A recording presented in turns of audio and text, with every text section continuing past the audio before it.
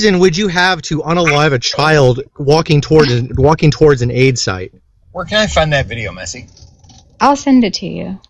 I also have hours of footage of like multiple IDF soldiers celebrating the fact that they love shooting or pew-pewing Palestinian babies, children. They and not to mention all of the reporting that Abby Martin did when she interviewed Martin. Your average Israeli citizen. Wait to hear what you're about to tell us. When she interviewed your average Israeli citizen, every single one of them had genocidal rhetoric.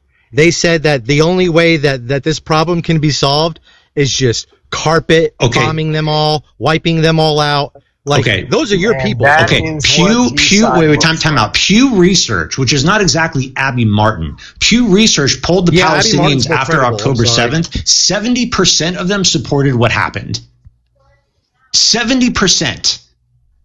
Well, you would too if the country bordering yours dropped a bomb, wiping out your entire family. I would want all of them unalived as well. And don't motherfucker, don't lie to me and tell me you wouldn't.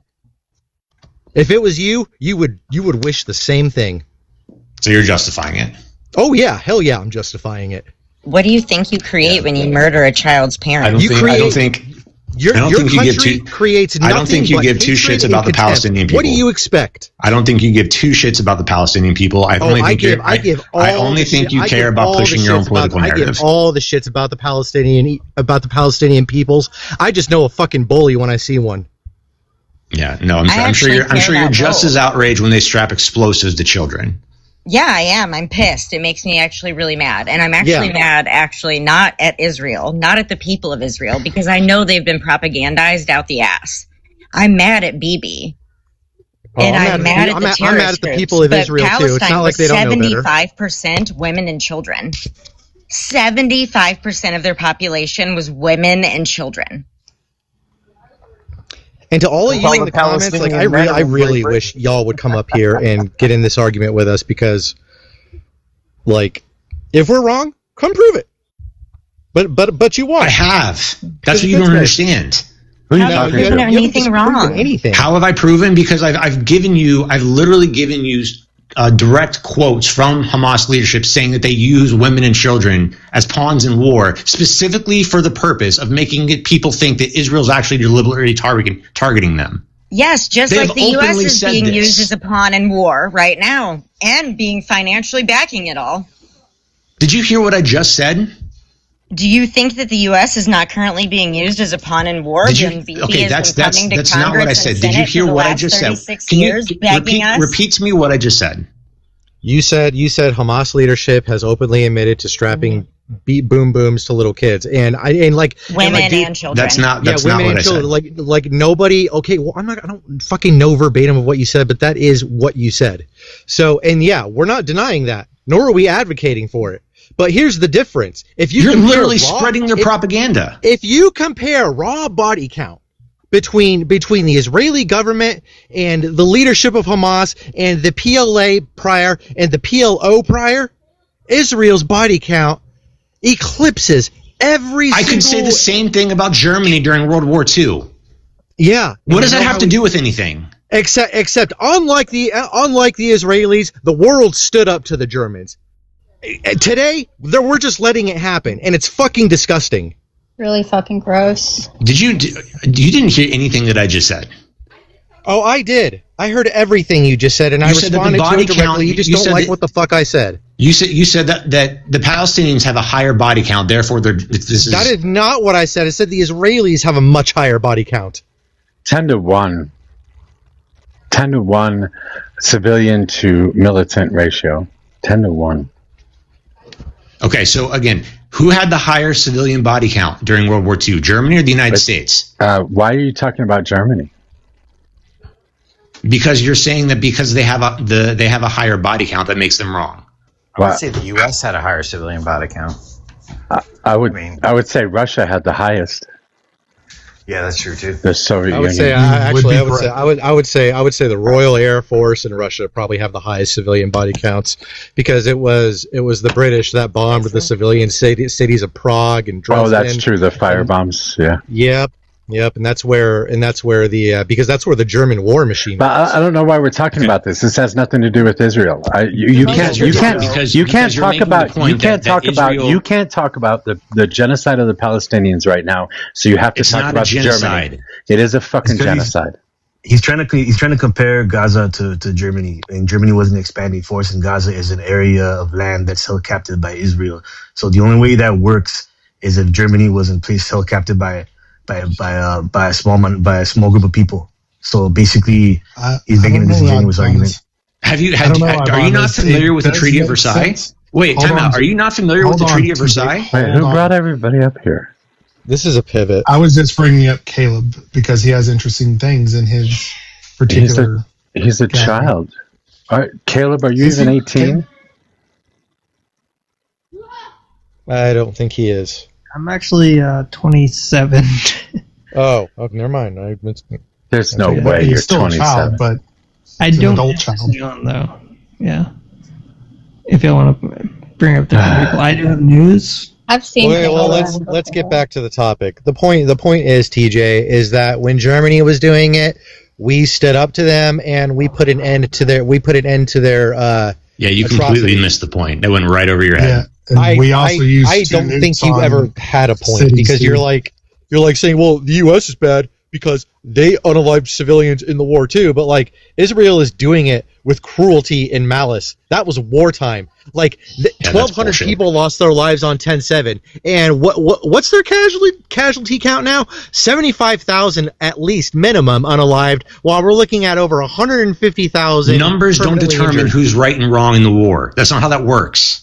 Oh, that is exactly how that works. So then why aren't you standing up for Germany during World War II? They lost more civilians in the United States. Dead fucking wrong. We were dead fucking wrong in Hiroshima and Nagasaki. Because their people unalived 12 million. And that's like the number outside of the number of Jews that they unalived as well. 12 million total people. Okay? That's why I'm not fucking sticking up for Germany.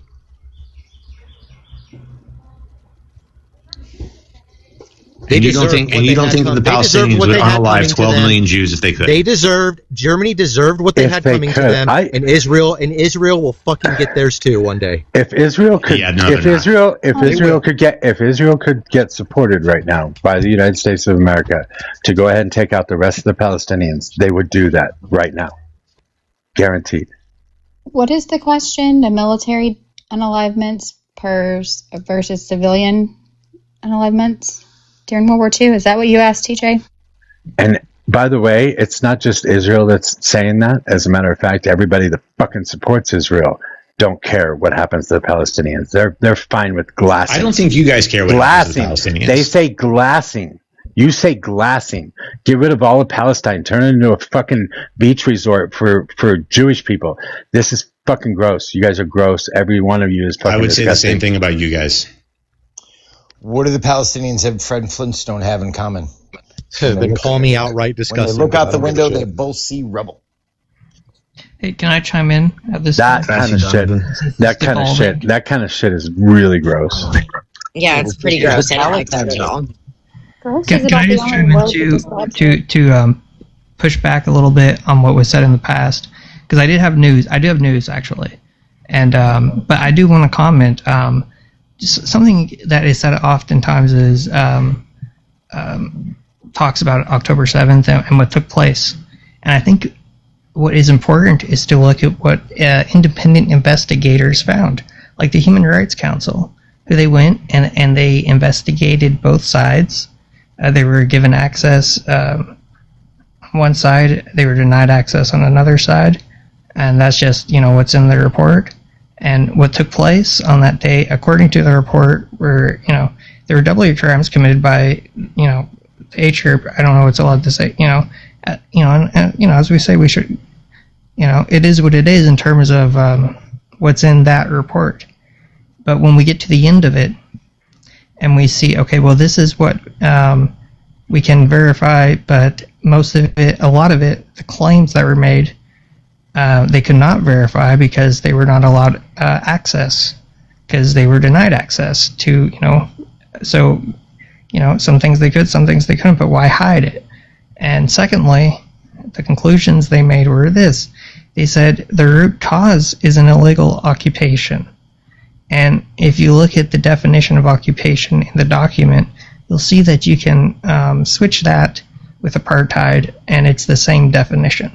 So why are they being occupied? Because of it seems. I mean, that's a question I cannot answer. I can answer it. You know why? For me, I would say I would guess land.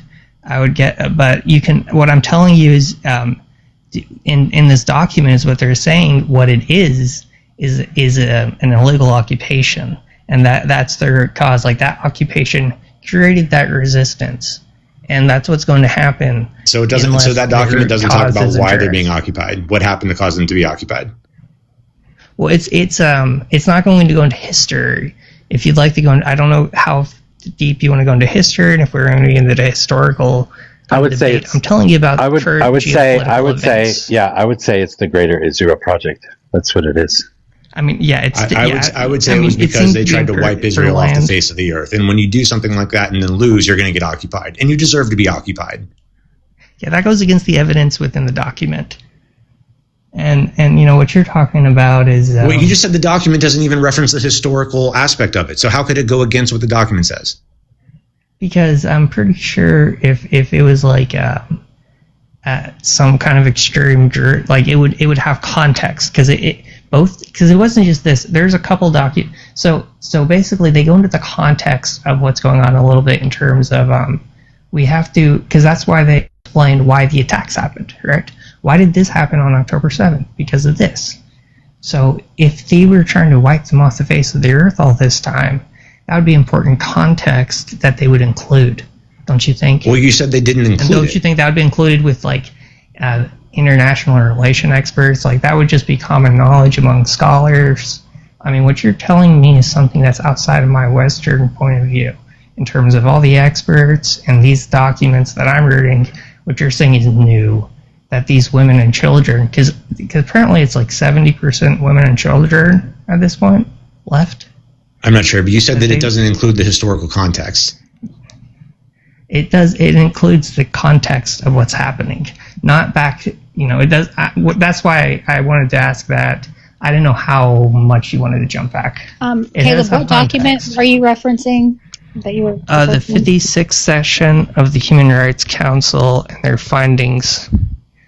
I have it. Is this the UN Human Rights Council? I actually have it on the on my. If you want to, if somebody wants to give me humanitarian attorneys.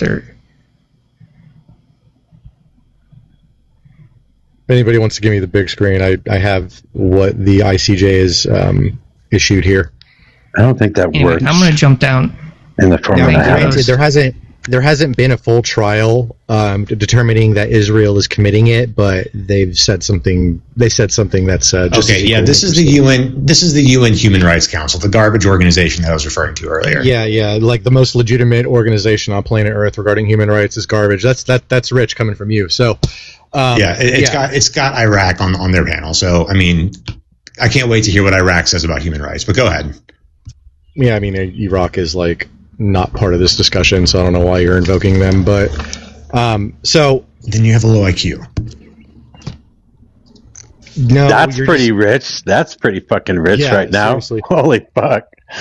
So while they did not make a final decision, the court held that at least some of the acts and omissions alleged by South Africa to have been committed by Israel in Gaza appear to be capable of falling within the provisions of the convention. The facts and circumstances mentioned above are sufficient to conclude that at least some of the rights claimed by South Africa and for which it is seeking protection are plausible. This allows the case to proceed to a decision on the merits. It also puts other states, namely those offering support to Israel, on notice. Now, the Human Rights Council does not even go to this stage of their investigation lightly. They would have dismissed it outright if it was just as concrete that they're not committing genocide in the Gaza Strip as you're claiming they are. Why open an investigation if there was no merit to meet the provisions of what the Human Rights Council defines as an act of genocide?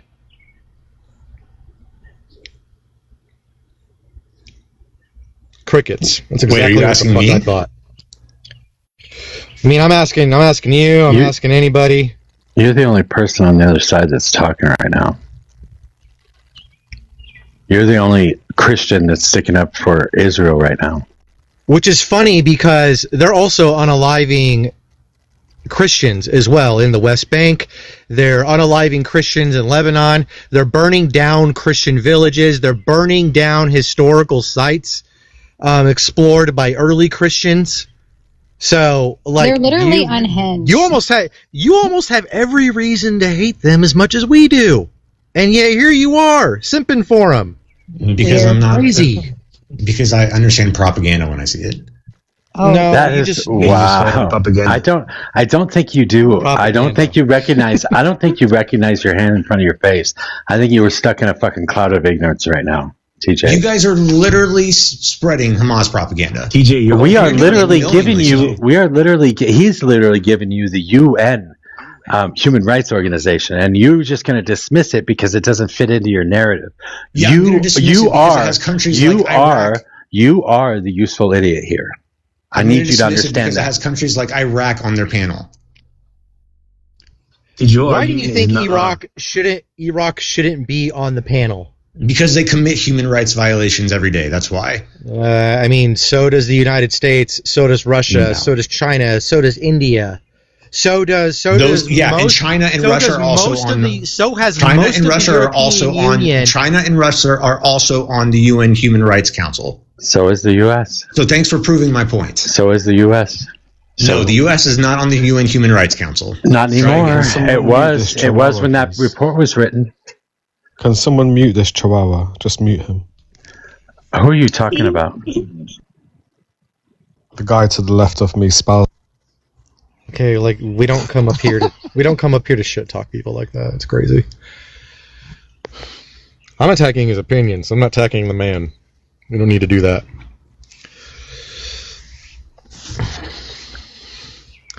The United States is not on the UN Human Rights Council.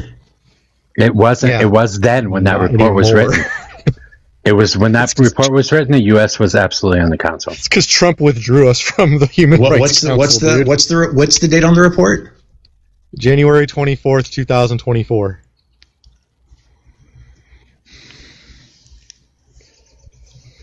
Care to take that back, TJ?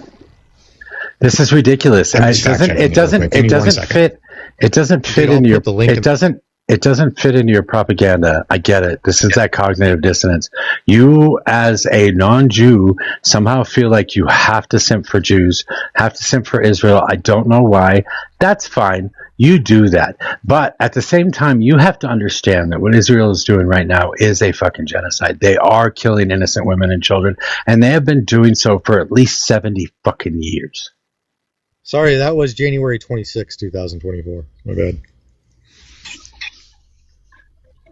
TJ, I DM'd you the link that I read from. If you've ever read the Greater Israel Project, if you ever looked at the Likud Charter, then you cannot stand up for what fucking Israel is doing right now. You just can't. Like, okay, like even if you think the Palestinians deserve the treatment they got because of how violent they've been in retaliation in Jordan, and then we have the whole the 1976 Munich Olympics fiasco that happened, and like I get all of that. So like just trying to level set with you on that level, yeah, the Palestinians have not been a perfect people. They've done horrific, horrible things to women, to Jews, to anybody that opposes their mission. But at the same time, we're not here saying Hamas is the greatest thing for the Palestinians. We're not sticking up for Hamas. You're literally spreading their propaganda. What are you talking about? What do you mean we're spreading their propaganda? Bro, we're reporting the facts of all of the atrocities. The fact is that Israeli government literally has a strategy of putting women and children in harm's way, specifically so the people like you will believe that Israel's targeting innocent people. TJ, your propaganda is yourself, dude. You're fucking you have no. That's not a response to what I'm saying. No. You're the one. You're the one who's responding. You're just propaganda. You're not address what I'm saying. All you're doing is calling people saying propaganda. That's all you're doing. So there's no really reason to address. Yeah, and I'm following that up with the fact that Hamas actually uses women and children as pawns in war. Your fucking arguments are just not. No, my argument is that Hamas has openly stated they put women and children in harm's way, specifically so that people like you. We are not so can you that, stop TJ. interrupting me, please? They do it specifically so that people like you will believe that Israel's targeting them. Well, that doesn't make any sense. TJ, we're not denying. Hold on, guys. We're not denying that happens, TJ. What we're saying is But the reason he had for why that happens does not make sense. Well, no, Hamas does. H group does use human shields. Do that. They but do that. Reasoning doesn't make any sense. That is the reason they do it. They've openly said this. But you just said it was so Israel would look better, basically. No, I said it specifically so that people will think that Israel's deliberately targeting women and children. No, But they deliberately target women and children. I'm not denying that. I am not denying that. So yes, like I can understand from like an operational standpoint that they have to take the risk of incurring collateral damage, including the unalivement of civilians to get key operatives. I'm not denying that to be like a legitimate military strategy because we did it in Iraq too. But the problem here is that they have attacked Red Cross sites, World Heritage sites, UNESCO sites that by and far have not shown any evidence of H group activity. They're just destroying. How could you possibly know that? Because they suspect that there possibly could be, because they think that H group is everywhere like a pack of roaches. How could you possibly know whether or not? How could you possibly know that they are? I can ask you the same question with that same credibility. How could I possibly know that they are? Give me 1 second. Like you're acting like the intelligence is equally reliable, and it's not. Israel has gotten a ton of things wrong. Sorry, Diligence. Can we please not interrupt each other? Let them land their plane. Well, I mean, he interrupted you too. I'm just saying for the whole panel. Let each other finish their sentences so we can actually have a conversation. All right. So you're going off Brian Williams. Okay, we can go off CBS. You want CBS? It doesn't matter. I'm not even denying what you're saying is. I'm not even saying what you're saying isn't true. Yes, H group does all of those things, and they're awful. But you can't sit here with a straight face and tell me with 100% certainty that members of the IDF have not deliberately targeted people that were not a threat to them, and that some of them, if that would be a direct violation of IDF policy. Hold on. I'm still talking. I personally feel that the majority of them enjoy unaliving these people, but that's all conjecture. That's speculation. Yeah, sure. I can admit to you there. But the thing here is that they have double tapped hospitals. They have sniped kids that were approaching aid sites. There's footage of IDF soldiers celebrating the deaths of Palestinian kids, babies, women. They have said they don't care. Via Abby Martin's interviews. How do you know that the kids aren't posing a threat to those aid sites? You have to acknowledge, to be logically consistent, you have to acknowledge that they have done some terrible shit. How do you know that those kids are? All right. Oh, god damn it! Hold on. Wait. I just got a violation. I haven't even been saying anything. God damn it! I did it. Just so you know. Anyway, so you're justifying that. Let's just be a little nicer to each other. Why can't you acknowledge that they've shot and unalived journalists? And this is all widely reported on. It's not just Al Jazeera. It's not just H Group.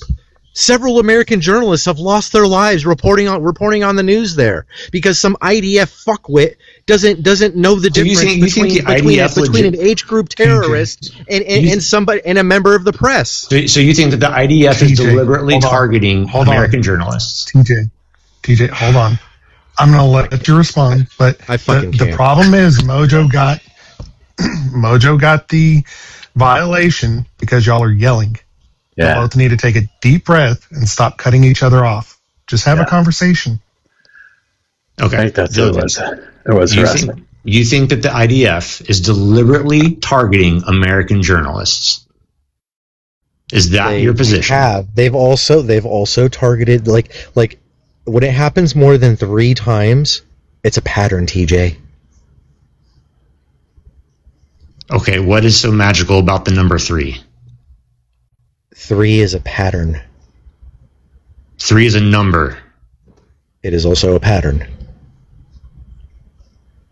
Not really sure what you're driving at. So are you going to deny that American journalists have lost their lives? I'm not denying that. And are you going to deny that they were targeted by IDF soldiers? Yes, I'm going to deny that they are deliberately targeted by IDF soldiers. This conversation's over as far as I'm concerned. I want to know what you mean by some of those kids were like a danger. We're talking about toddlers. I'm not talking about toddlers. Were you referring to the children that were sniped? No, I'm talking about children who have explosives strapped to their chest. That's what I'm talking about. The toddlers. Is that? Yeah, because we've had this conversation before, TJ. As a matter of fact, we've had it on panel and we had it in Discord. And you seem to think that 3-year-olds were being strapped with vests and running across the battlefield. No, that's not what I said. That is what you said. How do we know that they didn't put a bomb on that 3-year-old? That's what you said. No, I don't think that's what I specifically said. That is exactly what you said. Exactly what you said. Toddlers. That's why you said toddlers. No, I asked for context around which a child was unalived. We've had this conversation before. They are quite literally sniping fucking toddlers. They are. And you are defending them. I can't find a single example of it. We showed it to you. It was in Discord. You were given the fucking sources over and over and over again, and you denied them all. You said it's all propaganda. Bullshit, TJ. You've been given sources for all of this shit, and you deny it because it doesn't fit in your narrative. You understand that you are the one propagandized here, right? No, I don't agree with that at all. DJ, you're the reason we have a Palestinian thread in Discord. Okay, what does that have to do with anything? We were trying to break you out of the programming, TJ. You're deeper in now than you ever were before. Yeah, I haven't seen a single example you guys have given me of an Israeli soldier deliberately targeting. Yeah, you have. A sniper rifle. You have. No reason whatsoever. You have. You just denied it. From Dave Oakstrand. So there's an article released by a Dutch newspaper. Yep, there it is. So this is an article released by a Dutch newspaper. I don't know. It doesn't look like it's written. We got your head. We got your head. So the key findings, and I'm just gonna read.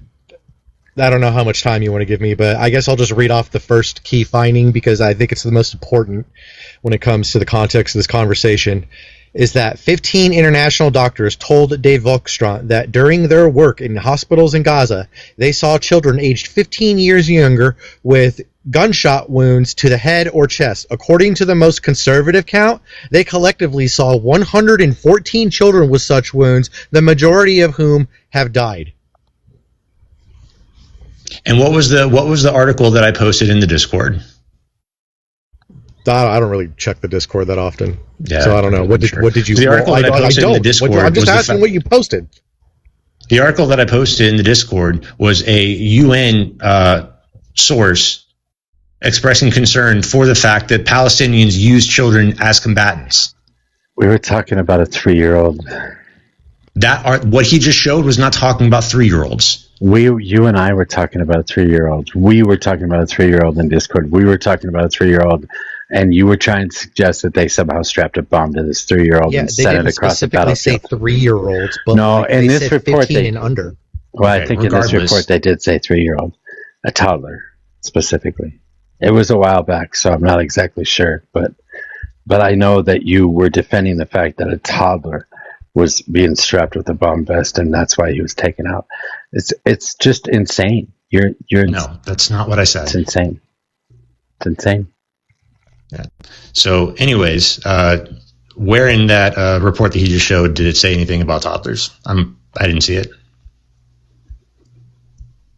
It wasn't just 15 or younger. So that means that the report included toddlers. Of the 114 victims that they examined, I'm sure toddlers were among them. It just didn't explicitly state that. So they gave a broader range. 15, do you think it's also? 15, do you think it's also important? 15 is the youngest. 15 is the oldest. Do you think that it's also important to include the fact that that the Palestinians are using children as combatants? So are you saying that? Can you answer my question, please? It's 16, 17, and 18-year-olds that they use, that they strap a vest onto and use as combatants.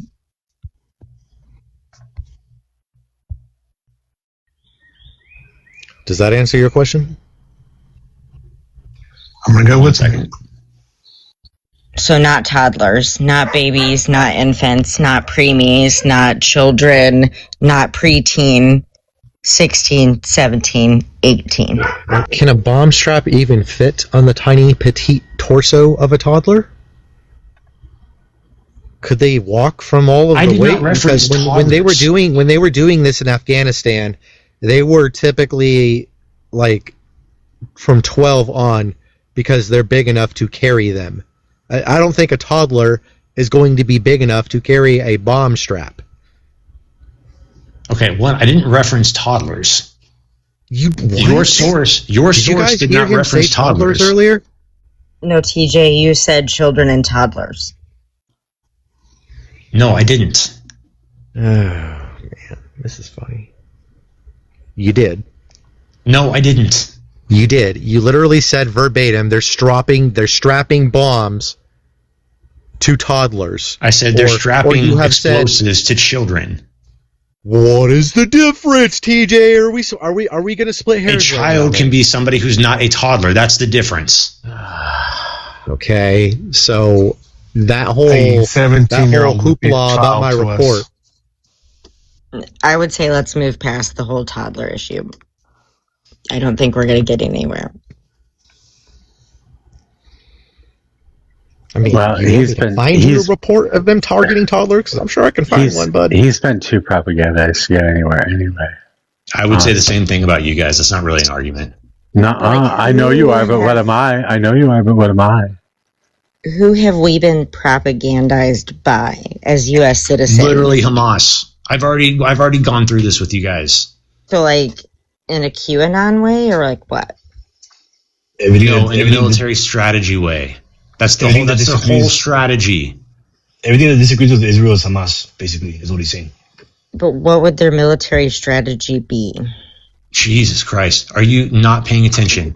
I've already gone through this a million times. I might have missed it. I'm sorry. I apologize if I missed it. I'm genuinely asking. I'm not trying to be a dick. I'm genuinely asking. Okay, so to back up, Hamas has openly stated this, and we can see it through their actions, that they put women and children in harm's way, specifically so that they will be unalived by Israel.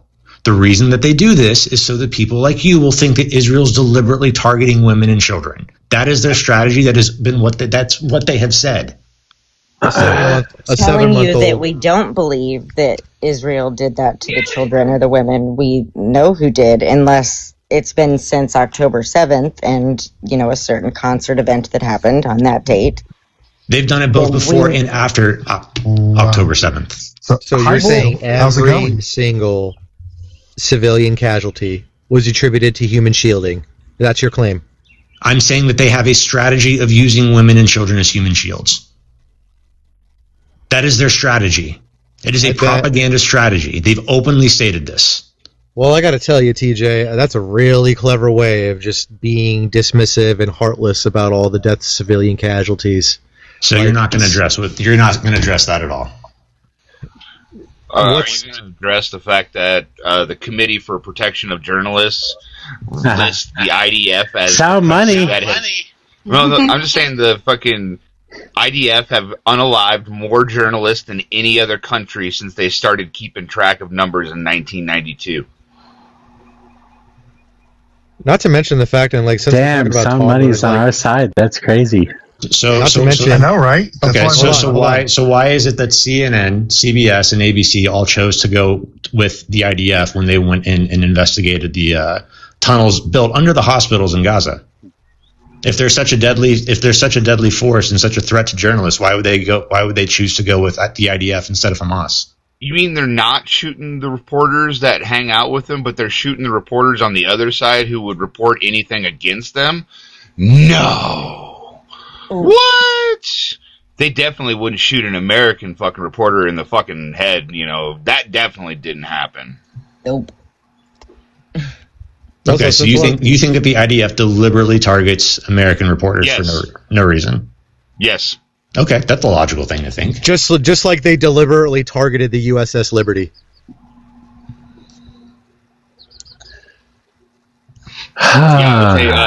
And children. Israel is responsible for 2/3 of press killings in both 24 and 25. So, I mean, if you're looking for a pattern, the fact that they've unalived more press journalists than any other country, all of them combined. But yeah, definitely, there's not a pattern there where if you're a press journalist on the other side that they're going to unalive you. Right. Okay. Okay. Have you read why Israel has targeted people like that? Oh man! Wait, so they have? Here comes the excuse. Wait, what, dude? Did he just say so they have? So he's going to try and justify it now. That's what he's doing, is he's trying to justify it. Who's propagandized? It's a bold strategy, Cotton. Let's see if it pans out. Let's hear it. Okay, so you guys don't know why certain people who are quote unquote journalists have been targeted? Well, you went from saying that it didn't happen. Yeah, right. That makes a lot of sense. Blah blah blah. All your dissonance bullshit, and now you're going to try and justify it because you know you're back to no quarter. No, I never said that journalists haven't been unalived by Israel. What? Like what? Fuck Do you it. know how Let many? him lead into it. Let's just see where he goes with it. Excuse me while I smack around and see if I'm in the wrong dimension and I jumped one. What? Oh, it's on double speak here. Do you know how many journalists have been unalived? TJ? No, I mean, I don't even know. Somewhere around 11,000. That can't be right. No. I saw 11,000. Wait, I'm confused. I thought journalists weren't allowed in the Gaza Strip. So which is it? That makes a lot of sense too. So no one can go in and no one can go out. That's cute. Makes it better. Wait, now you're trying to say that. Then you're justifying. Wait, now you're saying that they didn't get unalived? Now that you're saying that journalists didn't get killed? You were just about to justify why they got killed. It's way worse, question. I'm sorry, but you're spraying and praying for a reason. You specifically said earlier in this conversation that Gaza is not an open-air prison, and then you're now telling us that people like the press are not even allowed in or out of the country. Which is it? They haven't allowed foreign press into the Gaza Strip, TJ, but local Palestinian journalists, quote unquote journalists, but go ahead. Quote unquote journalists, but go ahead. Quote unquote journalists. What do you mean by that? TJ, I'm sure that they're not filming the IDF locations and not transmitting that information to Hamas and the PIJ and other groups like it. TJ, that's not going on. TJ, how do you feel about Nick Shirley? Mm-hmm. How do I feel about Nick Shirley? Yeah. I don't know. I don't know who that is. Go figure. Never mind. I'm not going to explain it. It's okay. Go ahead. Like I said, foreign journalists were not allowed to be inside the conflict zone, especially after October 7th. But so how are American journalists unalived? The vast majority of on-the-ground reporting, imagery, and news has been produced entirely by local Palestinian journalists who were already living inside Gaza when the war began. Do you think they might be a little bit biased in their reporting? Oh, so how could they be biased when they're literally because they're Palestinians? It's literal footage of what is taking place. How can they skew that? Please tell me. Right. Shireen, it's live feed. Shireen Akhli was a literal American citizen. She was unalived by the IDF in 2022. Mm-hmm. Literal an American citizen with giant press marking across all of her gear. Okay, like was she working with Hamas? No. How do you know? Dude, How do you every know? Palestinian is fucking Hamas to you. Is that what it is? Every fucking Palestinian is Hamas to you, dude? That's just the way you fucking excuse it? Like, what the fuck, dude? Everyone behind that wall is not a terrorist group member. They're just I didn't say they were. I'm asking how you know whether they were or not. But in what world is 100% of the population behind that wall a member of the terrorist group? I didn't say 100% of the population behind the wall was a member of the terrorist group. That's not what I said. So you don't believe That's my point. He doesn't believe in any kind of identifying markings. You don't believe in the Red Cross on, equipment. You're not supposed to, shoot those people. I don't think just because you put a Red Cross symbol on yourself doesn't mean that you're not affiliated with Hamas. Holy fuck. Oh my gosh. They are not bringing in a giant horse. Fuck it. There is no rules of war anymore. Yeah, imagine if every nation used that fucking logic.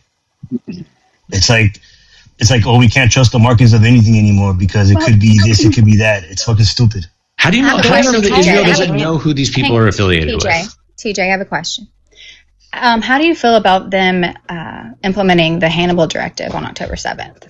I mean, I can understand why they would do it. We did something similar on 9/11. Okay. We did? Yeah. TJ would drop shit on fucking MASH units because, there were soldiers there.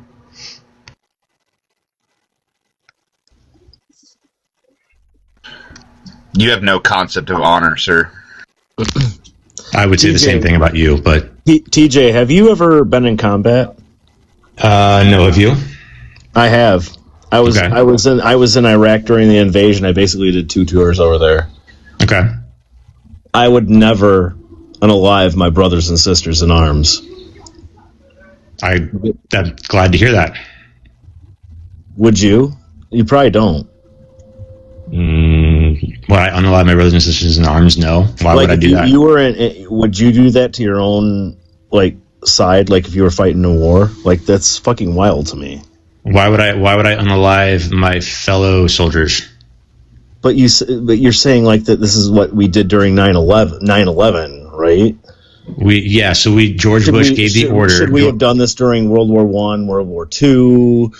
That's wild to me. Wait, so okay, let me ask you a question. If you were the president on 9/11 and you were just told that there are civilian airliners that have been hijacked and are flying towards targets, and you now have to decide whether they hit their own soldiers just to unalive them so they wouldn't be captured. Do you know why they did that?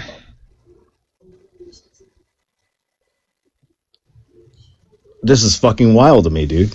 Do you know why they did that? It is very wild.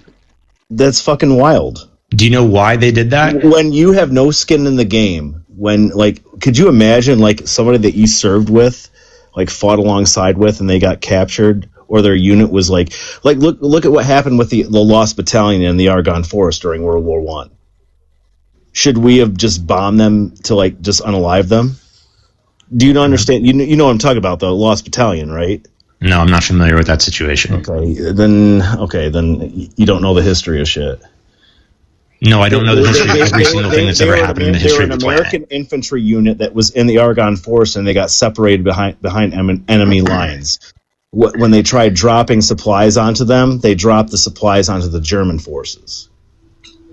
We didn't bomb our own forces because they were behind enemy lines, and actually the Lost Battalion came back and fought through the German army and fucking beat them, even though it was a lost cause. That's why they called them the Lost Battalion. Okay, did President Bush give the order to shoot down civilian airlines on 9/11?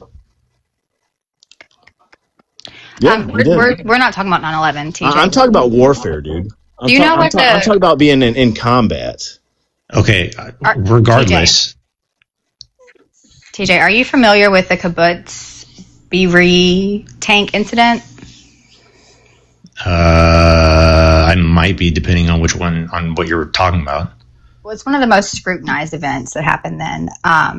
General Barak Haram, he ordered an IDF tank to fire shells at a house where Hamas militants had held 14 Israeli captives. Out of the 14 hostages, 13 were unalived in the heavy ceasefire and crossfire shelling. So it's not that they're just unaliving other IDF members so that they don't get held captive. They're unaliving citizens. They did. I mean, out of the 14 in this situation, 13 were. There's more.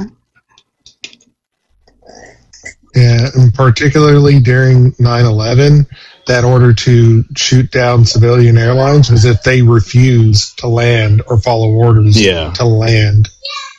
And look, like I'm not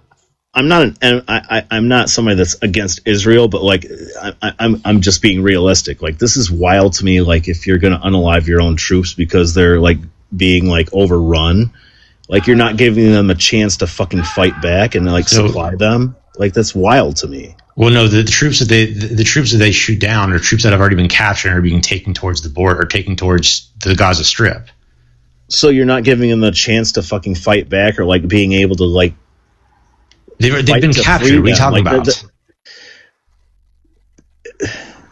So if the other do you not understand how fucking wild that is? The reason that they struck those targets is because they've done an analysis and they've calculated that the cost of trying to get those people back is far exceeds the cost of losing them.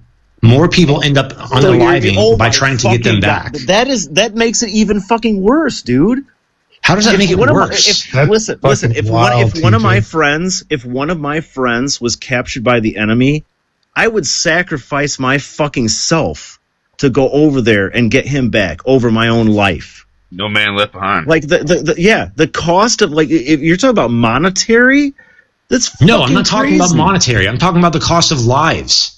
But that's not up to them. Still like wild. You know how many fucking people have lost their lives saving their brothers in arms in fucking combat?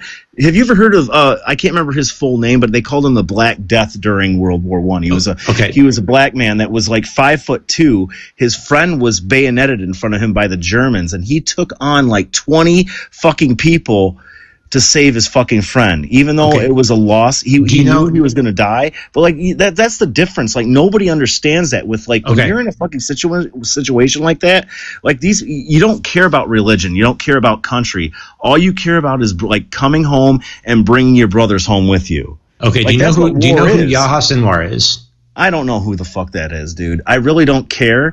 But like, if you're talking about there is no army in the fucking world in the history of fucking humanity that would like their brothers in arms, sisters in arms would be captured and they would just let them to the fucking wind.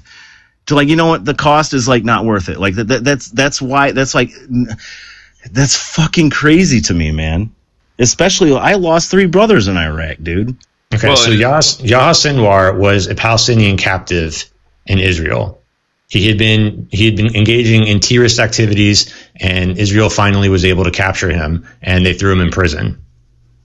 Okay, you with me so far? I'm here. Okay, so Israel, having some IDF soldiers captured by Palestinians while he was in prison, decided to do a prisoner exchange where they released him in order to get the IDF soldiers back. He later went on to become part of Hamas and orchestrated the October 7th attack, which resulted in over 1,000 Israelis dying. That's what it cost to get the IDF soldiers back.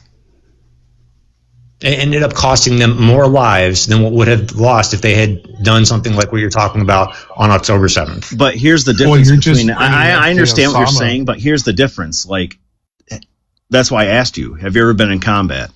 No, I've never been in combat. So you don't know where I'm coming from either. TJ, no, I don't know where you're coming from. Osama bin Laden kind of retroactive.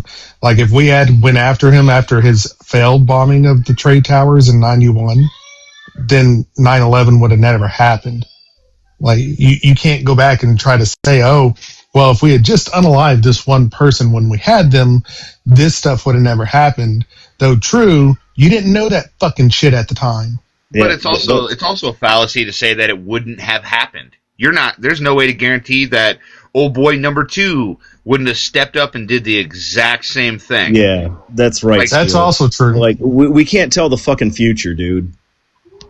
Right, and like that October 7th might have very well happened even without giving those other people their fucking lives back. And you don't use you doing war crime to justify you doing war crime. That's not how that works.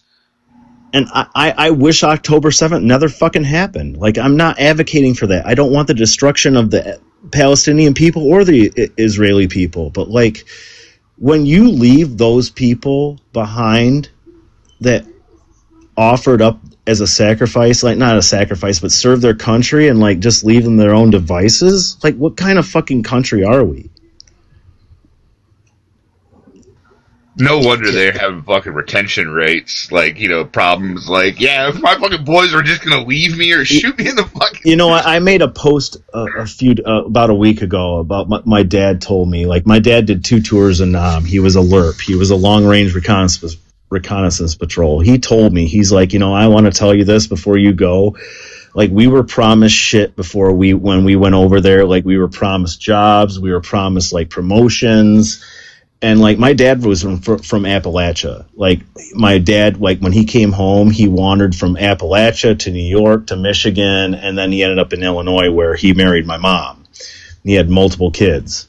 But, like, I always thought, like, Rambo was, like, kind of like an exaggeration. And, like, just after coming home and, like, realizing, like, dude, this is an exaggeration. It's just, it's the same fucking telling of every time. They're like, oh, they want you to fucking sign up. I love my country. I do. I love it. I love my country, but you can question your government. That's the fucking thing. Like, that's just like, I love Israel, but, like, I can question their leadership too. I don't have to. Of course, and you should. Agree. Yeah. So, like this whole thing, like, they promise you the fucking world, and then you get, like, look at the VA. Like, you get injured, and, like, it takes fucking the wait times are shorter now a little bit. I will agree with that. But, like, just to fucking fight with this shit, to, like, you have to wait on a wait list for like a year, like, for something that happened to you 20 fucking years ago, is wild. Like, you lost a fucking arm or a leg, and then you got to wait a fucking year to, like for them to argue over the fact, like, why you lost it. That's fucking crazy. Okay, but that's somewhat off topic. But it's the same thing. Why is it off topic? Because we're talking about the Israel-Palestine conflict. Now we're talking about the VA. But you're talking about, like, you're justifying them leaving their own soldiers behind enemy lines.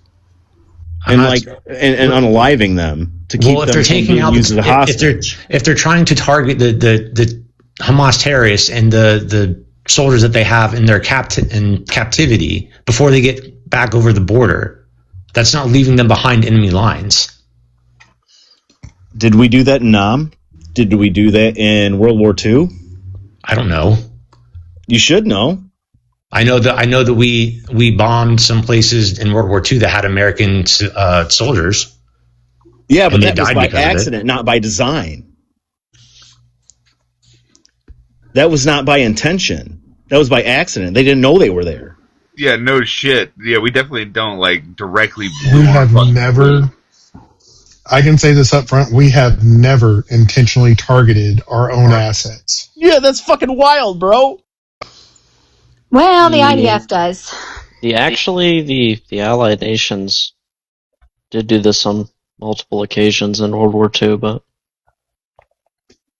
Yeah, but these prison camps that they had in World War II, they didn't even hardly even know about until it was Vito Pilecki, who was a Polish soldier, that leaked it out to the world that the camps were going on.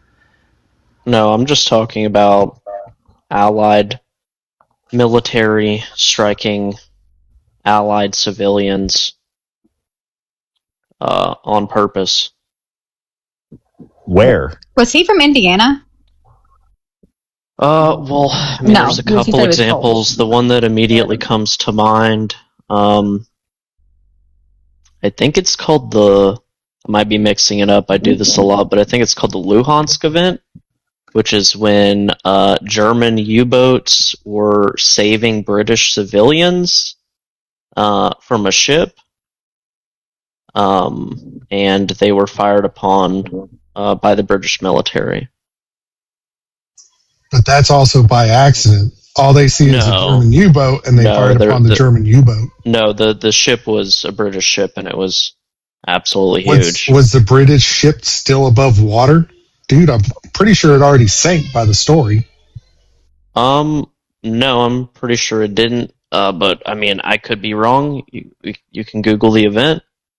But no, I'm pretty sure they even apologized for this, but this is a pretty well documented thing.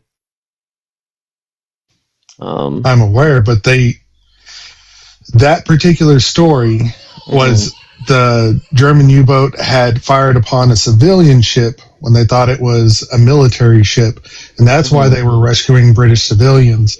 But that civilian ship had already sank. That's why the Germans stayed there and rescued them out of the water. The patrol of the British military ship that came across fired upon a German U-boat. Like, they did not know that there were British civilians on there. Well, I think it was multiple U-boats, and I do not think the ship sank. Either way, that wouldn't really make much sense unless the British thought that the Germans accidentally fired upon one of their own civilian ships. Why are they rescuing civilians? People can look more into this. If you just Google, knew there were civilians there again. Yeah, I am. Yeah.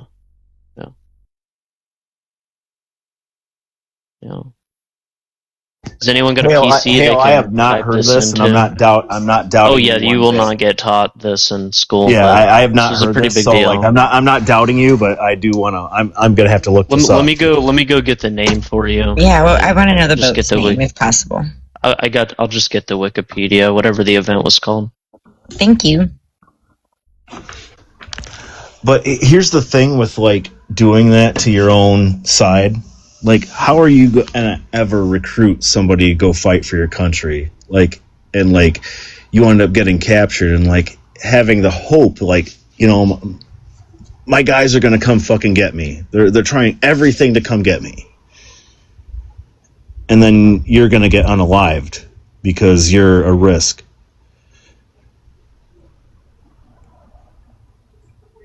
No one would ever want to fucking fight in war. No one would want to ever fight. That's like, you know how many people like were in Vietnam that got captured in POW camps, and especially like in World War II, that were saved, that the only hope they had was like thinking about like, you know, my brothers are going to fucking come get me. Like, I may be here for a while, I may go through some shit, but goddamn, they're trying everything they can to come get me, to come home.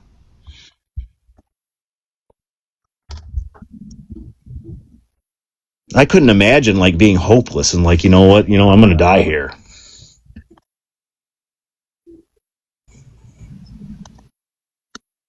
And that's just stating, I'm not trying to like vilify you, TJ, but like that's just wild that like you can just give up and like, oh, these people are going to be a security It is called, I'm going to type it in chat, it's called the Laconia incident.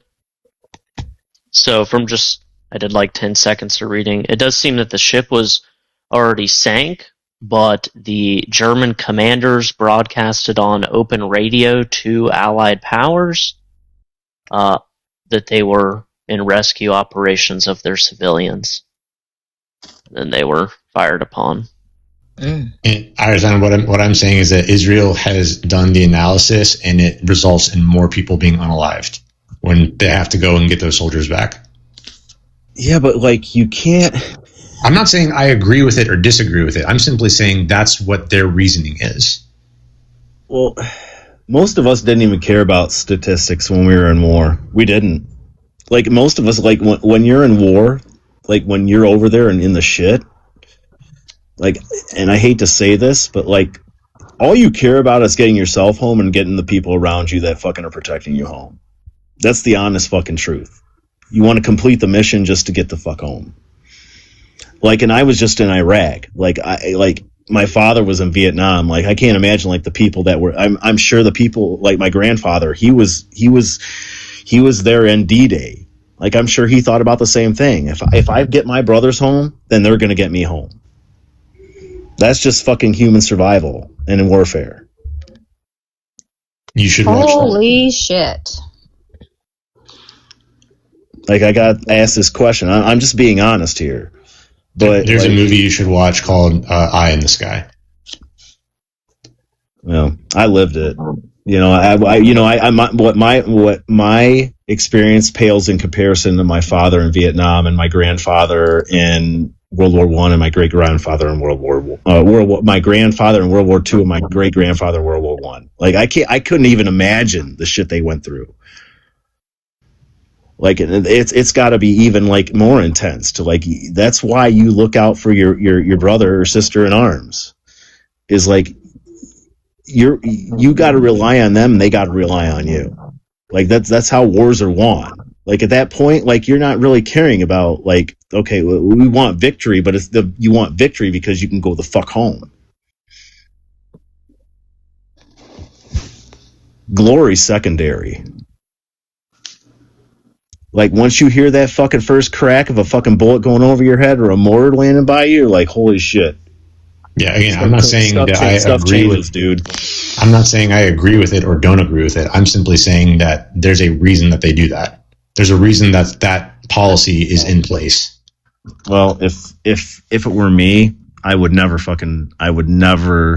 do that policy. Like I don't leave things to like statistical chance. Like I believe in hope. I mean, that's just who I am. So I understand what you're talking about, but like just me being through it, like I couldn't leave one of my best friends that fucking saved my life to a statistical chance. Like, oh, if he could be a detriment to other soldiers. Like I would volunteer. Like, you know what? I'll fucking go. Yeah. I mean, like you're also assuming that the person, even if Israel didn't do that, you're assuming that the person would be, unalived by Hamas in captivity. So, or but ISIS, or whoever. That's the risk I would have to take, and that's the risk that I would make that choice. But you even said that they didn't unalive old boy who they traded and who did October 7th. You said that. Israel didn't. They just fucking off them either. Israel did not unalive that person. I'm not talking about Israel. No, you said there was a prisoner swap. You said there was a prisoner swap. How the fuck are you going to swap prisoners if the fucking prisoner is fucking dead, man? So you're saying that all prisoners are always kept alive by Hamas? Oh, so you're saying there is a chance. Some are unalive. Yeah, of course there's a chance, but there's also a chance that you may not survive. Nobody left behind. What does that have to do with what I just said? You'll never understand it, unfortunately, I don't think. I don't think you would either. Well, that's you ever seen an American POW flag? No brother left behind. Yeah. What is the debate on? Is the debate on? I think it was they were talking about the sacrificing and stuff like that with. How does this relate to the? Because I'm agreeing with Ironside, but he is defending Israel right now, right? Like, I'm not defending. I'm not defending Israel. Oh well, I thought I have no hate against Israel, but like if you're gonna unalive your own soldiers in captivity, like, oh, okay. Why would you want to go fight? Like if you get captured, like that's the only hope you. Are you saying have. Israel did that? What do you mean? Well, talking about the Hannibal Directive. Well, we also started with like Israel unaliving like press members and Red Cross members, Like I can't imagine like in that order. Like, oh yeah, that guy over there with that Red Cross? Yeah, go ahead and plug that motherfucker 3 times. Yeah. I was just arguing with TJ about like the argument of like unaliving your own captured soldiers to like statistics. Okay. But then you kind of got into it over like it seemed like when I joined you came in here. Yeah, no, I know. That's why I'm trying to. Well, he's saying that no military member should want to take out their own. Exactly. I would never do that. I don't think they're saying that they want to do it. Like, what about citizens, Ironside? What's that? What about citizens? I feel like I've seen a few conversations where the topic has been like martial law, or if there was a revolution or something and the military was called in. If you were in the military, would you be able to unalive civilians? No. I have a question. If you were president on 9/11, would you have given the order for fight? If Kami is going to give this, hypothetical, in this hypothetical the civilians that are being unalived would be, for the most part, partisans. At least any ordered unaliving of civilians would be against what we would consider partisans, revolutionaries, separatists, or something like that. So it wouldn't be like, when you optically paint it as, hey, would you ever unalive civilians? That's a lot different than like, would you unalive someone who is trying to overthrow your government system and they possess firearms and they're a part of a political network? I mean, what about dismantle you? And what about 67 rounds in over 13 seconds, unaliving 4 students and wounding 9 others in the 1970s? You're talking about Kent State. Kent State, yeah. Mm-hmm. Well, Kent State was, justified. Well, you just named off a few things, saying like unless it's a partisan. What else did you say? Yeah, I said that they would be partisans or revolutionaries or something. Kent State is a different example because in that example, it doesn't fit your hypothetical. There was no we're declaring war. There's a separatist movement, and we're gonna. No, they were protesting civilians. Cambodia. I know what Kent State was. That's what I'm saying. It doesn't. And Messi, that's the reason why, like the National Guard and Reserve, like they were armed at that time, and that's why they were justified. They were justified. Hold on. That's why the National Guard, when they are used for riot control operations, are not allowed to carry firearms. Yeah. Who was justified? The National Guard at Kent State. Like that's one thing that, like, after Kent State, like that's why the National Guard is trained in riot control every year. That's no matter if you're like a 88 Mike, a truck driver, anything. Like that's why they are not allowed to carry firearms in a riot situation. And it's actually really bad to even carry a firearm in a riot control situation. Like I've taught like that in the military. I taught a lot of stuff with riot control. Like you should never carry a firearm in a riot control situation. But at this event, it's like the military member or the guard members were being heavily assaulted. A literal fucking retreat was ordered.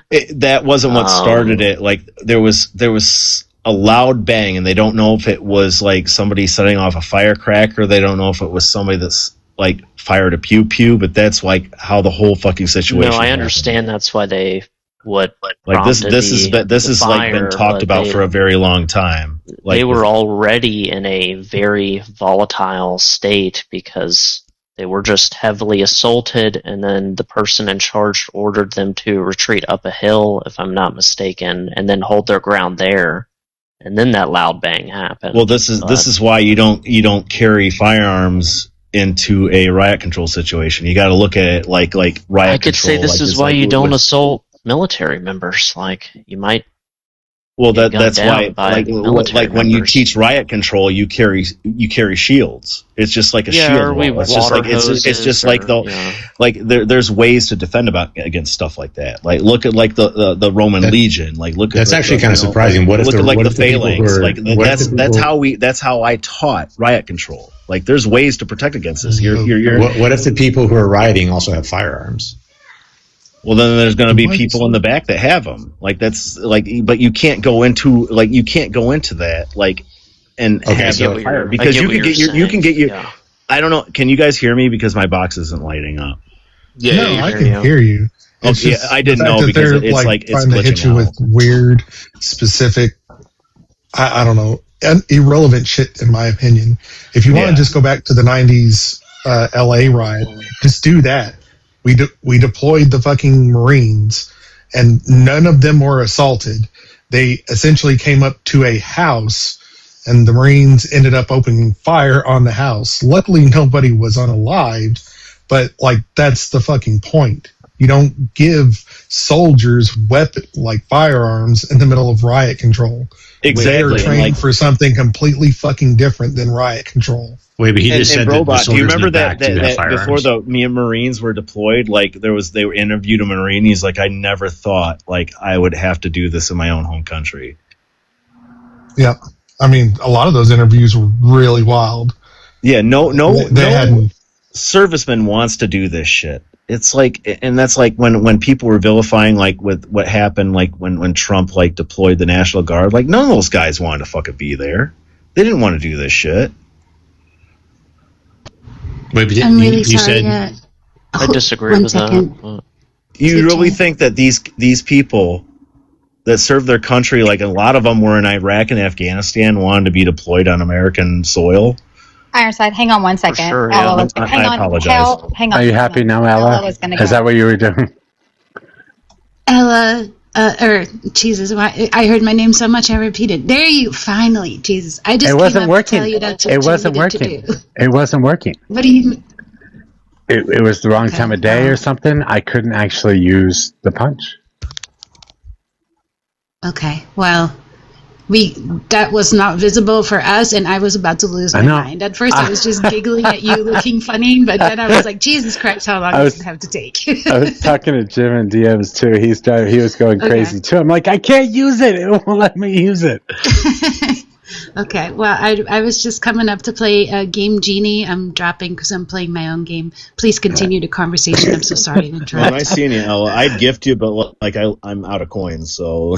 Oh, please don't worry about it. Thank you, No. though. I'm having a good conversation on this. I'm driving the audience crazy. Yeah, I'm driving them crazy with my game.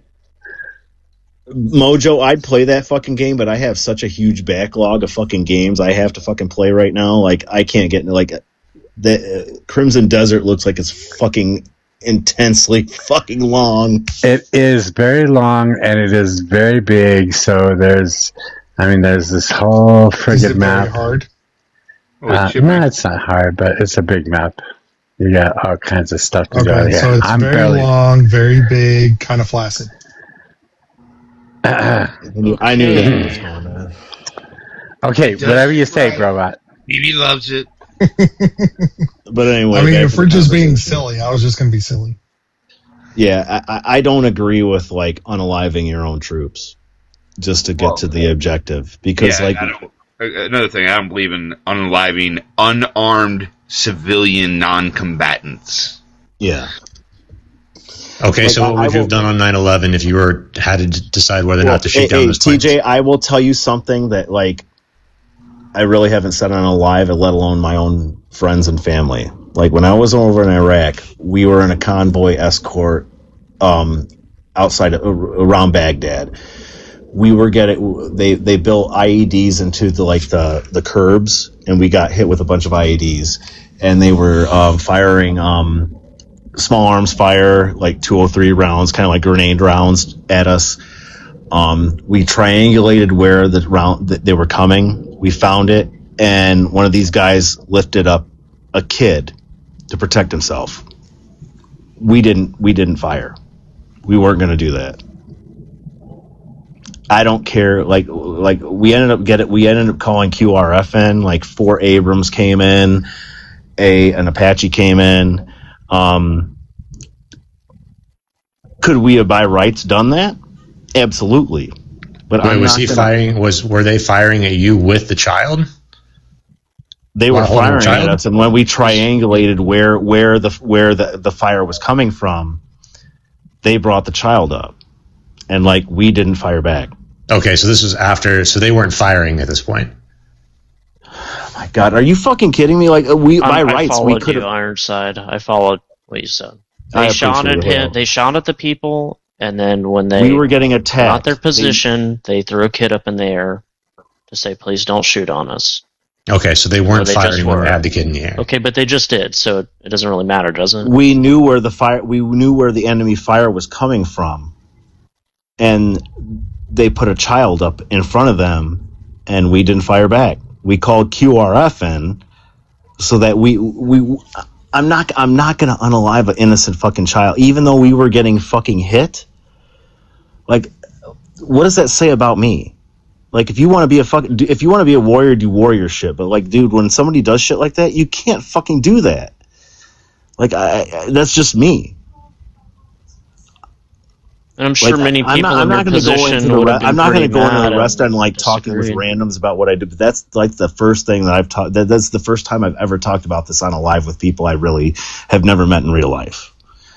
But so if there's a child with an explosive strapped to their chest and they're running after they brought. Oh my god! I don't think he said. Did he say that? I thought no, he just said I'm asking now you're throwing out theoreticals to me. No, this actually happened. I can give you the specific name of the person. I fucking get it, but like I'm talking about an experience I fucking had, and the rest of my squad had, in doing a convoy escort mission.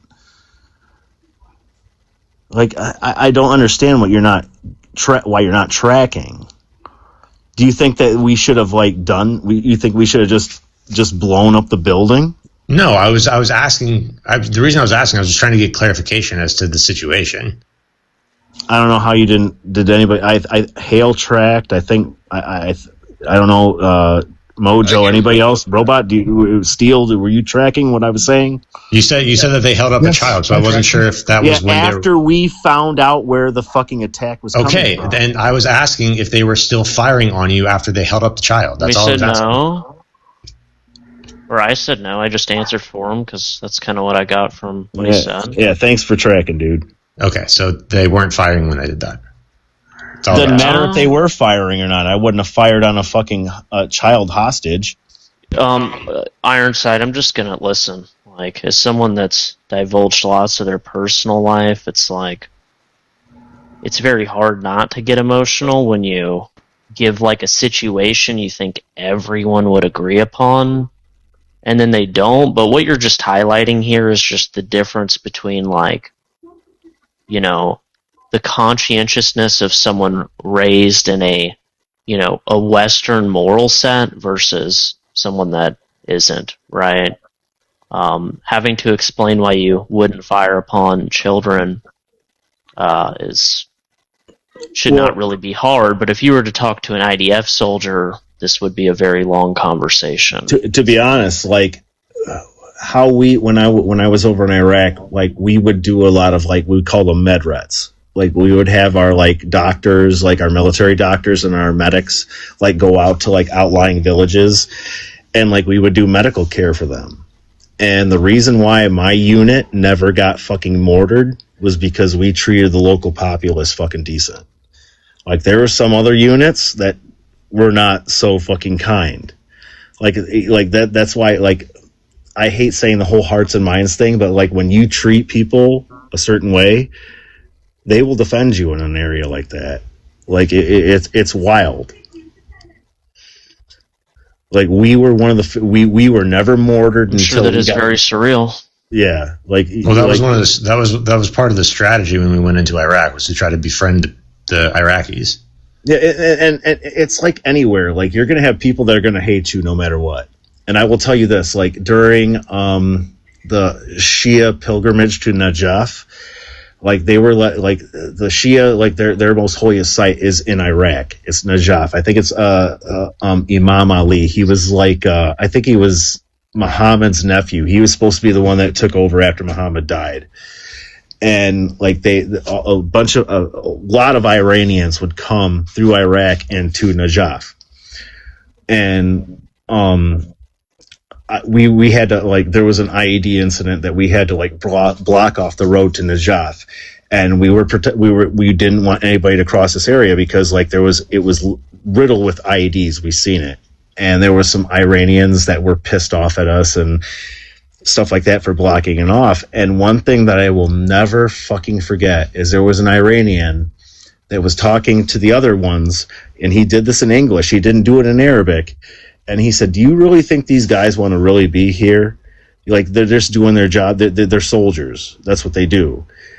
And like I was like blown away by like how this fucking guy said this. I'm like, he's talking in English, and they're both talking in English too. And it's like we were letting people from Iran into Iraq and going on the hot. I think it's called the Abedin or something like that when they go. Is this real quick? Is this the place that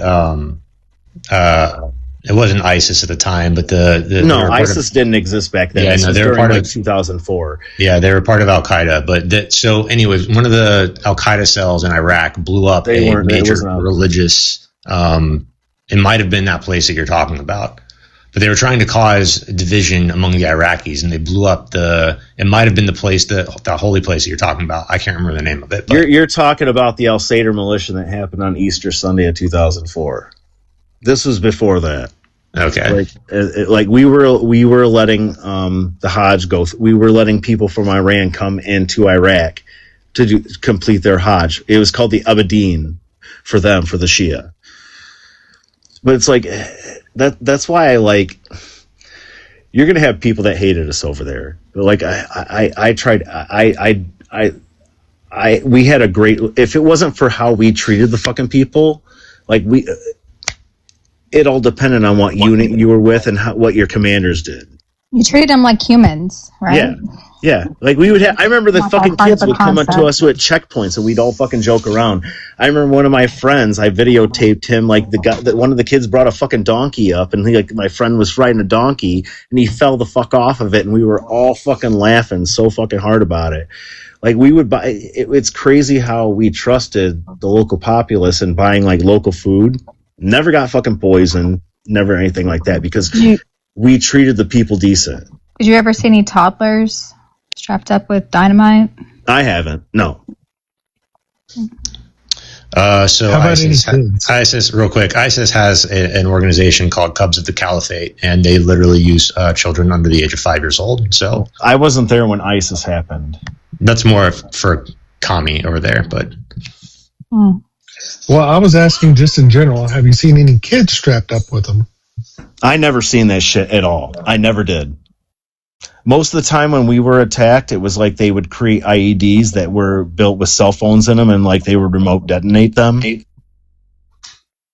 Yeah, like it was, I'd never seen any, I've seen like only a couple times where somebody used like someone as a shield. And one of them was when I just expressed like a few minutes ago. Oh, you personally have seen this? I just fucking sell it. No, I'm saying multiple times because you gave us the one example. Chill the fuck out. I said a couple times. I didn't say multiple times, a couple times. Okay, that's all I was asking. Jesus.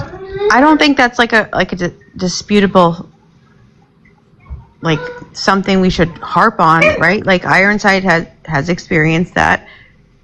We all know that does happen, correct? Like, why I don't get why you're so skeptical, I guess.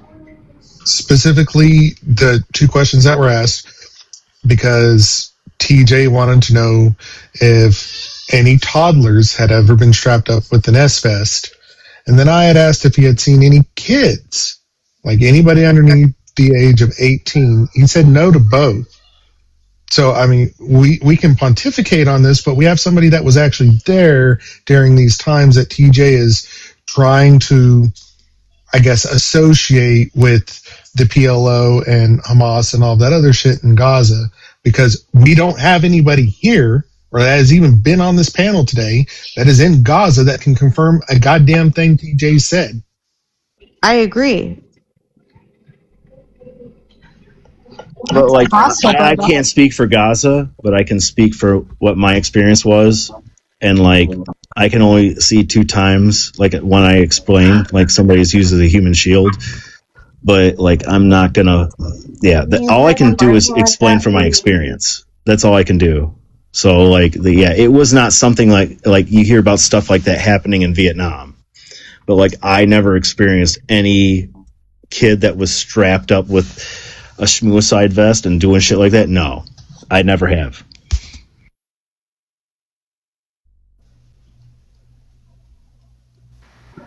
Yeah, and I think that's a little different between an immediate threat and non-combatants. Just saying.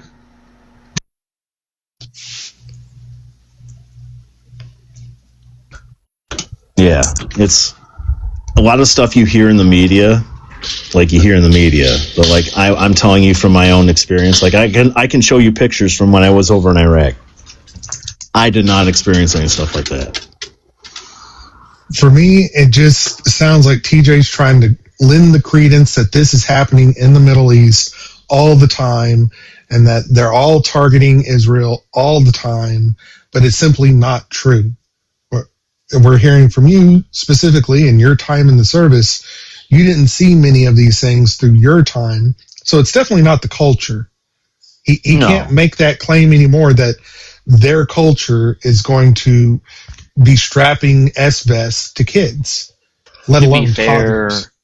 To be fair, I agree with Ironside, but I do not think that we should have this approach of, hey, this veteran said that this is what happened, so this is what happened. We could get, 100 other American veterans in here that would completely counter-signal what Ironside is saying. Each person has their own experience. I can't speak for somebody else's experience. All I can do is speak on my own. Do you have experience that you could lend us that would, I guess, counter Ironside here? No. Do you want me to contact any Patriot or something? How does that defile my point? He's not welcome. That dipshit's not welcome on my panel.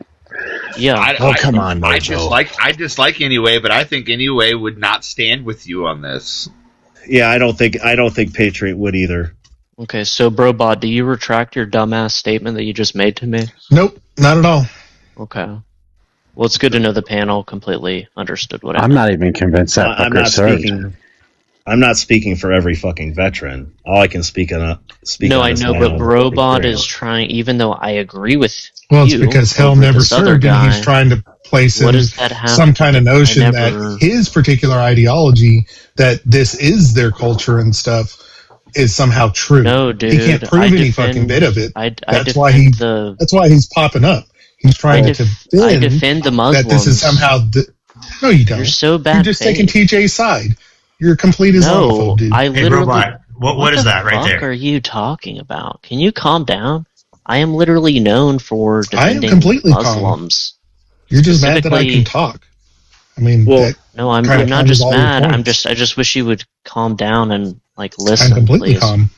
Okay, I defend Muslims all the time, specifically in this, conflict that's ongoing right now. I was simply just making the point that,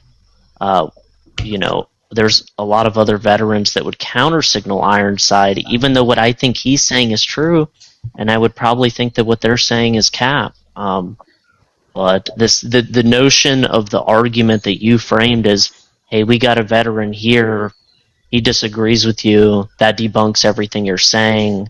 That's kind of like a bad argumentation. That's all I was saying. Hey, Brobot, what is that? It would only be a bad. I don't need to be a veteran. I don't need to be a veteran. It would only be a bad argumentation if he wasn't making the umbrella statements. He has said on this panel, before Ironside even came up, that it is part of the Islamic culture to strap S-vests to their kids.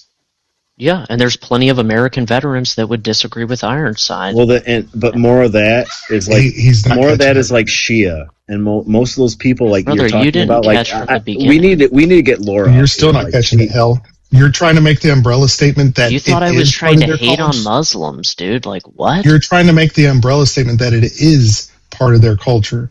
And I am saying it is not. I am not. You cannot make that statement. You're so far off the rails, it's insane. No, it's apparent that you haven't been here for the conversation, Hell, because you have no idea what the fuck I'm even talking about. You should know me well enough to know that you're just going to pop off on some shit that you didn't even listen to. Even if in no situation would I defend. Even if they use child soldiers, it doesn't take away from the fact that what TJ is basically saying is that we should just annihilate the entire area because they use child soldiers. Never said that. It's a straw man. So why should we care about their kids if they don't care about their kids? You don't get to just throw away principles and rules to but they're not following the rules on their side, so we should do the same. This is their principles. I never have said that. But Steel Mill, never once have I said principles. That. Well, Hale, mostly Iraq was pretty moderate. like, especially when you got into Baghdad, like Baghdad's an international city. Like a lot of the women This didn't is wear why I tried to hijabs and stuff re-clarify. like You're that. about So, to like, make an argument to me about how is like can I Muslims explain aren't myself? that bad. I know, I'm just but trying to. Oh my Jesus! but you're Christ, telling me the dude. Muslims aren't bad. It's like I already believe that. Robot. No, just I said know, some but shit that I'm made just you think that I explaining. don't Like think Iraq that or was not something. like that. Like if it was Afghanistan, I was never in Afghanistan. Like that's a different place. But You like don't think there's a bunch in of Iraq, like American most people in veterans in Mojo, Iraq like that a would lot of the say people I different? dealt with, like were Bedouins. They've been living like for that way for fucking 2,000 years. Like I've sat and ate with them, and I remember us talking to them. Like they didn't care who the fuck was in charge of Iraq. They just didn't want their fucking way of life being messed with. So like it was different in Iraq. I don't know about Afghanistan. That was a completely different area. Like, and if you talk to people like that, like I hear different things. But like in Iraq, it wasn't like that.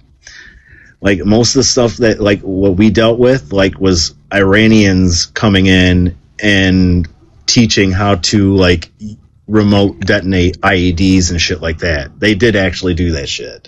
Like we were warned about this, like from the invasion, that the Iranians were going to come in and teach like tight insurgent kind of shit like that. But like I said, like I've only seen 2 instances where someone used a hostage, like, and in one of the instances I talked about, that's what happened. I can't speak for everybody else, like that was over there. Like that's their story. This is mine. But like that can happen in any fucking culture too. Right, and having a few enemy soldiers, like even if they're kid soldiers, does not give you the right to genocide an entire people. Like there's the thing called citizen non-combatants. Like there is a reason for this. Like just because it happened, well, they used a child soldier there. That doesn't mean we go over to the next village and just wipe them all off of the fucking planet. That's not how that works. Like an individual immediate threat is different. It is horrible. But you don't just use that to justify the shit that they're doing. Like it meant so wild to me.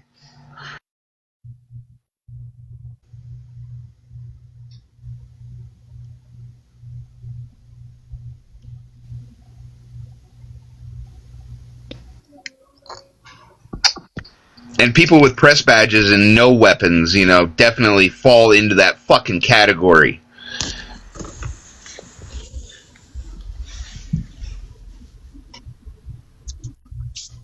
TJ, what are you trying to show? That would be a child with an SV. A what? Jesus. Unalignment device is, I think, I'm going to take a guess. That's what that means.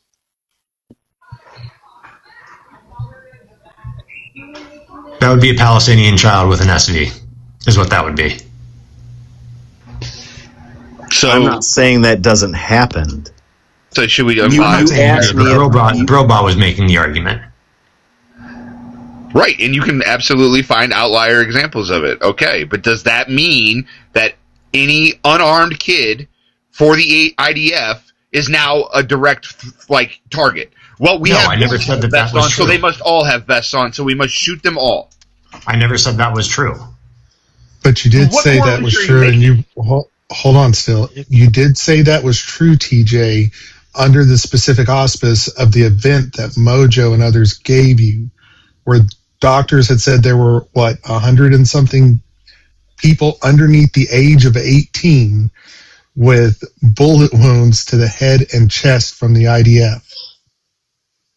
You made that claim that those kids must have been S-bombers. Like that's it. No. You're making that claim, and I am refuting that.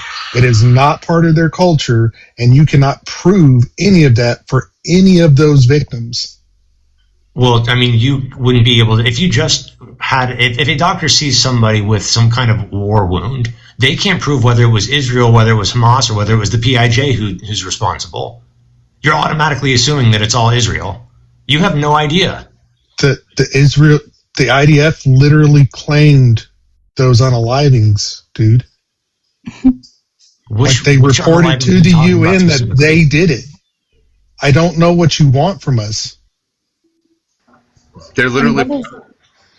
What is the name of this article that you have of this picture of? This isn't an article. This is an actual video. What's the name of the video? I could bring up some pictures, and I don't want Mojo's live being taken down. But like, what's the point in his video? Is anyone here denying that they do this? And that wasn't done by a kid. Like I could, yeah.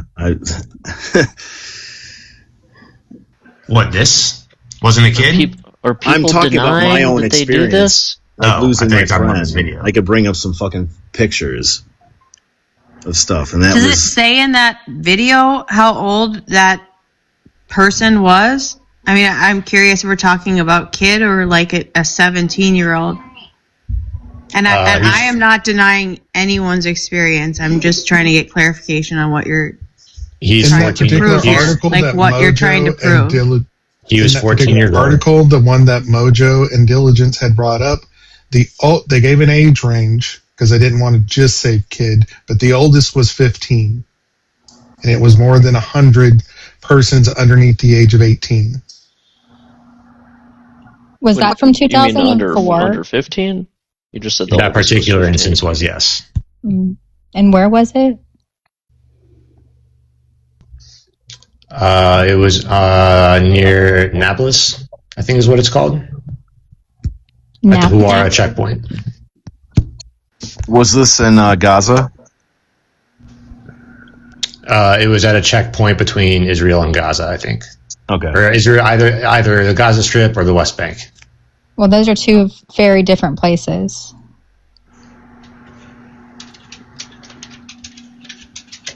And again, either horrible. Gaza or the West Bank. It's horrible, but like these do not give a blanket like reason to be able to unalive a people. Just because they don't value their children doesn't mean we don't value their children. Okay, so Steele, explain to me why Israel has set up a text message system, which is the most advanced warning system in the history of warfare. Still, I would also continue. Wait, time out. I want him to answer the question. The Palestinians. Robot, stop. I want him to answer the question. I'm not even talking to you, TJ. You're like, motherfucker, I am a goddamn mod. I can drop you real quick. Ooh. Stop. Now, Steele, all I'm saying is I'm going against your point as well. I'm specifically saying that the Palestinians value their children too. You cannot take the one-offs and apply it across the whole fucking peoples. Agreed. Okay, could we say that a destroyed and weakened people are more likely to use people that would normally not Before we do that, can I get Steele to answer the question, please? Oh, so everybody there's got phones to get this text message? I don't know if everybody has phones, but I'm asking why would Israel, if Israel's trying to do what you're saying they're trying to do, why would they set up a text message system to warn civilians to get out of the area before a strike? For good optics. I'm asking Steele. Okay. That is the answer for optics. The same reason that they haven't genocided or ran the Palestinians completely out of Palestine. Okay, so it's all just one big Jewish conspiracy. I got it. Yeah, because they have the greater. Wait, they have the. This is not a conspiracy. They've written this shit down. They have the Greater Israel project. This is the Likud Charter. This is what they said they were going to do.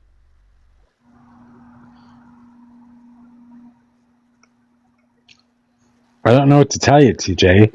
They have to get world support behind them, otherwise, or especially the U.S. Otherwise, they can't do what they want to do. Yeah. And they're losing support fast. Right, you don't get to just text. You don't get to throw a text out and then blanket bomb an entire fucking city. It's the same thing as when, their soldiers destroy. Well, when the city has been set up to be an entire goddamn terrorist base, yeah, you kind of do. Oh, okay. There it is, Held. That's what I've been arguing against this whole time before you came up to the panel or even came into the live. He thinks the whole fucking set of people in Gaza are I didn't say all the terrorists. people. That's not what I said. already know, dude. That's not what I said. I already think far worse of him than even that because I know he defends Israel. Like you didn't. I mean, you defend Hamas, so my state. I mean, to an extent, I would, but Robot. My whole contention was you got aggravated because my statement did kind of back him, but no, I'm just trying to be good faith because if you fight these people on their terms in a bad faith engagement, you know, we're lowering ourselves and also it makes our argumentation look weaker. That's all I was getting at, even though I literally agree with you on this position. In fact, I'm probably far more radical than you are on this position. But anyways, if I could say my earlier statement. That would be true. Yeah, if I could, I'll just do the one thing. I have two things, but I'll just do one. We would say that a people that is destroyed that lack the same balance in warfare are more willing to use people that are non-combatants as combatants. You can look at Russia in World War II enlisting, like young women to go fight on the front.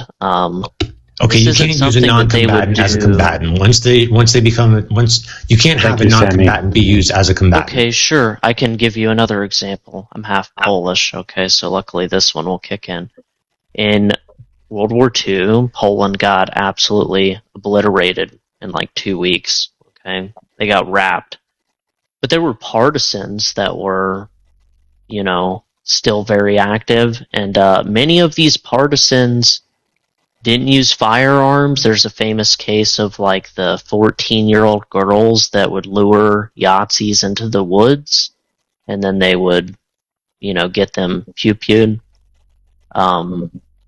My whole point is that a people that are destroyed and destitute are much more willing to, especially if they have a religious belief, are much more willing to and also they have a cultural difference as well because their religion and they're technologically behind. So like, someone earlier said under 18, it's like they probably consider you a grown-up man there when you're like 14.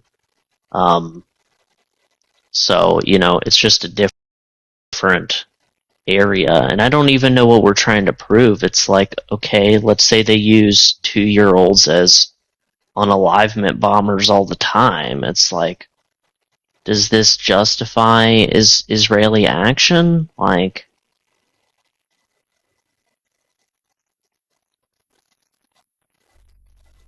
okay. Well, I need to start getting paid for this shit, dude. No, we're listening, dude. We're listening. No, I know you're listening. I'm saying the silence kind of explains itself. It's like I hear you guys up here arguing the specifics of, hey, look at this one case on video. It's like, okay, let's take your position to the extreme. They're literally using, as soon as you can walk, they're putting unalivement vest on you.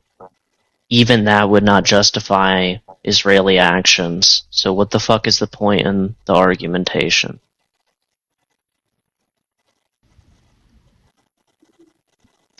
No, I understand. You're asking me directly? You have to wait on.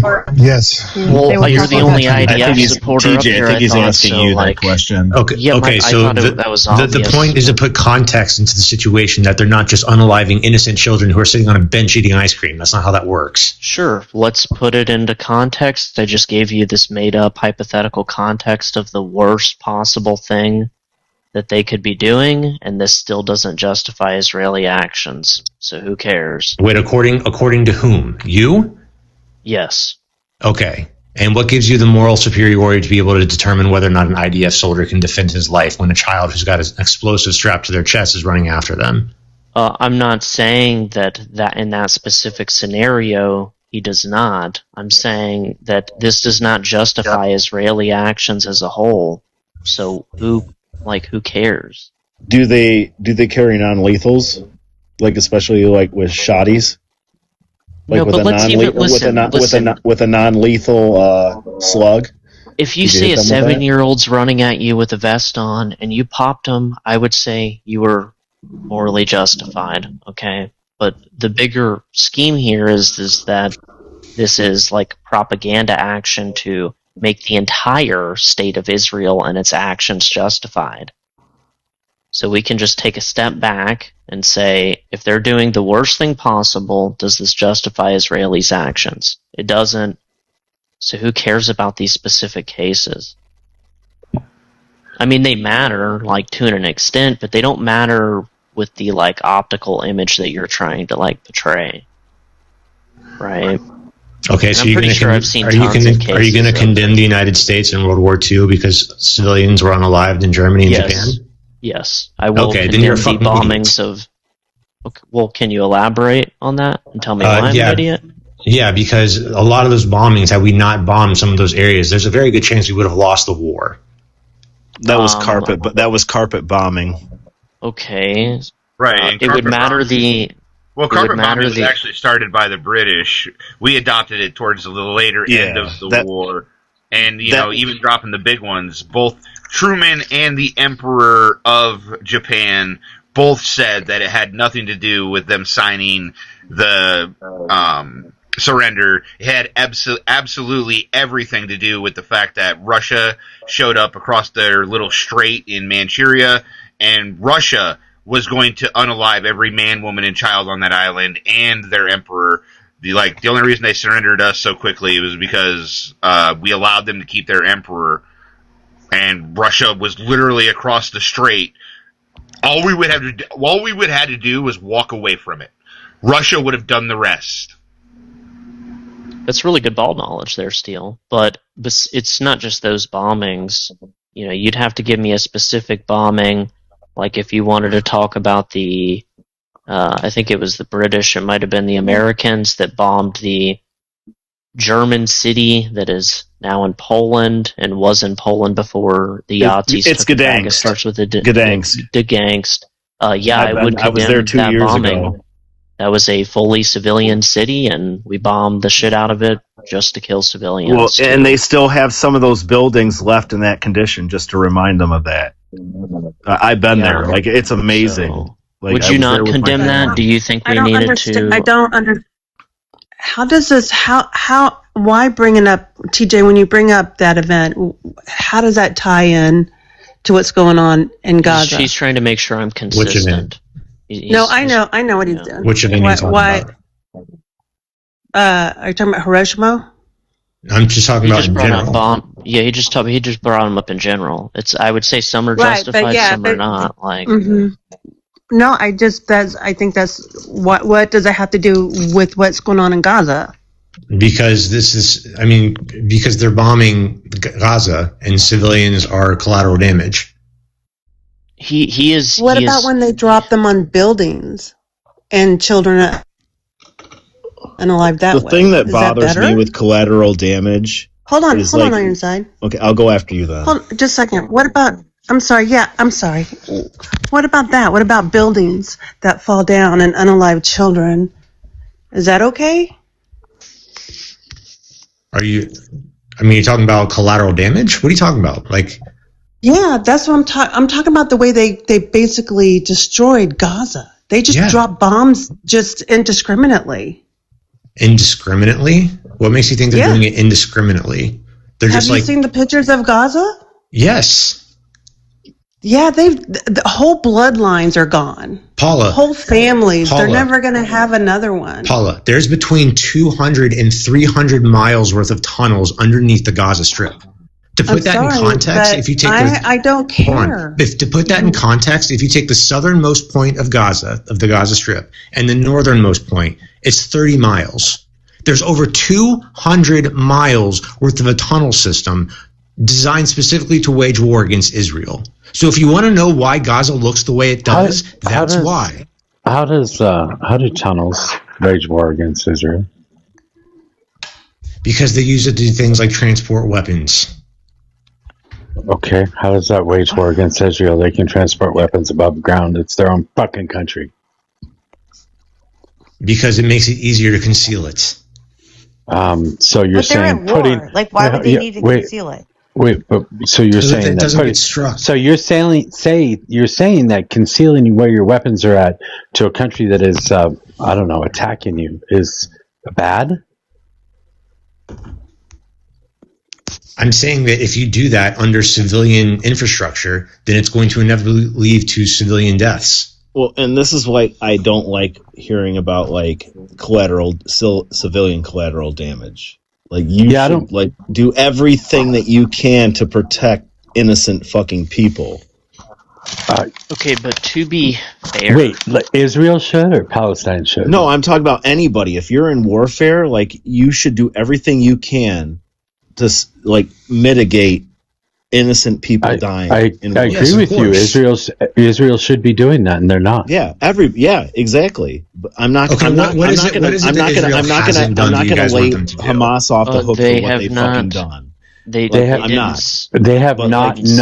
not killed 90,000 people or 80,000 people. Or I understand, whatever the but fuck it is. every life fucking matters too. So, I know. Like, I know. I was talking to TJ. you know me, brother. I'm just saying, like, yeah, Well, like, that's the thing. like if, this. if Israel wasn't involved in Palestine or the Gaza Strip, then would they be attacking Israel?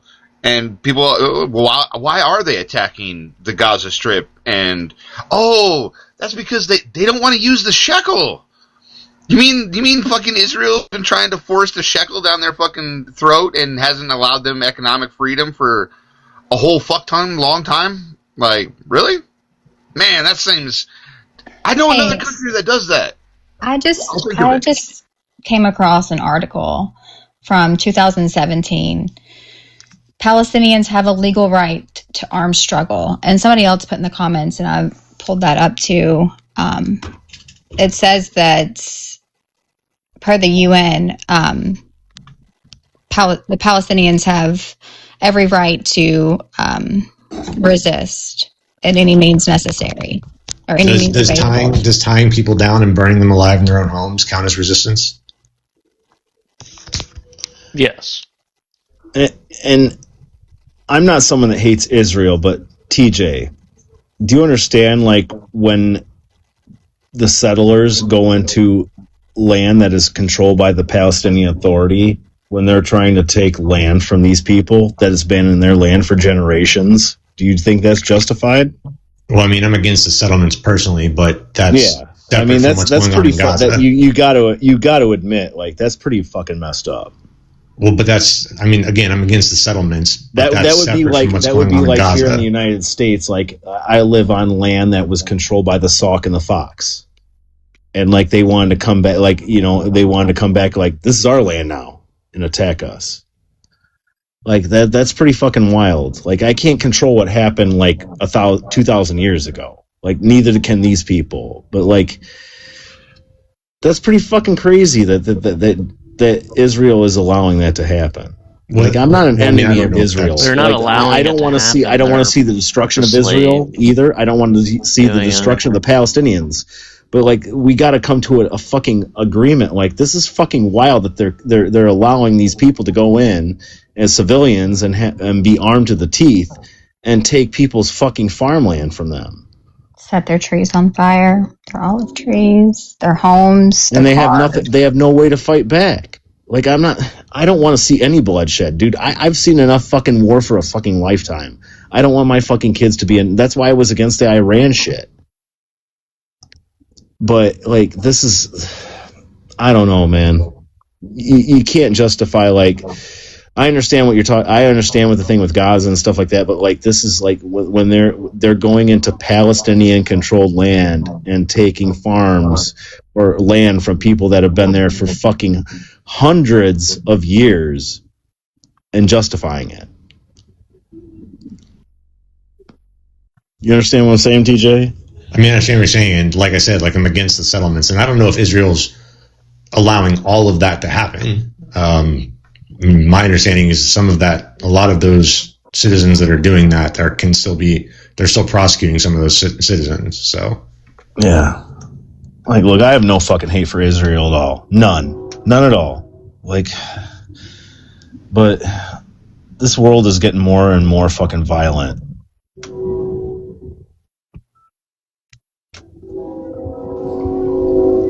It's just like the agreement that came out. Like we bombed Iran, we attacked them, and I understand. Like, I have no love for the IRGC, none fucking all. But like, now we're gonna give them. We gave them $3 billion, like, and like out of the pocket with no guarantee of the agreement, and then we're gonna end up paying them, like, if they $300 billion to repair their country. Like, you know how much money that is that we could fucking spend on our own country to fucking solve problems. I just came across this quote. It's a history of Zionist attacks. This is from that 2017 article. It says, self-determination is difficult, costly march for occupied. In Palestine, no matter what the weapon of choice, whether voice, pen, or gun, there's a steep price to be paid for its use.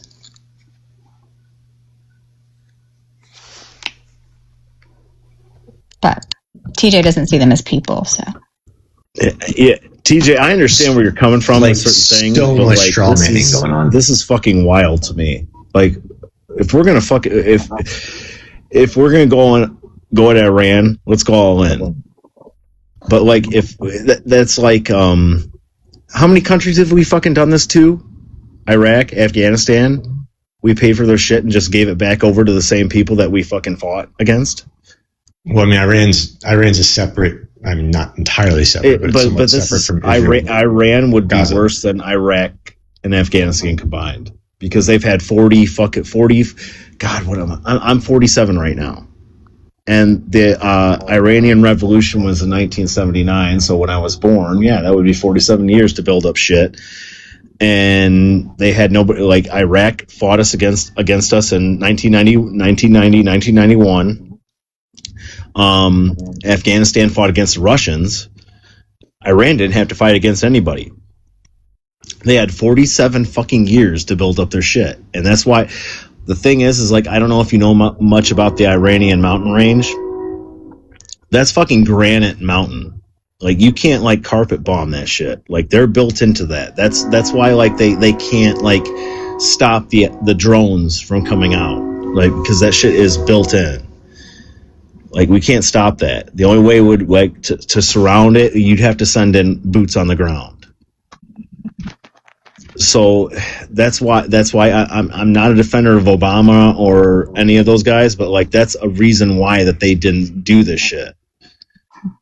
I had to study up on this. Like, this isn't something I've known for a long time. I had to look into it and read about it, like, just recently. The terrain is treacherous. It makes sense. Iran's it's a little bit of a different situation. Well, that's the problem with guerrilla warfare. Your Gaza example is perfect. Like, even if you flatten the entire area, you can't stop it, because they'll go into tunnels. They'll do this. They'll do that. Like, without boots on the ground, without occupying force, you don't hold shit. You can drop all the fucking ordnance you want on it. Like, we've seen that in Vietnam. We've seen that in Iraq, in Afghanistan. Until you put soldiers in the area, you don't hold fuck nothing. Well, Vietnam, we were largely restricted with what we could do, but we were restricted. Largely restricted. We dropped Agent Orange to wipe out entire areas, thousands of acres of farmland affecting civilians. Like, we dropped daisy cutters and like acres of jungle were just annihilated. Yeah, my dad told me about Agent Orange. It's not like Roundup where you spray it on a plant and it goes away in like a day. Like, he said Agent Orange, like if you got hit, vegetation got hit with Agent Orange, it was gone within seconds. My dad ended up dying from pancreatic cancer and different types of cancers. Like, he had to get the tops of his ears cut off like 10 years after he came back from Vietnam, because like it hit him. It hit when he was they weren't even like paying attention to like when they were sending patrols out. Like, they would send patrols out and then all of a sudden they'd get hit with fucking Agent Orange. That's like even like naval people that didn't even step foot in Nam. They called it blue water. Like, even them being around fucking Agent Orange and its containers, was affecting people and giving them cancer, and it took longer for them to get benefits, even though they didn't step foot in Vietnam. Like, it took them like 10 years longer for them to get fucking benefits from the VA. Yeah, this is the thing. Like, my dad told me, like, they don't fucking care about you. I love my country, but like, when they promise you like all the things in the world, like you're gonna find a job, you're gonna be the first in line, like they're gonna see your service record, and you're gonna be fucking promoted. It's not it's not the truth. It's not. Would I trade my service for anything in the world? Absolutely not. I learned a lot in my life by doing that. But like, come on, man. Like, our country has only known 25 years of cumulative fucking peace in our country out of its 250 years. We're fighting wars, and we fought wars in Europe that didn't involve us. We're fighting wars in the Middle East that doesn't involve us. Like, when are we going to let our fucking children live happily and not have to worry about sending their fucking kids off to fight in a war in half a world away? Because if we don't deal with the wars half a world away, then we'll end up dealing with the war on our own soil. Yeah, we were promised that in Iraq. Like, oh, you fight them over there, you're not going to have to fight them here. I mean, it's still true. It's just wild, man. Sorry, I went off on a tangent, but... No, it's not a tangent. It's actually directly in line with the conversation. I appreciated it.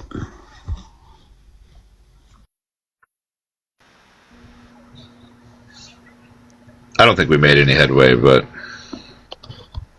No, absolutely not. This is like the 7th conversation I've been a part of with TJ.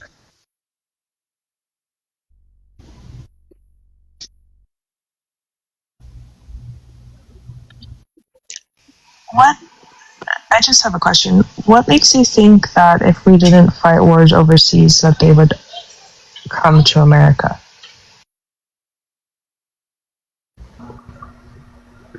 Because somehow, if you're that's how it started. Well, that's the perceived number one fallacy, the number one spot fallacy.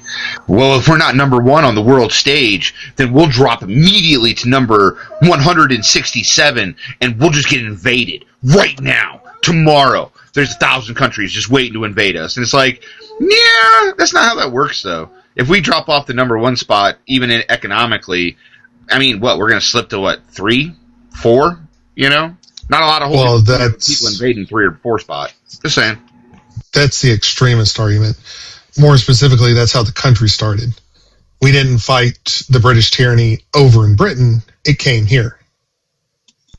Remember what Emperor Hirohito said? He said if Japan invaded America, there would be a gun behind every blade of grass. Well, that's what I say about like bringing our troops home and shit. Like, people are like, well, they'd come do something here. And it's like... Like, how? Like, how would we not see it come? I mean, what would you... If we had all our military gear sitting here and all our... You know what I mean? Like, and how would you make this happen again?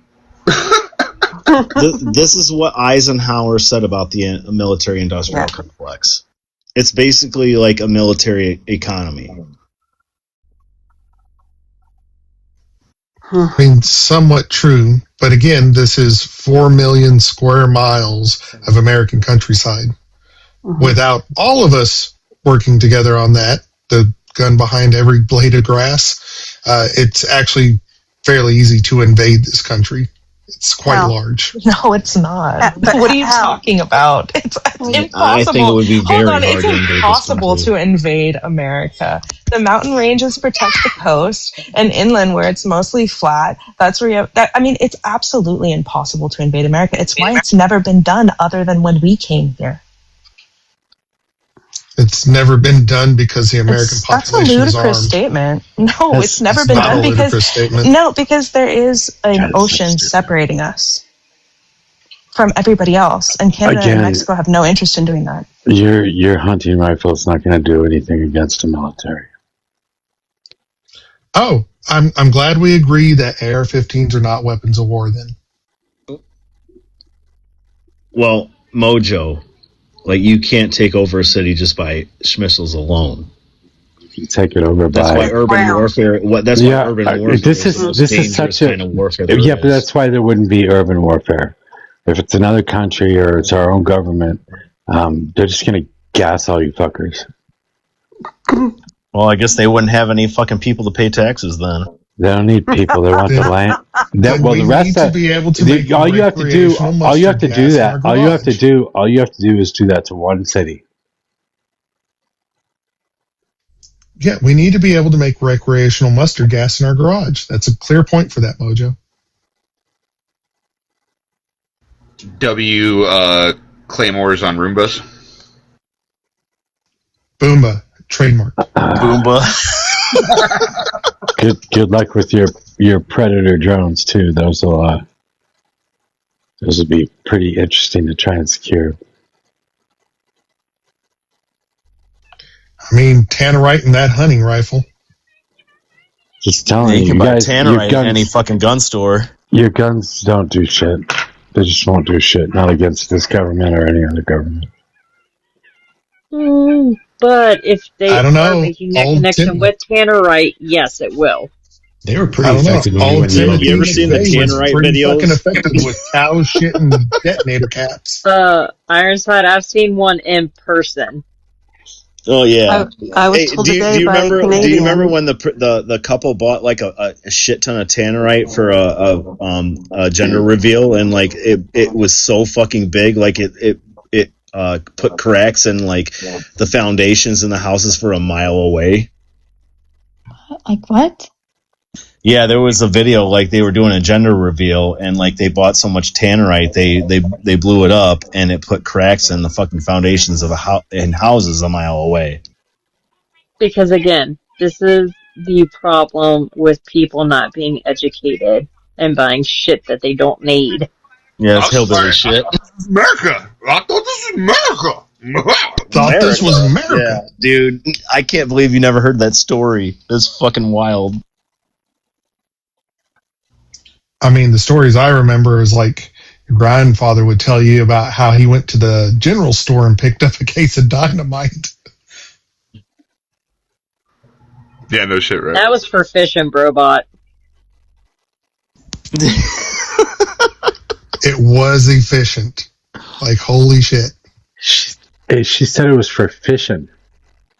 Yeah, it was fishing. I've heard of like throwing half sticks of dynamite in the fucking lake and like throwing that shit in. It's still fishing if you throw a bucket of worms in first. You just throw the bucket of worms first and then the dynamite. Gather them all in one place. Yeah, they just came up for the worms, man. The dynamite was just like it was like ringing the bell, man. Yeah, that was. We're just trying to shock them, Steel. Was like Israel doing the knock on the top of the buildings before they dropped their bombs. No shit. That's so fucked up.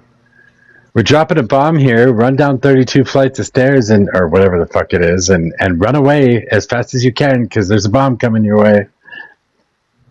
Yeah. 3, 2, 1. Who brought up the Vietnam War? My favorite is when they tell them the safe zones to go to, and then they end up booming the safe zones. Yes. Those are great. Those are always wonderful too. Yeah. Mojo, did you unalive? Yeah, I'm dead. I don't know how to beat this thing. It's pissing me off.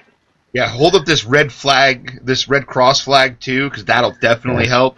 We definitely honor that. And here's some press badges.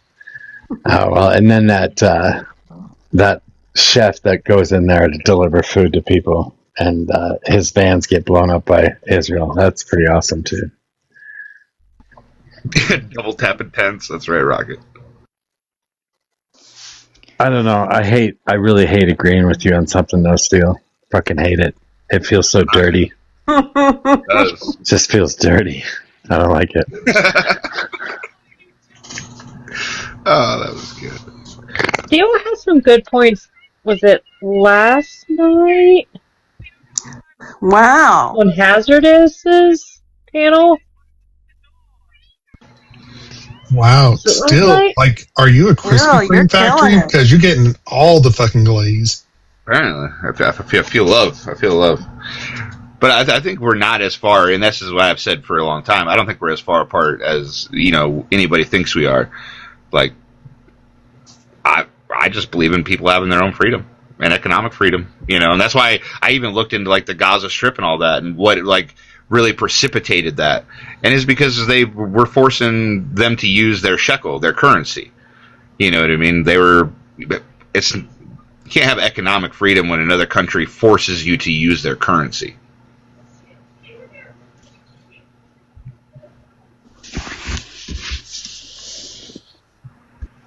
So you can't blame them. You know what I mean? Don't we kind of do that? I'm just going to be silent about the USD. Just not going to say it. Is that country I was thinking about earlier? I knew there was another one that does that to other countries. Just shoves, things down their throats. You guys got to stop saying that. They really like shoving things down people's throats. Just saying, Mojo. In our defense, we got consent. We call those currency exchanges. Yeah, until you don't use it, and then we show up with our warships.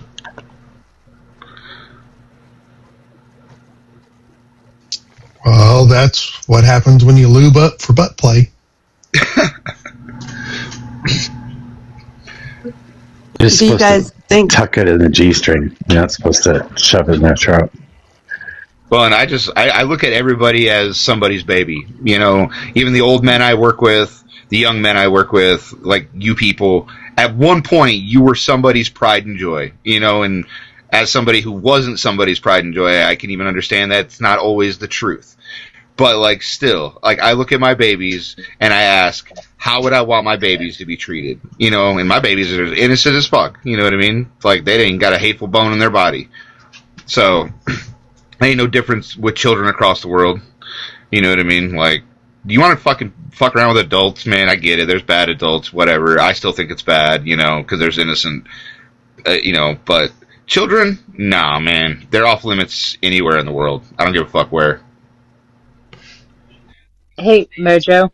What? Ella wants you to know that you need to use the updraft and hit the balls with the force palm. Hit the ball? Why are you hitting the balls? Is this another one? Shoot him in the peen? Hit the ball in the peen. Hit the ball with the force palm. Hey, I gotta drop, guys. I was trying to do that. It wasn't Thanks for the good conversation. Night, guys. Ironside. Good night, Iron. Great talking Thanks, with you, Mojo, thanks, Mojo, for appreciate your service, by the way. Thanks for being here. Ironsides and oh, what the fuck? I can't think of his name. The other old guy that started with me, both on the panel the same day.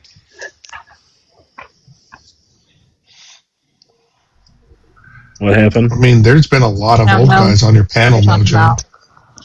I was waiting for the insure to kick in. Well, Mojo's only a few years older than me, so we're forgetful, dude. Dude, it's amazing. I've known Mojo for a long fucking time, so.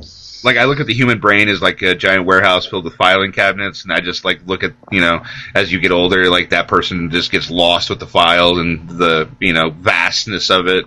Eventually, they'll show up. Yeah. You don't know when, but somebody will show up with that file, and you won't need it anymore. But they'll show up.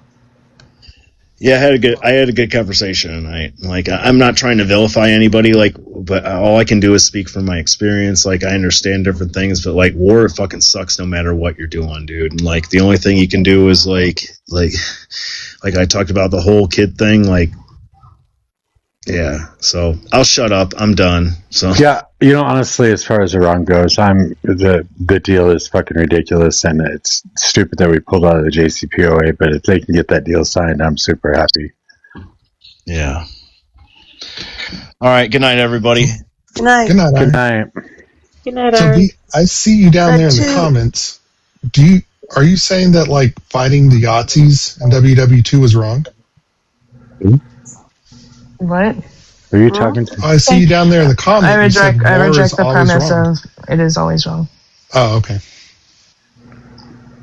So how's it feel? How's it feel hosting a panel, Millennial? Is she still here? Wait, I'm not even looking at my screen. No, she's gone. No. You said you told her to shush. Did I tell her? I didn't tell her to shush. You said you told her to shush. Oh man, I did not. I'm such a mean person. Asshole. Hey, what do you guys think about Israel linking the MOU to the ceasefire in Lebanon too? Well, they broke it yesterday, so. Yeah, I mean, like just the fact that Iran made the demand, and it Is seems that like. clear for anybody else? I mean, what do you? That's a baller move, is it not? Black box. All right, appreciate it. It makes sense. You want to stop Israel from attacking anybody right now, if you can. Yeah, I'm just imagining if it is actually included in the plan. It is. It just feels like Iran really flexed their muscle to make that request. Yeah. Israel came out and said that they are not, a signatory on this, so they don't have to recognize any agreement between us and Iran. Damn. Well, if this is a break from Israel, that's a good thing for us, right? Except they're trying to pass that NDAA. It's going to integrate. Right. Both of our Dude, military. imagine this. Imagine this, it's like when you decide to move in with your girlfriend, and you're super committed, you've already intertwined your finances, stuff's going in the house, and we're about to have this giant blowout fight, you know what I mean? Yeah, that's exactly when you want to do that. There's 14 demands that they're asking, and the first one is permanent and immediate cessation of war on all fronts, including Lebanon. Mm-hmm. That's number one. Not to mention $12 billion before they even decide to start negotiating, which they would give 60 days to come up with a nuclear plan. Well, that's what a lot of people are talking about. There's not going to be any deal because Israel is really clear. They're not giving up any land in Lebanon, and they're not going to stop with their military strategic mission until it's complete. How can they literally just go? I mean, how can no one? I know, right? I thought we were the military number one, aren't they? Isn't Israel scared of us? No, they're no. Apparently, fucking not.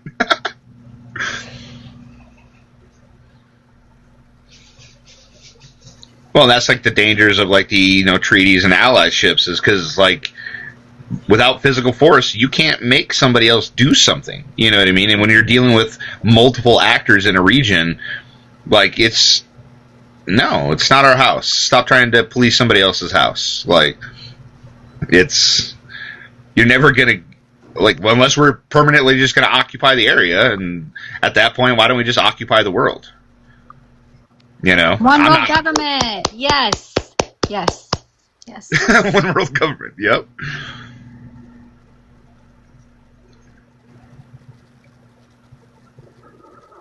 Why shouldn't Israel be able to defend itself against Hezbollah?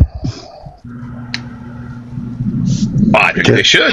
And I think they should have to buy every single weapon they get from us with money up front. And I think Hezbollah should have access to that same bazaar of goodies. You know what I mean? I just fucking let them all have it. You know what I mean? Fight. Why would we sell weapons to a designated terrorist organization? Oh, don't act like we haven't done it before. Apparently, he's never seen it. I think that the question was why, not whether we've done it. I don't know. Why does Bibi funnel billions of dollars or millions of dollars to Hamas through a Qatar bank? I don't know. Why does he also give money to the PLO and the West Bank so they can keep fighting each other? I don't know. And how much money do we give the Taliban? I mean, I don't think think we. I don't think we gave any money to the Taliban. I don't think we give any money to the Taliban. Yeah. Why did we sell a bunch of? Oh yeah. We left like $10 billion worth of equipment and shit. I think what you're thinking of. Like we literally sold the sarin. We sold the sarin to fucking Hussein, who used it on the Kuwaitis. We don't give a fuck about that. Like, what do you mean? We never cared about who you're gonna fucking use it on. It's only if you're. Just to be clear, by the way, if you gave Hezbollah and Israel the same weapons, Israel would still win. Okay, let the chips fall where they may, but they seem to be struggling even with all our help. So, did you say Israel is struggling? They have literally taken out every single one of the 5 fronts they were fighting. Then what? They were flying planes over Tehran. What are you talking about? Like they won. Why do they need to keep fighting? Let me just tell you. They established air superiority in like 5 minutes in Iran. Objectively, in the history books in the future, they will talk about what Israel did in this phase of the war, and it will go down in like military history. Yeah, kind of like the way we talk about what the Yazidis did in the first phase of their war. It's sort of like the way that we talk about Blitzkrieg being like a really incredibly effective like force that allowed the Nazis to expand all over Europe. From a military standpoint, they were superlative. From a choosing what their priorities to do with their force and who they decided to industrially exterminate, like that was. Hey, Steele, real quick, can you tell me where you got the source about the United States selling sarin gas to Iraq or to Saddam Hussein? Oh fuck, man! I thought that was known. You gonna make me look it up? Yeah, because I'm not finding it. I believe we sold it to them in either the 70s or the 80s.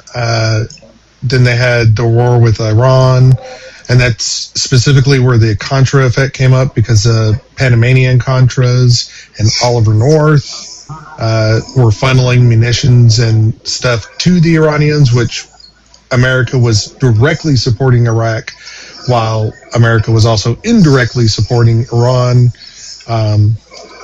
We kind of supported both sides of that one. No, I understand. I'm asking what your source is for these claims. History, Congressional Law Library. I mean, that's the whole reason why Oliver North was even tried. What the fuck was that? I guess somebody had a goal. Oh, is that what that is? It was like such a perfect. Oh, am I not muted? It shows muted at my end. That's so weird. My bad. Is that you, like, yelling at the TV in the background? So. I'm playing WoW and my character cheered, and as soon as he said someone had a goal, I was like, oh, but it literally showed muted on my end, so I apologize. Oh, it's okay. It was funny. It was perfectly timed.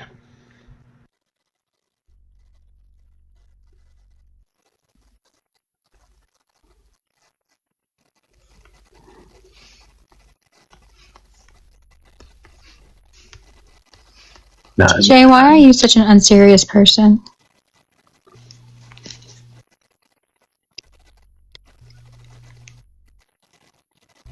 I'm going to assume that's rhetorical. No. Like, why are you choosing to not believe what is happening as reality? It's wild. Is he on the panel?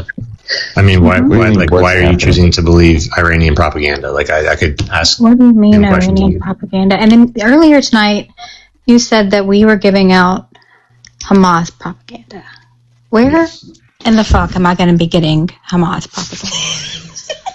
Do you think that Hamas propaganda is like? Do you think that they're sitting around a table being like, "We'll drop some Arabic leaflets in the Quad"? Like, no, they're a little smarter than that. You should stop being so goddamn racist about it. Like, racist? They know that the way to get you. What race is are you talking about? What the fuck race is Hamas? You guys are racist. You are. What races is that? What race is it? We're being racist against. These people. Exactly. That's a legitimate. Brown people? That's a race? Brown people? That's the most racist thing I've heard on this panel so far. What the fuck? What, that you're racist towards brown people? You're also an unserious person, Zach. Very unserious. Zach, you're confusing us with the neo-Yazis. No, you guys are. You think that brown people are stupid. No, the neo-Nazis think that you're propagandize you. The neo-Nazis think that you are not. Me, but the Iranians can't. Zach, I don't know why. Zach, why are you talking over me? The neo-Nazis think that you are not white. We never said any of that. What does that have anything to do with what I just said? Because you're trying to gaslight us into believing that we're somehow the Yazis.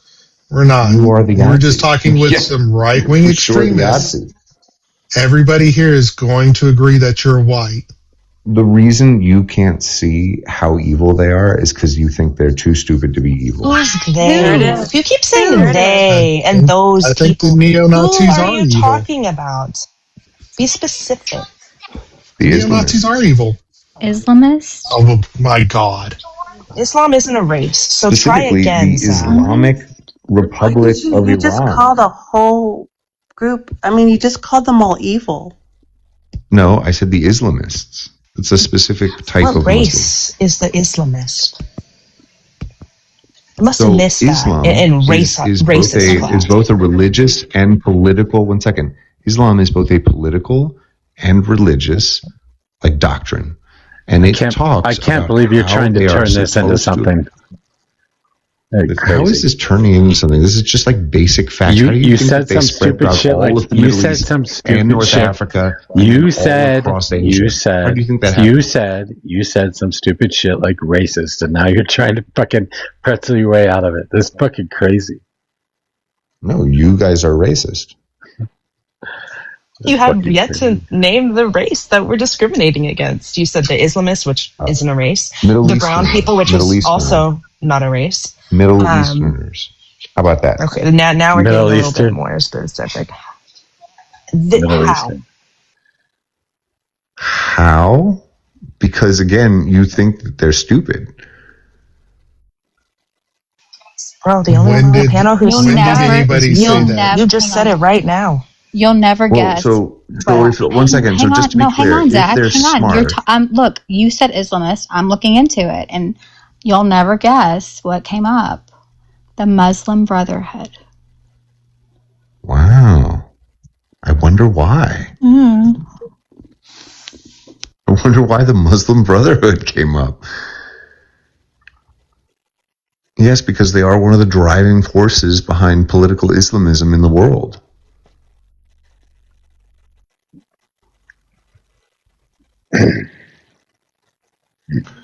Yeah, so there's a source from govinfo.gov, and that would be U.S. military items exported or transferred to Iraq in the 1980s.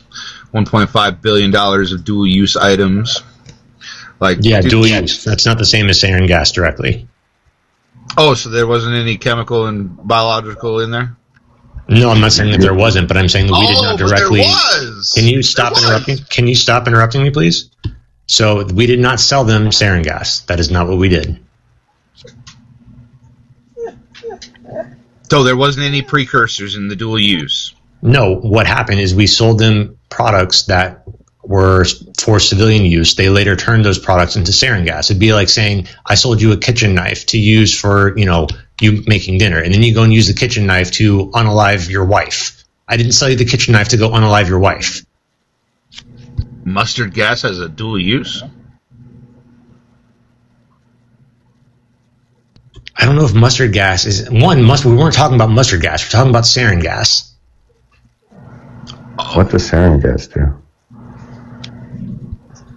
It hurts. Is one worse than the other? And so if they use one, it's okay and not the other? I don't even know if we sold them mustard gas. Would you like me to give you the concession that I may have used the wrong word and used sarin instead of mustard?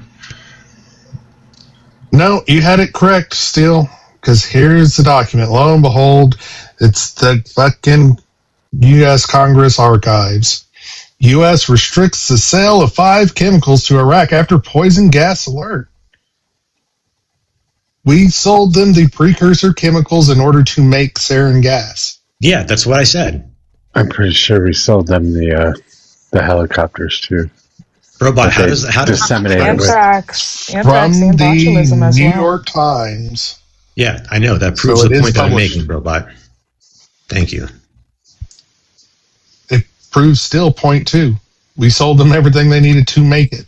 You know, we did not sell them mustard. We did not sell them sarin gas.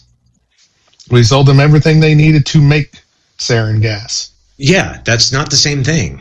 We sold them products that they later used to manipulate to create These are not sarin cleaning gas. supplies, Batman. TJ. These are not cleaning supplies, TJs. These are well-known chemicals that are used to make the gas in question. There was no accident doing this. We also sold them the military strategic work needed to understand how to release these weapons. We also sold them anthrax. We also sold them botulism, or we approved of those sales.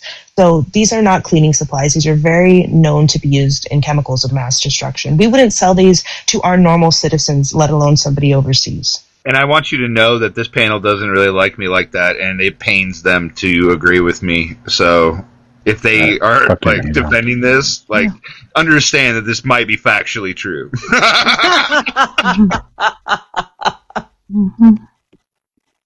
Oh my goodness. Sorry, guys. TJ, Zach, y'all are losing support, man. More people every day are seeing Israel for what they are, especially after they just broke the ceasefire. Hold on, wait a second.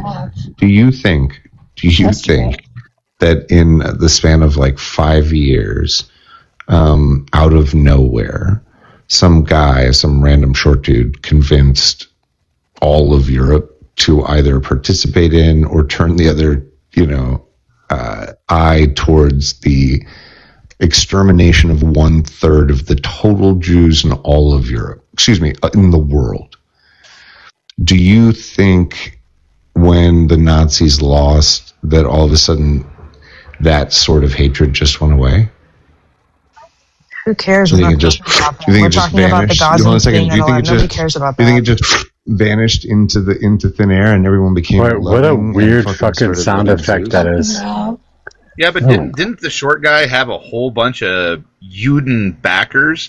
Didn't he get a whole bunch of Uden money? No. Yeah, actually, he fucking did. Apparently, you need to do some more research. No, I think you might need to do some more research too. What kind of money? Yeah, what kind of money? Tell us more. Oh, give me a second. I'll find you the source. And Juden money means Jewish money. That would be the thing that they would have written on a Jewish person who they were sending to a death camp as a label. About 80 years ago, by the way. Yeah, but you see how people are just not caring about that anymore? That's the acts of Israel. When you say everyone's waking up to think that Israel, the tiny democratic nation in the middle of like the most barbaric authoritarian regimes on the planet, that is like the vegan capital per capita of the planet. Nobody cares anymore. You think that they're when you say, "Oh, we're all waking up," you think that's a flex?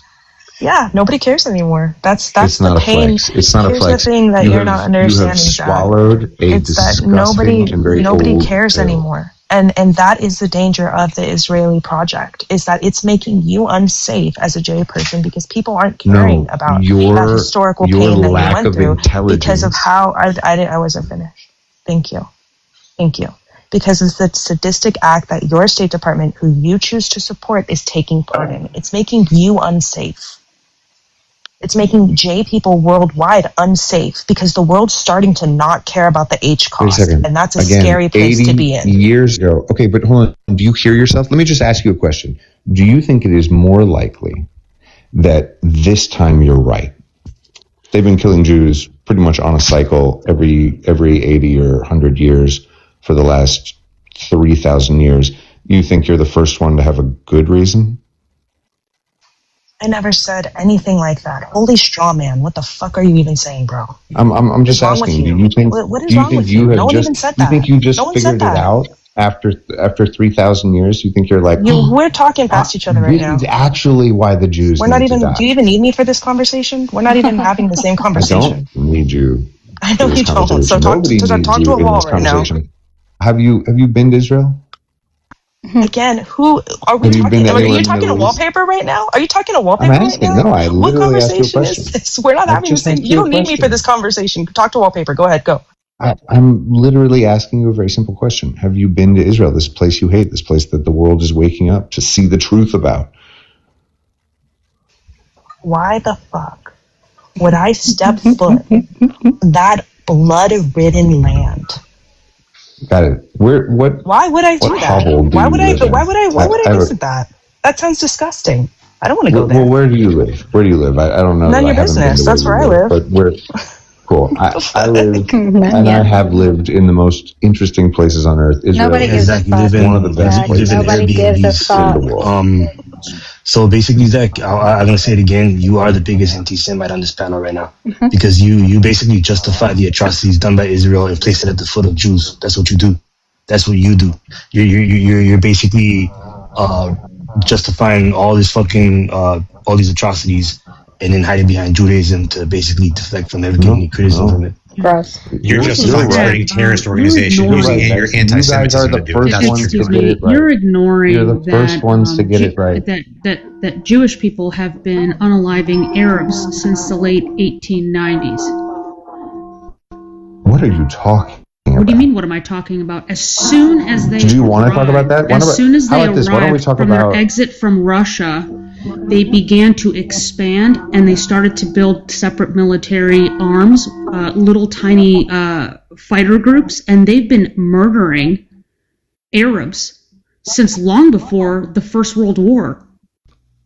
They haven't murdered as many Arabs as Arabs have murdered Arabs. It's not, we're not even talking about Arabs on Arabs. Or, by the way, of Arabs. We're talking about. Listen, your victim blame. You being a victim is getting old, and the rest of the world is seeing it, and that's a problem for you, because what happened is we went from being very sympathetic towards the Jewish history to starting to learn about it and realizing that it's actually specifically prior to World War I.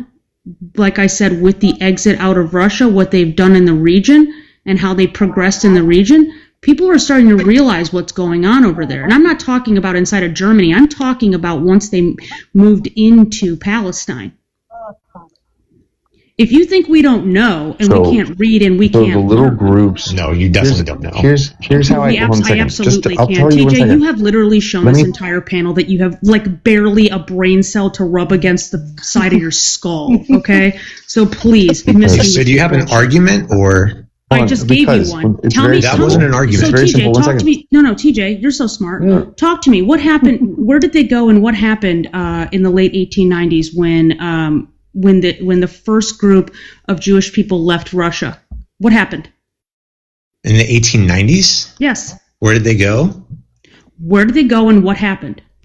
I don't know, Sorry, Mojo. It happens. All right, bro. Did you get a fucking Dang. Yeah, you are crazy, woman. Bye, guys. Come back. Baby, come back. She's literally lying. She's talking about the Lehi, the Haganah, the Irgun.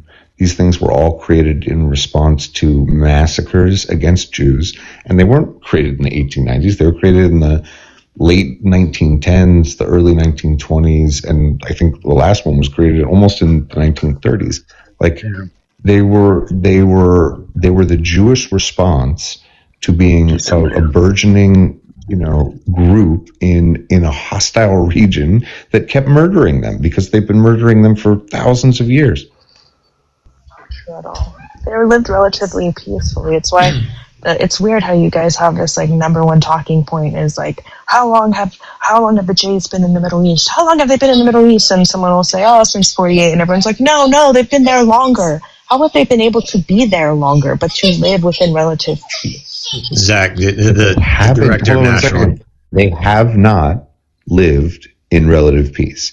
The peace that you're describing is at best something you would never accept, and at worst, massacre, extortion, murder, thievery. Yes, we know the IDF did all of those things. Pogroms.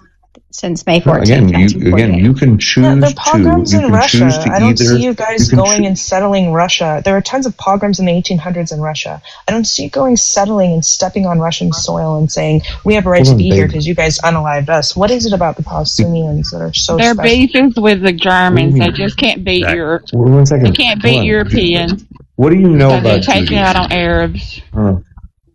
What do you know about Judaism?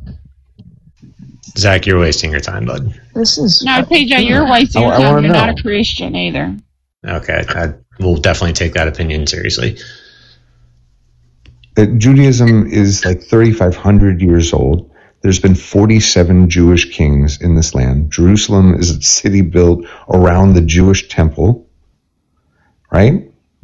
It is undeniably the place Judaism was born and existed as a formal thing for many, many hundreds of years, right? Don't care. As the United Kingdom of Israel, by the way. United So did Kingdom the of Israel. Canaanites, Zach, the Canaan.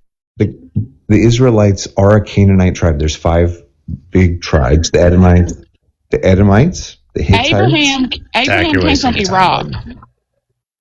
What do you mean? TJ, is that not true? Abraham came from Iraq. Who came from Ur in Iraq. But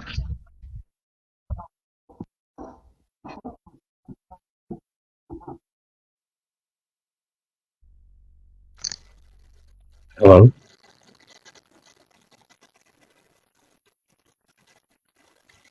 What happened? I mean, there was so many things that happened from the moment, the first Aliyah happened, That is the best profile pic you've ever had, Laura. I know. And I'm looking at you, Zach. You see me? Hi. Yeah. I fucking I'm not going to lie, I loved Barney as a kid. Really? That thing looks scary as shit. Yeah, I finally found the paper. It's in the U.S. Archives. The name of the paper is How Hitler Defied the Bankers, and it gives clear testimony on how Jewish bankers absolutely supported Hitler in his uprising, and it was only after he decided to do some horrible banking things that you've seen the divergence from the Jewish. And it's really neat to actually see that. Like, in the beginning, when he was running, for office and stuff, he had a lot of support from the very heathens that people say that he wasn't trying to help. Oh shit! It's wild. It's even in the U.S. Archives. What did you call it? Heathens. I'm reading about. Juden is German for Jewish. I'm reading about the 1910 Shiraz Shiraz pogrom that happened in 1910 in October, where apparently sparked by a false blood libel rumor alleging that a local Jewish population had ritually unalived a Muslim girl. An angry mob rioted through the Jewish quarter. The attack resulted in the unalivement of 12 Jewish residents, injured dozens more, and 6,000 individuals, leaving the entire community destitute. That's crazy. So what did David Gurion say in the early 1900s? When we're talking about right around 1900, 1910. What was his positioning? What was his writings, Zach? Well, hold on. I just want to really quickly comment on what we just heard. So in 1910, and then I believe shortly after that, I can't remember which one it is. I'm going to go with Lehi is founded. But it could be the Haganah. What was Ben Gurion's position on what should happen to the Palestinians? Listen, they recognized that there was going to be conflict because there had been conflict for thousands of years. Can you imagine going into a land and being like, we're going to go, reassert ourselves over our indigenous land. Oh, wait, our old enemy, our 2,000-year-old enemy, not 2,000, actually only 1,400 at this point, 400-year-old enemy is there in force. They're in control. They run the governments. Mr. Mojo, I have been directed by Mrs. Viper Vicky to let you know that Blossom would like to be up. And also, Zach, Muslims are also Abraham's lineage. So what are you talking about? I mean, again, have you ever fought with a cousin? If we're going, but if we're going on biblical, I know a lot of people up here aren't. Will you get blessed me start? Yeah, I'll drive for her. But Muslims are also the lineage of Abraham through Ishmael. So what are you? You are not the owners of Israel. I'm sorry. No, you're not. So what do you know about the connection between Islam and I know Jerusalem? that Ishmael was Abraham's son, and Israel was left to the lineage of Abraham, and that did not mean European Jews. I'm sorry. Hey, which son came from Abraham's wife? It doesn't matter. Was it Ishmael? Was it Ishmael? Ishmael was also his son. Was Ishmael's mother his wife? Was Ishmael his firstborn son?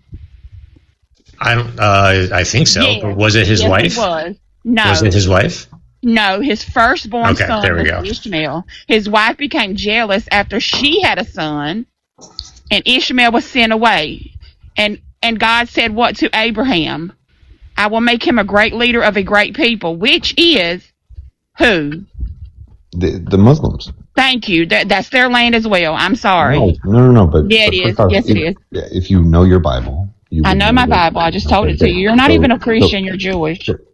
I know, and so you're just fan fiction. You're reading the Torah. You're not reading the Bible. No, this is wild. This is very niche. He's got his phone down his I just throat. want to make sure that this is very clear, because this has been a wide spanning effort from Jewish people into the region, going back to David Gurion. Sorry, I keep wanting to say Ben Gavir. He wrote a letter to his son. I think it was sometime in either the late 1920s to mid 1930s, somewhere in there, where he said that we need to expel Arabs from the region. Sure. Okay. So there was the beginning stages of wanting to expand. What he wanted was Israel, and he is, in my opinion, the father of Greater Israel. You can't argue it, because it's documented. It's documented what he wrote to his son, and he was a leader within the movement. Yes, there is. Yeah, and he was the leader of he's one of the leaders of the movement. Is it when he said to pretend that the poor Jewish people left Europe and came into Palestine and they've been targeted ever since? No. Mm-hmm. This was a concerted effort. This is what he admitted. Are he admitted, Zach? Are you telling me, one second, are you telling me that it's impossible that if you knew that your enemy was in charge of the land you were attempting to go and start a Jewish state, the one that they were living in, that you're trying to push them out of? Keep going. But do you know how from 1890 to I believe in 1890 to 1910 to 1920, there was probably somewhere between 11,000 to 14,000 Jewish people living in the region. And in fact, they were living primarily peacefully until they started to get their marching orders. In 1933, the Habar Agreement, where... Why are we only going back to 1890? We certainly should not be doing That's because prior to that, you had guys want to go back 3,000 years. TJ, learn your history, dude. That part. Okay, I mean, so let's go back to... No, hold on, let me finish. Let's go back to 837. No, TJ, you want to go back 3,000 years and claim you have a right to this land, but I'm not going back 3,000 years. Us going back I'm not going back 3,000 years.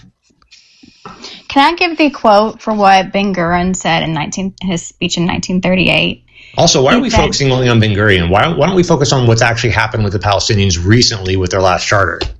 We probably didn't know who that was until I said something just now, TJ. You don't count. When did Israel become a state, a nation? 1948. Which time? Okay. This is what he said, Ben Gurion, in 1938. 10 years before it became a state. He said, in his speech, he admitted, quote, politically, we are the aggressors, and they defend themselves. The country is theirs because they inhabit it. He later told Zionist leader Nahum Goldman, quote, they see but one thing. We have come and we have stolen their country. Why would they accept that? End quote. Wait, can I piggyback on that? Because I just thought this was really interesting. I keep hearing all this stuff about how Palestine didn't exist, and yet the first Zionist Congress in August of 1897 said the aim of Zionism is to create for the Jewish people a home in Palestine, secured by public law. And it goes on to say that one of its main attainments is the promotion on suitable lines of the colonization of Palestine by Jewish agriculture and industrial workers. Not only did it exist, holy fuck. Not only did Palestine exist, but the clear intention at the outset of, the first Zionist Congress was the colonization of Palestine. Did I get a violation? I walked away for a second. No. Something wasn't flashed on my screen. Okay, no? All right. No.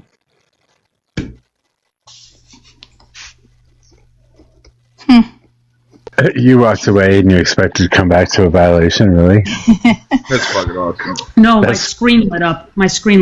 So I thought it was a violation notification. Facts are inconvenient. What's that dude's name that played in that show? Zach and PJ neither said anything about what Blossom just brought up. I'm wondering if they heard her. Because it's irrelevant to what's going on right now.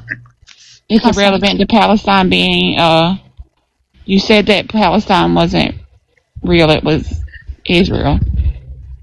But what she just said completely takes that out of the game, so. I don't know if I ever said Palestine wasn't real.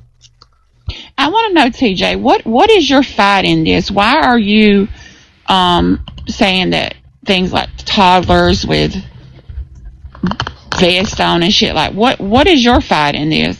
We can understand Zach's, but I don't understand why you're taking this stance against Palestine, who are victims. I don't get it. Well, let me ask you this: how many times has Israel strapped explosives to children? That's what I answered the question. I really don't know. Probably don't, but I mean, I don't know. They would never let us know. Yeah, so they've never done that. Why is Israel not not answering the question? No, answer the question that she asked. Don't ask another question. If you can't infer my answer from that question, then you need help.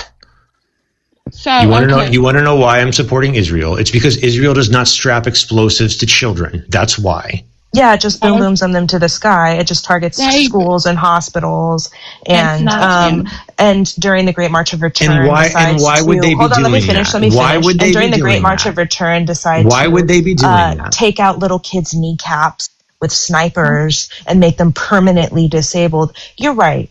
They wouldn't be strapping boom booms to little kids. Neither does Palestine. I don't know where you got that. But what they do is actually much more disgusting, because what they do is actually real. You don't know what you're talking about. You just don't know what you're talking about. You just don't know what you're talking about. Dude, cite me where Palestinians strapped a boom boom to a kid. Sure, give me 1 second. I had it up earlier. Clearly you were not here. He'll make it up because they're not even allowing foreign press in because of what they're doing to Palestinians. I don't know why TJ acts like that we're all dummies up here. TJ is making stuff up as he goes along. He cannot tell us about any children that had, toddlers to be exact, had boom booms. Look, here we go. He'll come up with everything. But ask him about. I don't even know what that is. That's just a picture of someone wearing a vest. I can't even see that. What is that supposed to show me, TJ? Probably. I can't see that either. It's probably bulletproof. So what that is a Palestinian child with an explosive strapped to their vest. Doesn't look like a child to me, and it doesn't look like an explosive. Okay, so I'm sorry that you're way the rest of it. That is a 14-year-old kid whose entire family was probably wiped off this planet, and probably went to fucking somebody and said, "Man, dude, they fucking did my family fucked up. You know, you're trying to tell me that a 14-year-old doesn't have fucking thought. It's not the same as a fucking toddler. If there was ever gaslighting, How did they capture this? How did they capture the perfect moment on camera for the perfect pose, for the perfect front of a perfect paper or a perfect website of this child? You're finding out that everything how you did they believe do is that? bullshit. How did they do that? You're finding out that what you believe I'm finding is that bullshit. you're bullshit, and you will go to any You length asked me for a to specific do this. This example. is crazy. You asked me for a specific This example. doesn't show me anything. And now you're finding out. Link it in the wrong. chat. No, all you showed me is a picture, and it doesn't show me anything. Guys, I can't Okay, see hold on it. 1 second. Let me just ask some questions. What is it? No, link it in the chat, please. Beer or something? TJ, link Beer it in the crash? chat. You can YouTube it. Here's the title. Hold on, you don't have to. see it. Hold One on. second. The Do you tiniest little agree? screen. We don't have to play investigative journalist. Like, seriously, if this happened, it was bad, TJ. Can you say the same thing for when Israel used Palestinians to go into tunnels and trip booby traps that might be there? Effectively, Do you know that- something that, do you know that that we booby have traps- already trained. We can train rats to do. Do you know that they booby used traps Palestinians. do you know that booby I traps don't care, are Zach. against I don't care, Zach. international law? Do you recognize and can you acknowledge that Not it was unoccupied bad land. that the IDF used people to do something that we could use robots or rats Wait, for? would you agree that if the Palestinians had not broken international law by creating booby traps, that there'd be no danger to It doesn't matter. Palestinians? No. You were not here earlier when we Oh, said that no, you don't international care if law. Israeli kids Zach, no, die. You international only care law. if We don't Hamas actually, because prisoners international law says, the UN says that if you are on occupied territory, that those being occupied have a right to resist by any means necessary. There is no stipulation. Why are they being occupied? Wait, hold on a second. Is that I really think, a I think question? what he's trying to Yeah, do is why are trying they to being make the claim- occupied? He's trying to make the claim that Palestinians that Hamas uses Palestinians as human shields. I would like to ask a question. Where's the Hakira? I believe that's how you pronounce it. It's like the equivalent of the Pentagon in the U.S., but it's like Israel's version. Where is that located? I don't know. Zach, you should know. Is it under a hospital, like what Hamas does? No, Is it under a hospital? You know what's funny though? You know what's funny? You know what's funny?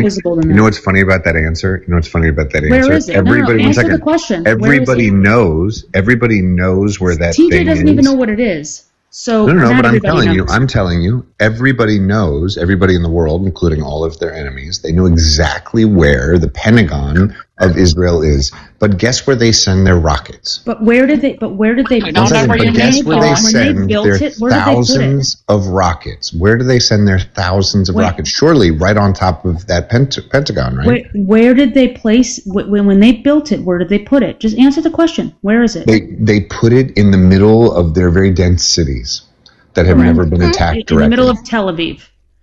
So Yeah, they and the Pentagon's in Washington, D.C. What the fuck is your point? They put we have the massive Pentagon right target next to in the fucking White middle House. of a populated area. Now who's using their Okay, how about this? How about this? They built The Pentagon is in Washington, D.C. What does that have to do with anything? Hold on, I have a question. They built shields are bullshit, one second that's the with the aid that was given to them. They built The Pentagon's not in the 150 middle of miles. Washington, 1 second, D.C. 150 miles of tunnels. Some deeper than the New York subway station. Many That's many their deeper. land. With one second, they did. Really, what those things are? Those are bomb shelters, which is why they built them, right? How many Palestinian children were sheltered in those bomb shelters?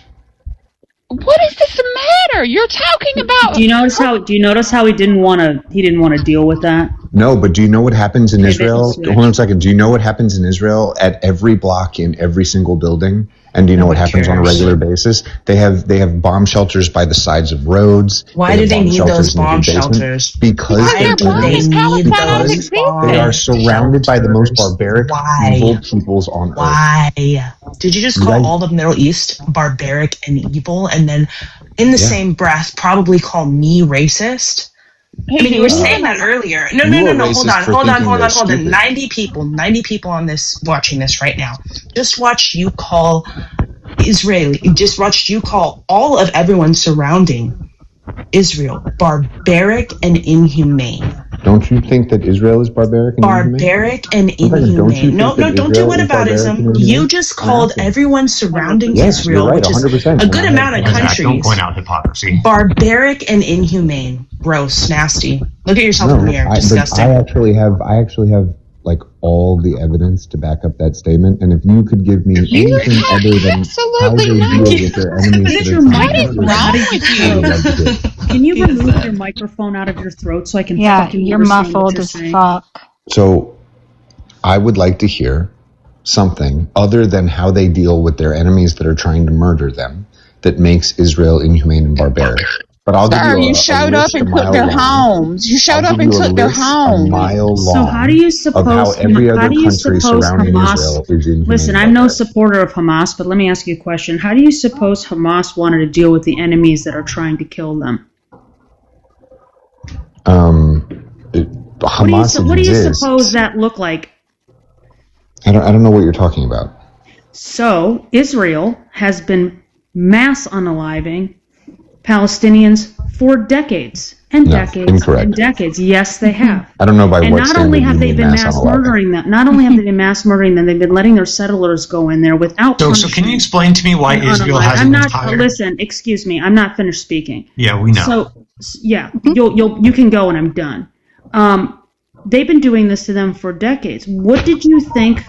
What do you think about October 7th? October 7th has no merit, right? It should not have happened, correct? I think we could all agree to that.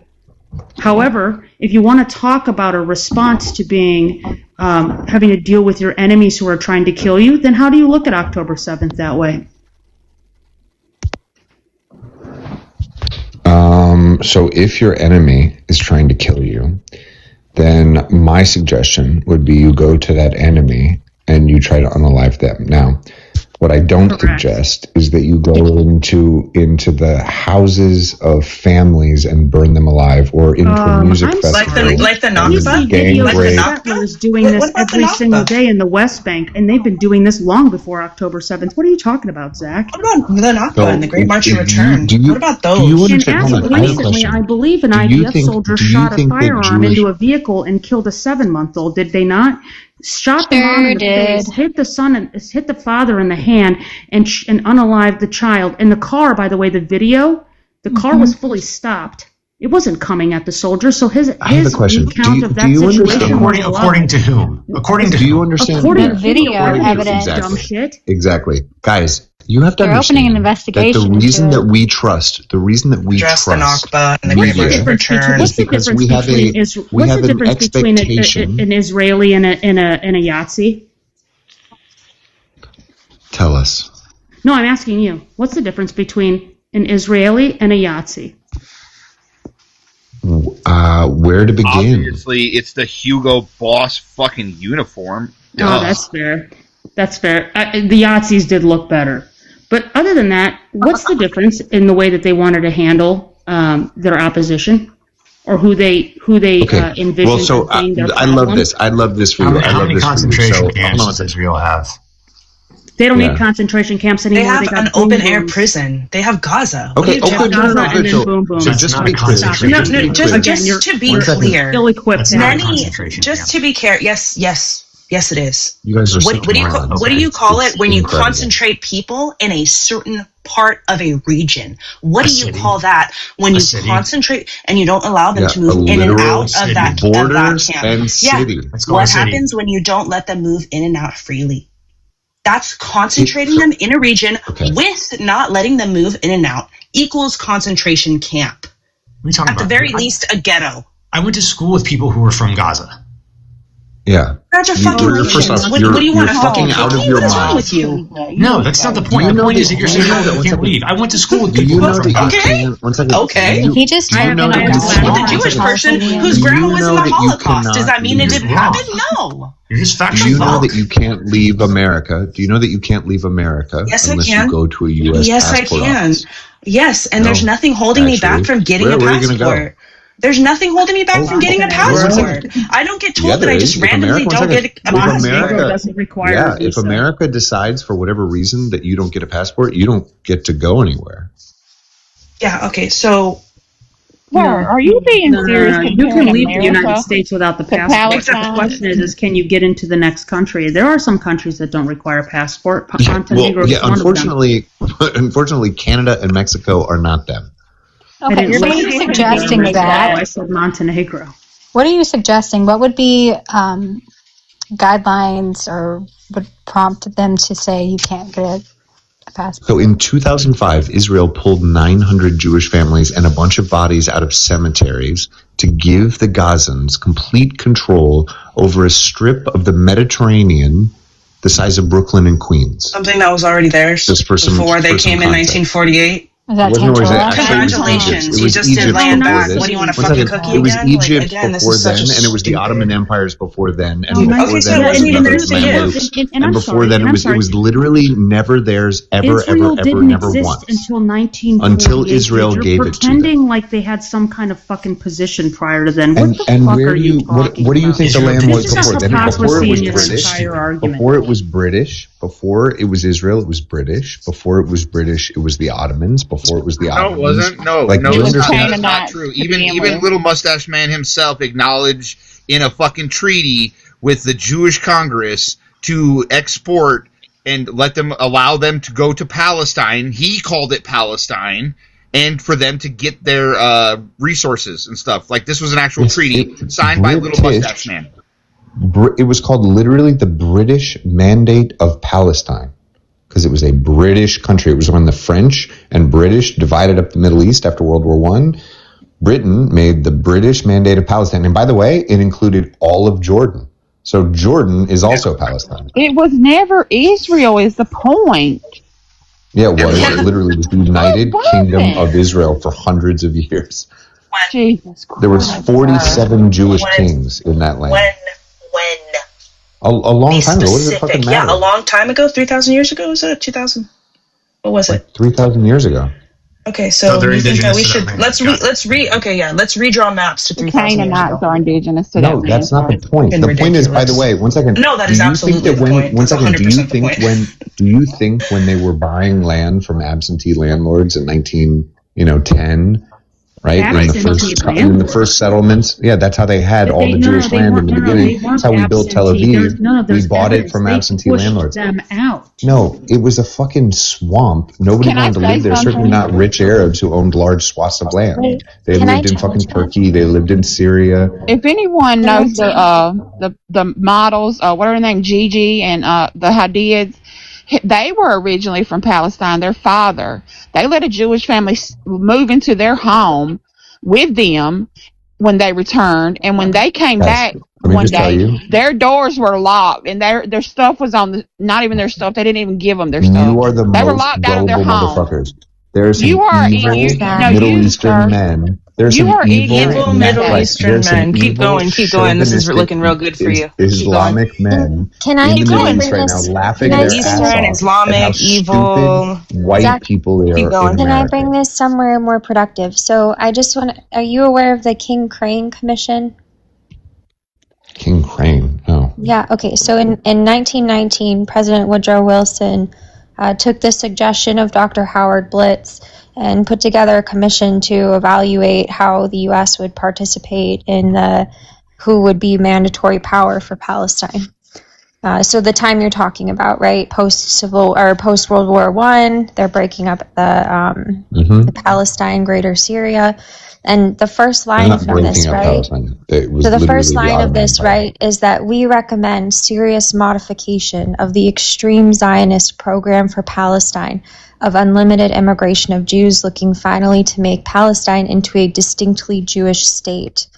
They said, it's clearly cited in the Balfour Statement that you would understand nothing shall be done which may prejudice the civil and religious rights of existing non-Jewish communities in Palestine.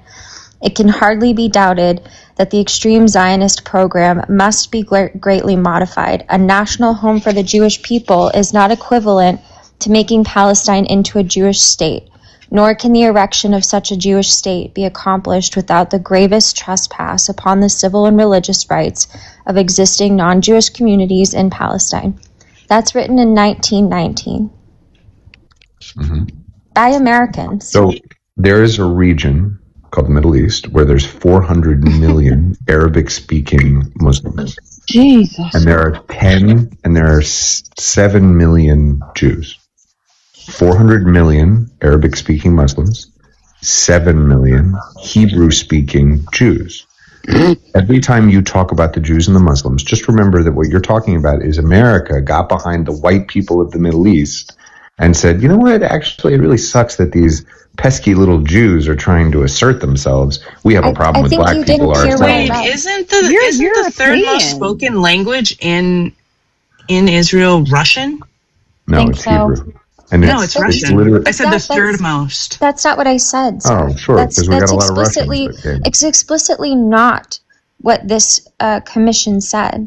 They said that your desire, the goal of the Zionist program, is not to move here and develop a Jewish community.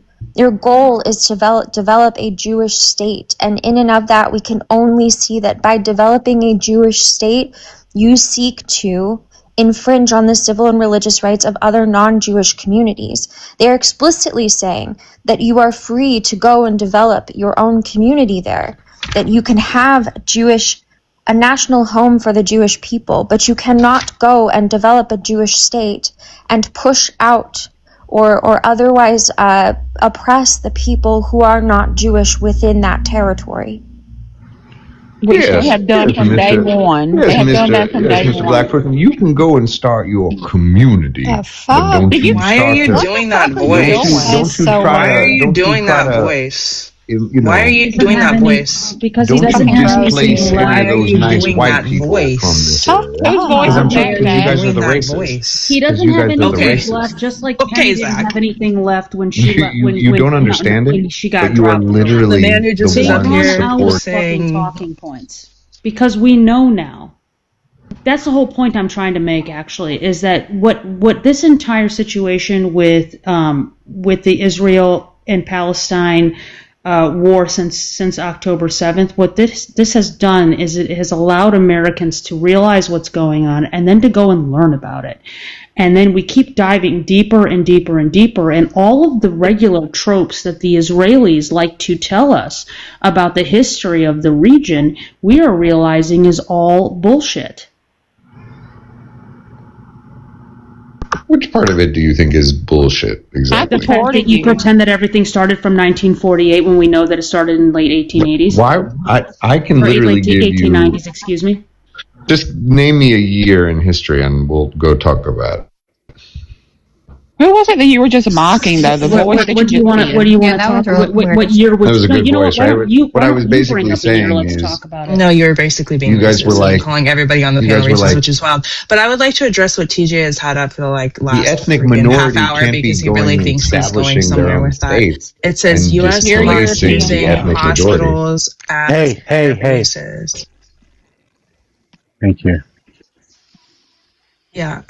So it says U.S. Hamas using hospital as air bases. You know what you do when the enemy utilizes a hospital where infants are as bases? You avoid the fucking hospital. What you do? What do you think that's going to? You don't boom. What do you think that's going to incentivize Hamas to do? Don't care. What do you think that's going to incentivize Hamas to do? Don't care. What is it going to incentivize Hamas? If you and me, let's say, or maybe you and another guy get in a fight. Where do you think they're going to start? And that guy is holding a baby. Right. Are you? Where do you think they're going to start? You have to stop. You have to stop. Just to be clear, you're supporting the guy holding the baby as a defense mechanism. I was just doesn't matter. Doesn't matter. That is hold on. I don't want to be the guy defending that. That's not the point. But That's not the point. The point is the guy who decides to punch the baby. That's the actual criminal. I just want to say this, B. I just want to say this. I've watched as IDF soldiers went through a hospital, setting up boom booms in the hospital, all through the hospital now. Okay, and then stood outside of it on TikTok and took pictures and videos smoking cigarettes while it was blown up. So they can stop the bullshit about not being able. Are you kidding me? TJ, please. TJ. Go ahead. Okay. They can stop with the bullshit. If they have an army, which is called the IDF, an army goes in and it does what it has to do, and it avoids casualties of people in hospitals. They need to man up and go in the hospital and woman up and go in the hospital if that's where they think Hamas is, and stop dropping boom booms on people that are not freaking Hamas. Stop using that as an excuse. It's an excuse. Yeah, Zach. So I mean, no, you don't get to do that, TJ. Zach, we're wasting our time. The U.S. Yeah, you're a waste of time. The U.S. Director of National Intelligence issued a press release basically letting the public know that Iran has been using propaganda, and they've been spreading it through social media to manipulate opinion on Gaza. And this is the result. These people are the product. Donald Trump released some. Donald Trump. Jesus fucking Christ. Brown people, the racist brown people. Donald Trump is the one releasing the propaganda to make you believe that it's somebody else doing it. What I find interesting here is that you guys said that we are supporting the. Oh my God, really? No fucking way. You got him to drop? That's unbelievable. W. He dropped. TJ, hi. Ugh.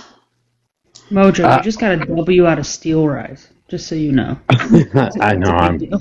I'm feeling dirty as fuck right now. He just never dropped. He's back. Thank you. You can bring him up if you want. Oh, he's come back. He's back. I just want to talk about the person supporting the person holding the child or whatever. You know, if we have a school shooter and somebody's stuck inside of a school with a bunch of kids, you don't blow up the school. You just don't. You don't. That's the last thing you do. We're not saying that the shooter. We're not saying that the shooter's good. We're just saying that it's not worth killing the kids to get to the shooter. What if they're launching rockets? One second. What if they're launching rockets from the school? What if? That's not happening. That's not happening. I don't know. Are you going to be the one killing the kids, Zach? You going to kill the kids? Okay, because I'm sure you guys would. It seems like you guys would be killing the kids. It seems like you guys would be happy to kill the kids. Anyways, it is an accurate analogy. No, it's not. It is. Do you understand that when you repeat killing kids over and over and over again, what you are actually doing? Well, then stop killing kids and stop supporting the killing of kids against Jews. 1 second, no. Stop supporting the killing of kids. Just kids. Yeah, I don't give a shit about your blood libel. Makes no difference to me. Stop killing kids. Stop spreading terrorist propaganda. Fucking falling for the oldest bullshit. Stop killing kids anymore, Zach. Like you're you just that want dumb. the ultra left to not even care about that. Yeah, how many times did he? Wild. You guys don't even see it. Yeah, how many times did he get hit by Israeli bullets after they told them they were a regular family in the car? How many times did the little girl Hen get hit by bullets? Yeah, Zach. This is the product. How many of times did Hen get hit by bullets?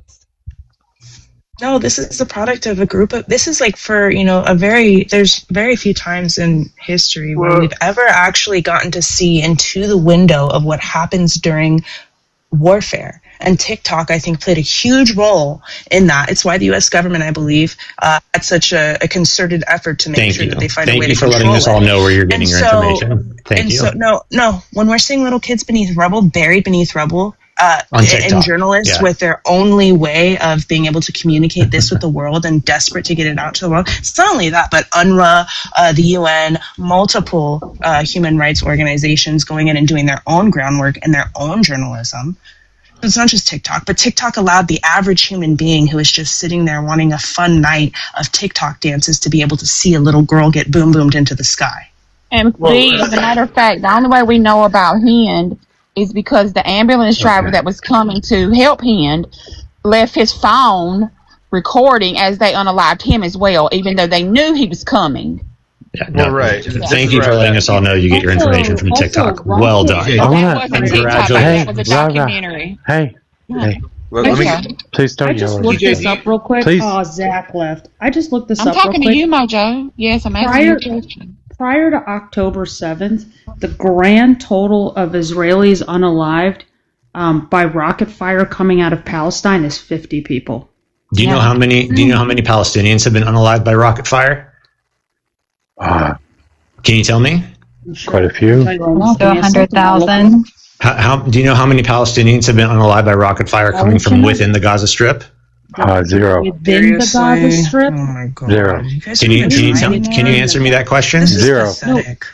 Within the Gaza Strip or coming from Israel? What's your question? No, I'm asking, do you know how many Palestinians have been unalived from rockets fired by Hamas or by the PIJ? Don't care. Of course you don't, because you don't actually care about the Palestinians. No, that's why you don't care. Yeah. Can you answer the question? I care about the hundreds of thousands rather than what you're going to cite, which is hundreds. Can you answer the question? TJ, can you I'm gonna tell you right now. Give me a second.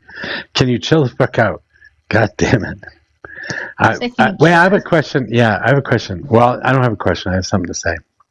So when this whole thing started way back in the day and I first met Massey online, I was for a two-state solution.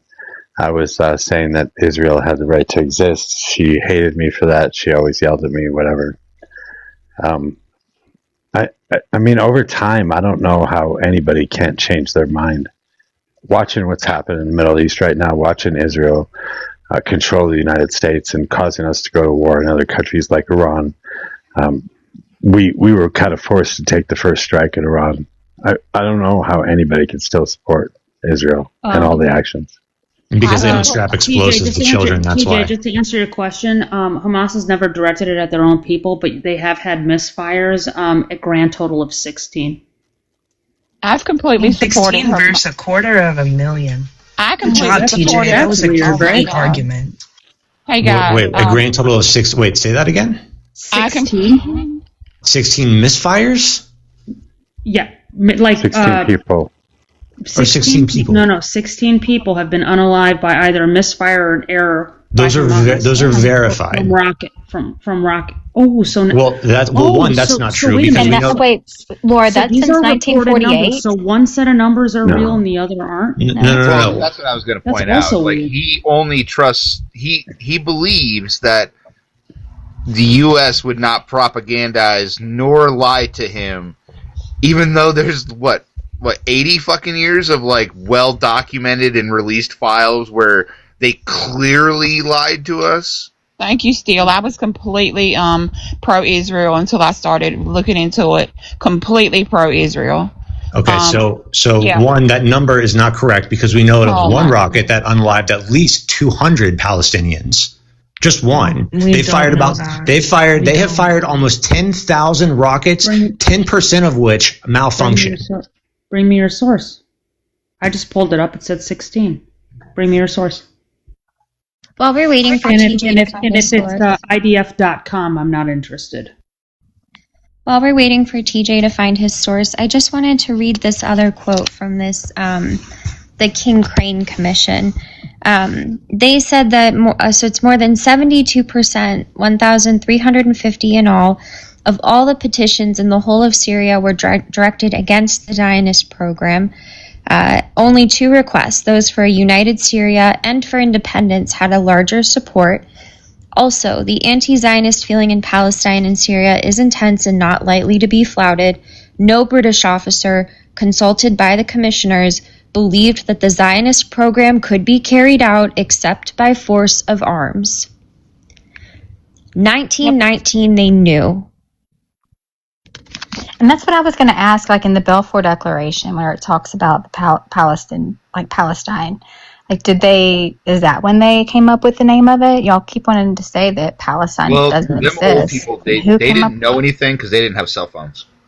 Right. Hey, that's my son's birthday.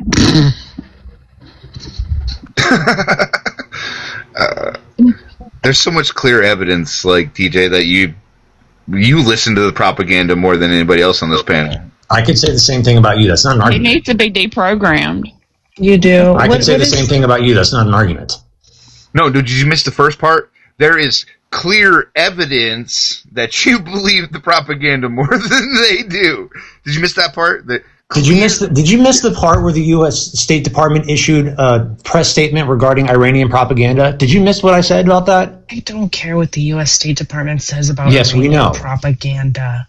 I care about what I see on the ground. Is Iran paying the UN to say these things? Is Iran paying UNRWA to report? Comes from is TikTok. Iran? Are you kidding me? No, I didn't, dude. Yes, you did. No, I didn't. I listed all my sources. I listed the IRGC. I listed UNRWA. I listed the UN. I listed all of those. So I don't know what you're getting. You just want to hyper focus on TikTok. I said TikTok showed the average human being who is just wanting to look at TikTok dances, a little girl getting boom boomed underneath rubble. That's what I said. So don't misrepresent what I said, because I know what I fucking said. I watch documentaries and they are literally unaliving everyone in Palestine. They're trying to completely wipe it out. As of right now, they are moving buildings onto the land that they've already took in Palestine, and they're gonna move Israelis into those mobile homes and buildings as we speak. Yeah, the West Bank settlements. I can even tell you the mother of the West Bank settlements, Daniela Weiss, who works very closely with Bibi Netanyahu.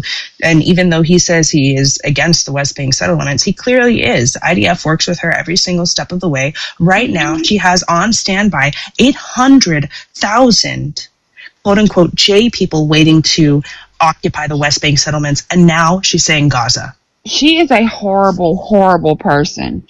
She did an interview on Piers Morgan's show, and even he, which is a horrible person most of the time, was like, she was like, no, they are not. There will never be a two-state solution. The settlers are moving there because that is Israeli land. I don't think you could show that, TJ. Sorry, Rara. I don't think you could show what you're showing on what you're going to show, TJ. I think you're going to get the live taken down. You should not show that. TJ, do you know Danielle? What's her name? Danielle Wives or something? Do you know her, TJ? No, I'm not familiar with her. The mother of the settlers? The mother of the settlers. That's what she calls herself, the mother. Okay, I'm not familiar with her. Well, maybe you should look up her and her propaganda and what she says about Palestinians. She's one of the ministers of settlements in the West Bank. Hello, everybody. So I just wanted to address the whole Iranian propaganda thing. A lot of that, what we're saying is from the UN Commission report that they did in 2025, that they've reported 70 strikes that they have boomed in Gaza did not have Hamas in them. The UN has also said that the hospitals, again, some could have missiles there, but they could not prove that 80% of the infrastructure had Hamas under or in them, and they only tried to prove it after the fact. There's a thing called the law of proportionality, I believe, that you have to prove that the number of combatants outweighs the number of civilians, and even then they have to confirm that. So that is why these places like schools, UN buildings, all these other factors are protected under UN a protective class.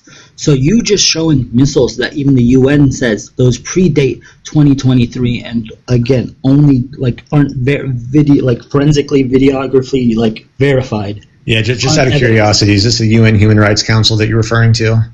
The 2025 UN Commission report done by 3 genocide experts. One of them that did the Rwandan genocide. Is this from the UN Human Rights Council?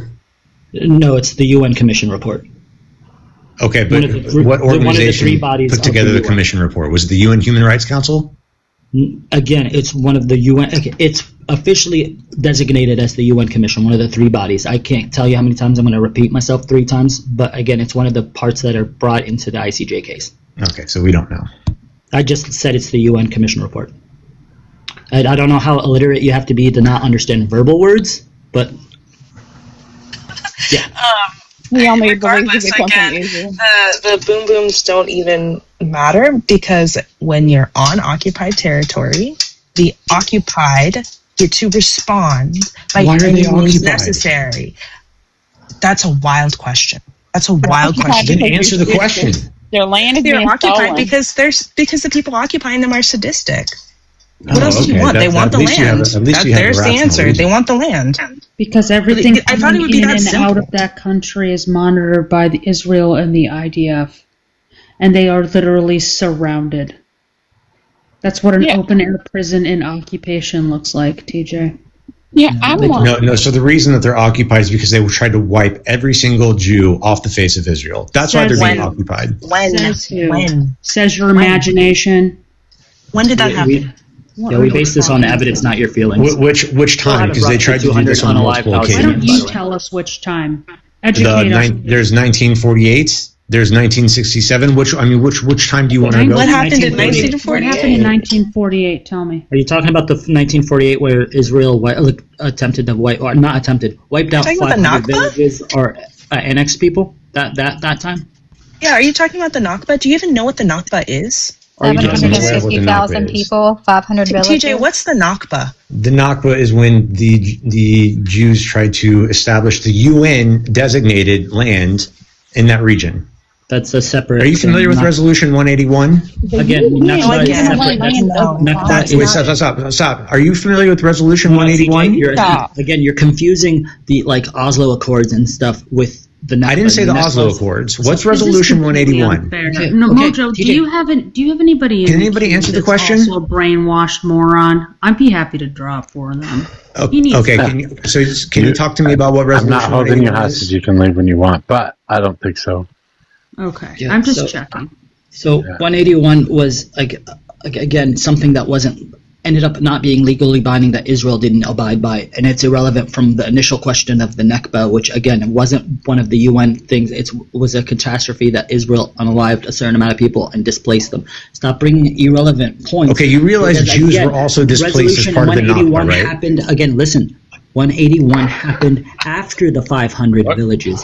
Then you mentioned 67. Are you talking about the same 67 war where Israel claimed to attack Egypt on pretenses that they still couldn't prove that they were moving on to their offensive? You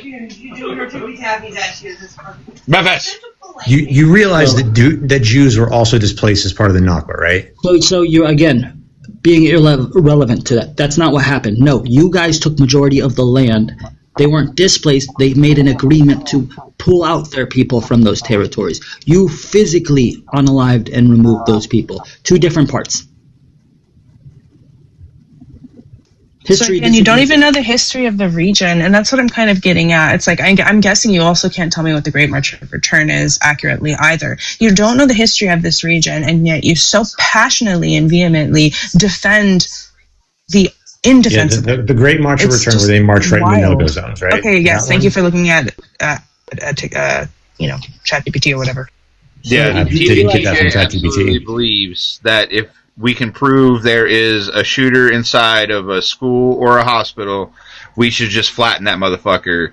We should never send police inside any of our schools to go get a shooter inside a school. We should just start flattening the motherfuckers. Then we wouldn't have any loss of police or military. We talk about the United States discouraged Israel from doing that specifically because it would have led to more lives being lost. That's not true. Also, that's absolutely true. The Biden administration discouraged a ground invasion. At a time. So again, we didn't do that in Iraq or Afghanistan. They sent physical troops into the hospital. Okay, that's not what we're talking about. The Biden administration. Because it's me against 7 people. So you're going to chill out for a second. Okay, the Biden administration deliberately discouraged. Hey. Go ahead, TJ. Wait, no, you gotta let him talk. Yeah, sorry. Okay, the Biden administration deliberately discouraged Israel from a ground invasion because it would have led to more lives being lost. You don't know what you're talking about. Again, then why did they boom a hospital and unalive even more people? Because the hospital is a base for Hamas. That's why. Again, but then that goes against the UN's law of proportionality. Again, you do not understand international law. You don't understand international law. TJ, I'm referencing international law. You're referencing Biden, who isn't an international leader.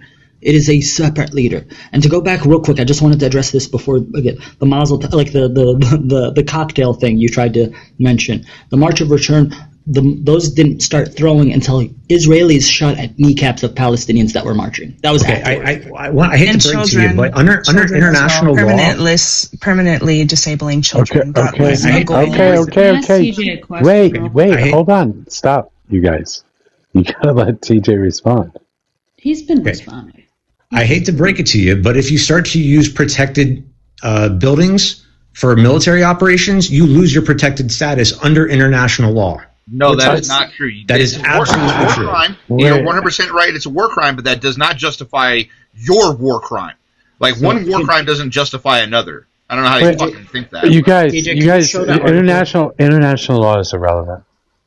Israel doesn't abide by it. Israel doesn't abide by it, nor do we. I wanted to make something clear. Nor do Palestinians, but that's what's someone mentioned a hospital. 94% of the facilities and hospitals have been damaged and destroyed in Gaza. 94%. 19 hospitals have been rendered entirely non-functional, forced completely out of service. Can I just take a moment to acknowledge Mojo looked like he was in a lava lamp just a moment ago, and also on a bright note, 250 students graduated today to become doctors in Gaza. Yay. Congratulations to them having to go through all of that and still. Good That's for them. that's Awesome. crazy. Hey TJ, do you think that maybe Biden was against a ground invasion from Israel? Because if there was a ground invasion, we would have to get involved, and Biden did not want the United States to have to get involved in a WAR with Israel. But yet the dumb orange mango Mussolini, the dipshit in office, is the only buffoon who decided to, after decades of all presidents saying no, to go, yeah, let's do it. And then obviously we're seeing that was an incorrect move, particularly when it comes to Israel's aggression within the region, because look at what's happening with Iran right now. Can you believe that there would ever be a day where Iran would get a fucking massive W over the United States? That's weird. So I'm sorry, what do you want me to address? Your notion that Biden didn't allow for Israel or was against Israel putting ground troops in, like as though that was an L. That was probably the smartest thing for the United States to advocate for, was for no ground troops, for there not to be an escalation, any further escalation, right? Yeah, that was the point that I was making. Oh, so you like Biden now? Got it. All right, good. Just checking. You realize I'm not a Trump supporter, right? I don't know what the fuck you are. Yeah, I'm I know aware. you're a Zionist, though. We do know this. And I know you're a propagandist for Hamas, so what? Yeah, I'm a propagandist. Because I'm against Israel and what they're doing in the region makes me pro-Hamas. You're a weak-minded person. No, because Hamas has openly stated that they put people in harm's way, so people like you believe that Israel's actually targeting Okay, them. so are you telling me, are you about to do some HCOS style denial right now? How many Palestinians have been unalived? Because at the end of the day, I don't give a shit. I don't give a shit about whether you're propagandized to or whether I'm propagandized to. What matters is numbers, because math never fucking lies. Okay, so stand up for Germany during World War II because they had higher casualty numbers. How many are unalived? Stand up for Germany during World War II because they had higher casualty numbers. How many Palestinians you just said it was about numbers. How many Palestinians have You just said it was about numbers. I got to drop and do some teleporting. I appreciate y'all. right. Y'all, good luck. I'll be listening. Good luck. Thanks for making me feel dirty. Yeah, I appreciate it. Likewise, it's mutual. Y'all are beautiful people. Later. Weirdo. So Thanks. the point is, any number is too high. But even if, which the lowest number is 75,000. And Israel won't allow a third party to investigate. They banned 13 organizations, one of them being Doctors Without Borders, which again, mind you, these are the things that I've been referencing. I referenced the UN. I've referenced B'Tselem, an Israeli human rights organization. I have not even sourced like Al Jazeera, not like any like Hamas. By the way, Hamas is not like there's like teachers that work within Hamas. Hamas is not a full organization. It's the military wing that you're referencing, and that is what Israel used. It's like us saying, we can't say all IDF is guilty of genocide because it's like we have them that do IT, janitors, stuff like that. It's the same relevancy of Hamas. Unaliving all of them, saying, they're all H group members, is the justification. So again, We reference actual UN numbers, Amnesty, B'Tselem, all these other organizations that you keep barring actual third-party organization. Yours is based on Israeli numbers that they won't allow other people to confirm. No, I haven't used Israeli numbers at all. No, they're all based on Israeli numbers. The ones that you're referencing, those like things, which by the way, you still haven't gotten the 200 number from the one missile, so I guess you lied about that. But again, based on... I literally showed it on screen. I didn't lie about it. You just weren't paying attention. No one saw it. Did anybody here see the 200 people unalive by the one missile? Nope. Did not You showed a video at all. Are you talking about the video they told you to take down? Again, that was a video that was not videographically confirmed by the UN. That is one that they posted on Twitter. I also don't know what that source is. I don't know. What is it called again? Well, you're asking for the title of the video? Yeah, what's the title of the video? Video analysis shows Gaza hospital hit by rocket meant for Israel. Who was the reporter? What's like the Wall Street Journal? Wall Street Journal is not an investigative, outlet. They're not third party, and they're like Israeli. They're absolutely a third party. Are you really saying? Are they with Israel, or are they with Gaza, or with the Palestinians? Wait, you can't be saying. I'm sorry, but you can't be saying Wall Street Journal is not something we can trust. I'm saying it's not investigative. Wait, are you talking to me or him? Him.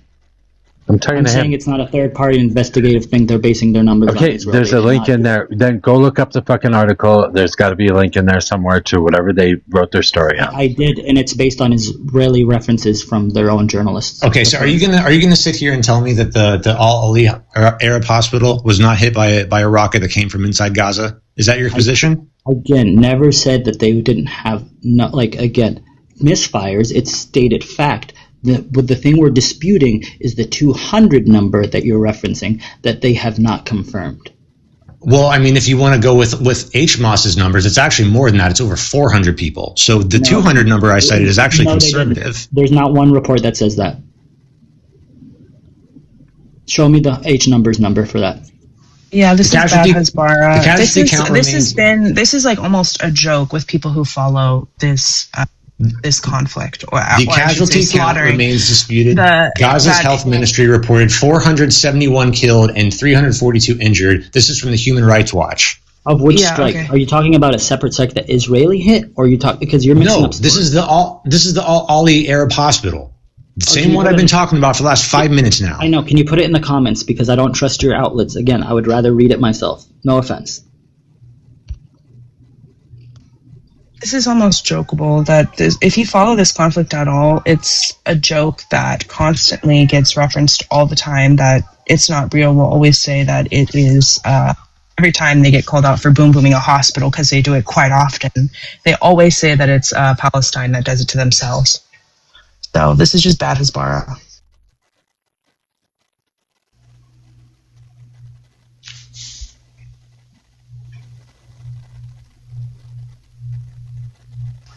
Yeah, because what I'm seeing on my end is it's saying Gaza health authorities say Israel struck the hospital and Israel denies responsibility. Yeah, in the Wall Street Journal video that I showed, it shows that I don't care about the Wall Street Journal. So we're saying, the Gaza Strip. Is Wall Street Journal there? Is Wall Street Journal in the Gaza Strip to be able to see where the missile came from? They have cameras just outside of the Gaza Strip. So yes, they have cameras that can look in the Gaza Strip. Outside of the Gaza Strip. Okay. Yeah, and you can see where the missile came from. Yeah, there's no. That video that you showed shows nothing. I've seen that video time and time again off of every single Palestinian hospital that gets boomed. They always have the same video that they used constantly. It's a huge bad Hasbara talking point. It's very common. What you're saying is like absolutely just Hasbara. The Wall Street Journal has cameras in that can see Gaza. Oh my gosh. All major news organizations like the Wall Street Journal, the New York Times, they have reporters. They have reporters all around the world. Those reporters send what they aren't being allowed in. Though. You don't have to be inside the Gaza Strip to be able to see where the rocket came from. Where did you see this? Where did you see this film of the rocket coming from? I've showed the video or the title of the video multiple times. Go to YouTube, type in video analysis shows Gaza hospital hit by rocket meant for Israel. Damn, you need to calm down, my guy. You're not. What is your problem? My problem is that I'm debating 7 different people and being interrupted I'm not debating constantly. you. I'm asking you a question, my guy. What are you so riled up about? I'm sorry we don't follow your propaganda like you want us to, but good gosh. No, you just follow Iran's. No, I don't listen to anybody. Where do you get this thing about Iran? I get it from the director. It comes from the director of national intelligence. That's where it comes from. TJ, I don't need Iran to tell me anything about the U.S. or about what you guys are doing when I've seen literal videos of what you guys are doing. Like, what are you talking about? Like, on the ground videos that America won't even be allowed to be shown in the U.S. Yeah, Human Rights Watch is saying that there are no known images of any munition remnants. This is, by the way, the article that you just showed on your screen, which is wild. You should actually read your own article. Publicly available, and Human Rights Watch was unable to visit the scene, preventing conclusive identification of the munition. So, best it's they don't know. Stop showing articles that you haven't even read all the way through. My God.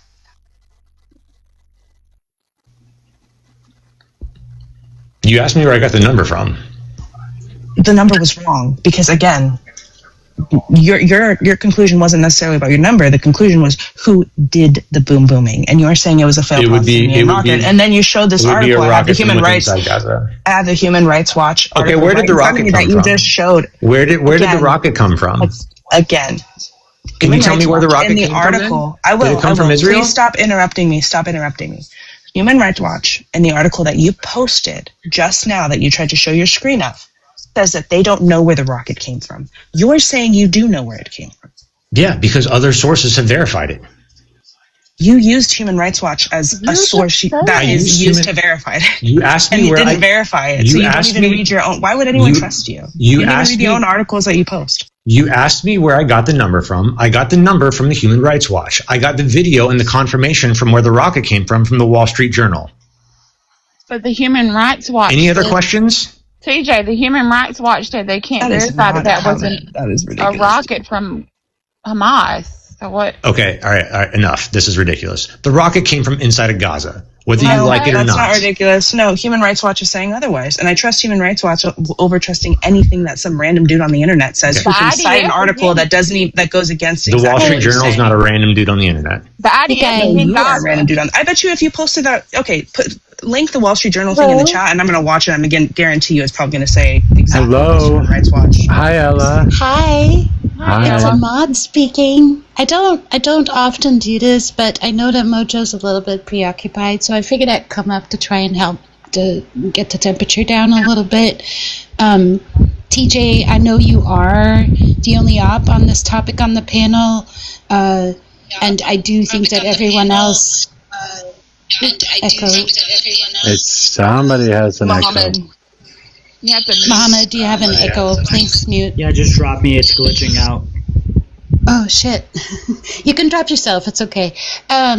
Anyways, I was going to say, TJ is the only op on the panel, so I do think people need to be a little bit more, a little better about not only letting him finish, but not just ping-ponging off each other and giving him a chance to answer to one statement at a time. But TJ, you have also been interrupting a lot, and it's not helping the conversation. So let's all just kind of be mindful of all of it. Please, thank you.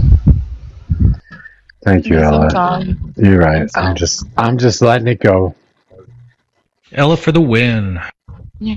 It's hard to listen to. In the comments, I'm just hanging out gaming, and I want to hear the topics. And when you're all talking at the same time, it's just really tough to hear. So that's the only reason why I'm here. Point being, like it or not, that rocket came from inside of Gaza and it unalived hundreds of Palestinians. Not only that, they have fired close to 10,000 rockets from within Gaza, 10% of which have malfunctioned. And TJ, I was just going to say that the IDF is also inside Gaza with the ability to fire rockets. They are now.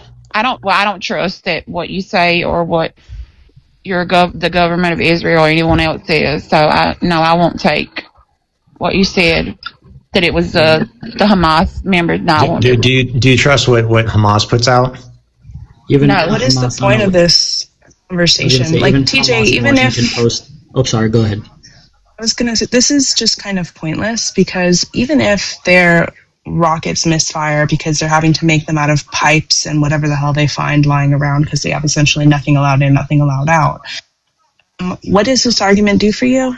The point of the argument is that the 75,000 casualties that you guys reference, one, you don't know how many of those casualties are civilians or how many are combatants. Two, you don't even know how many of those casualties have been unalived by Israel or how many have been unalived by rockets fired from Hamas or the PIJ. But you guys thought the handle thing.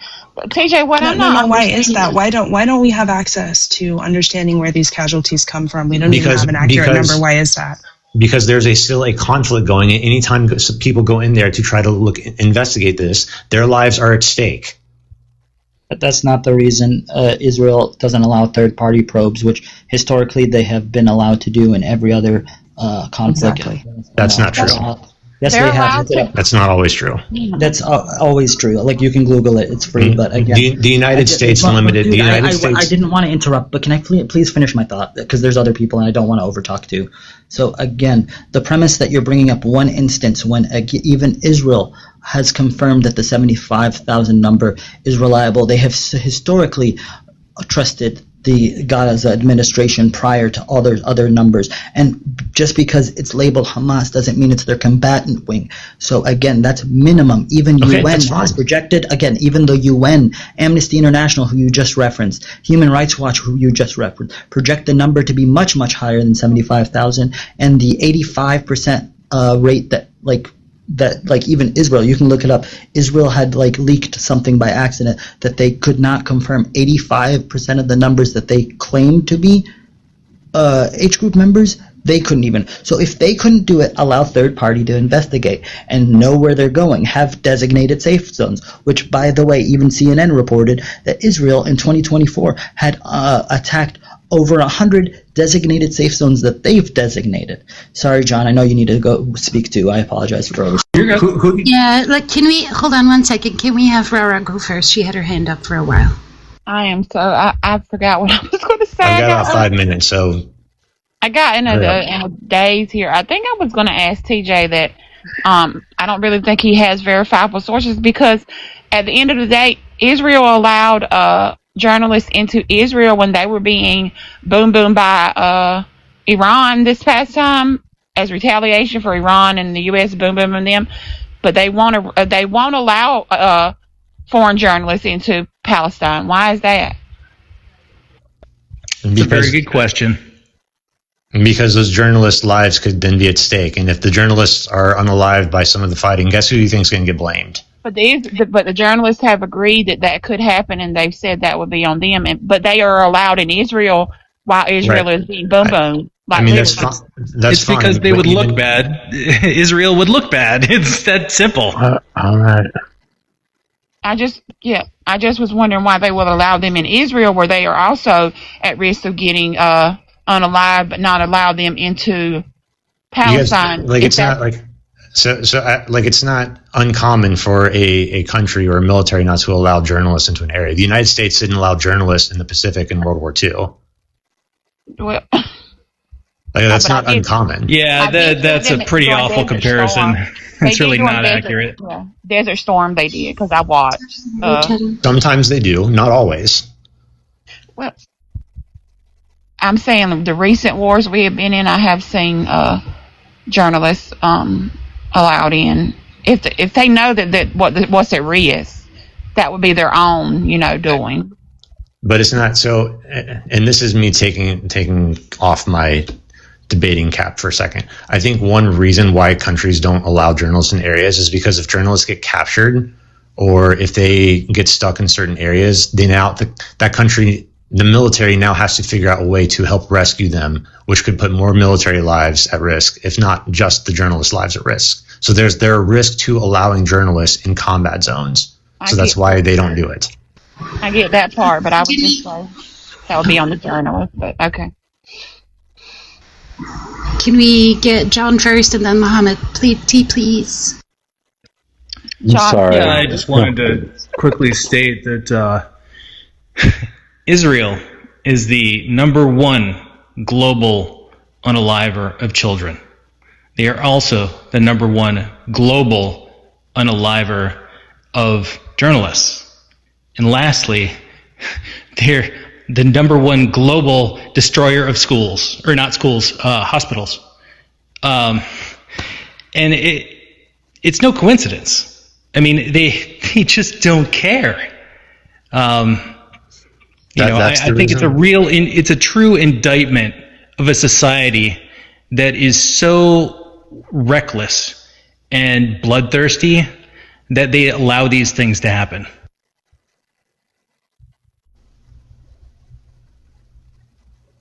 Would I be able to add to that? Yep. Yeah, I just didn't want to interrupt anybody. Okay, so also, TJ, you have to understand that they're not just general. You're showing the same screenshot from before, and it's not verified by the UN. Apparently he didn't see it. Okay, again, and it's not been verified. You're just showing a screenshot. No, it has been verified. In fact, it says stop. specifically TJ. U.S. intelligence confirms Israeli claims that Hamas is using hospitals as bases. So it has been verified. No, it's not been. It's according to Israel's cases, and it's not been independently This is verified. U.S. intelligence and BBC News going in and looking at the... TJ, I did not. I waited for my turn. Can you relax? So again, those have been stated. TJ, you can't show that. So it's even been stated by the UN that they can't prove that that was there prior or if it's been placed afterwards. Anyway, back to my initial point was there are wartime journalists who sign a contract and understand that they could be at risk at being unalived or captured, and that they cannot be negotiated for. That is look it up. It's called wartime journalism. Like, they do understand that they go to these territories being at risk. They even have designated safe zones, and if they walk out of those designated safe zones, they are under their own protection and they can't be verified to be protected. And they have done that in Afghanistan, they have done that in Iraq, they have done that in Ukraine. The only place that they are not allowed in is Gaza, because Israel won't allow it. So how do you know that the journalists that have been unalived by Israel didn't walk out of the safe zone? What? How do I know something that doesn't happen yet because they won't allow journalists? What do you mean?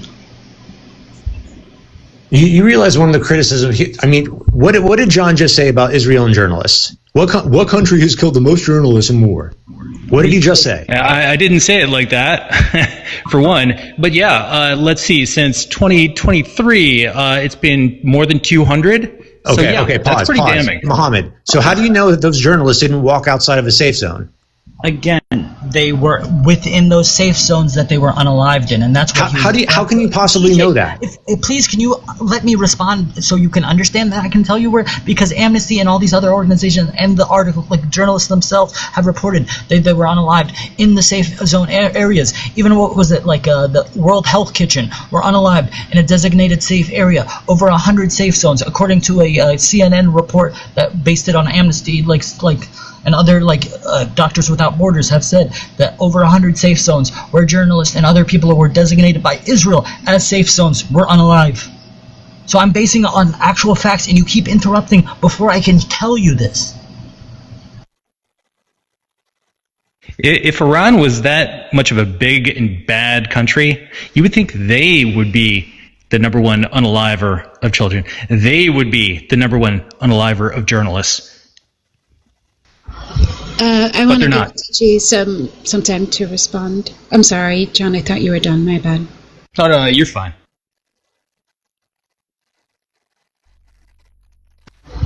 TJ? Sorry, I'm looking something up. What were we saying? Oh, I just wanted to give you a moment to respond. That's fine. Somebody else can go. I gotta head out in the next couple minutes. Oh, I see. All right. Well, feel free to jump in, people. Can I just ask one thing of TJ? Can you look up the CNN 2024 or 2025 report of over 100 safe zones striked by Israel? Sorry, Ash, I think you were unmuting. My bad. Nope, I'm good.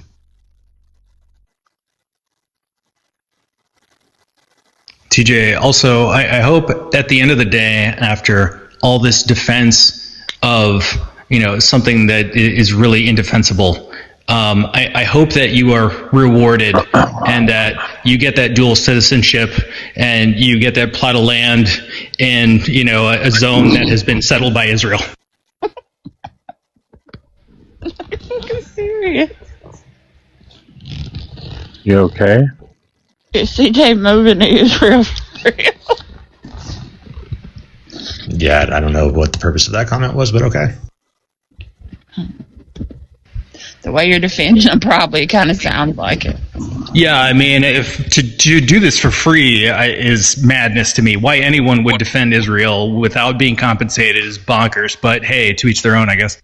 I mean, I don't know. Are you spreading Hamas propaganda for free, or are you on their payroll? Like, how does this work? No, they actually, there's many people, this is well documented, that Israel will relocate a lot of people who want to move into those zones that they occupy.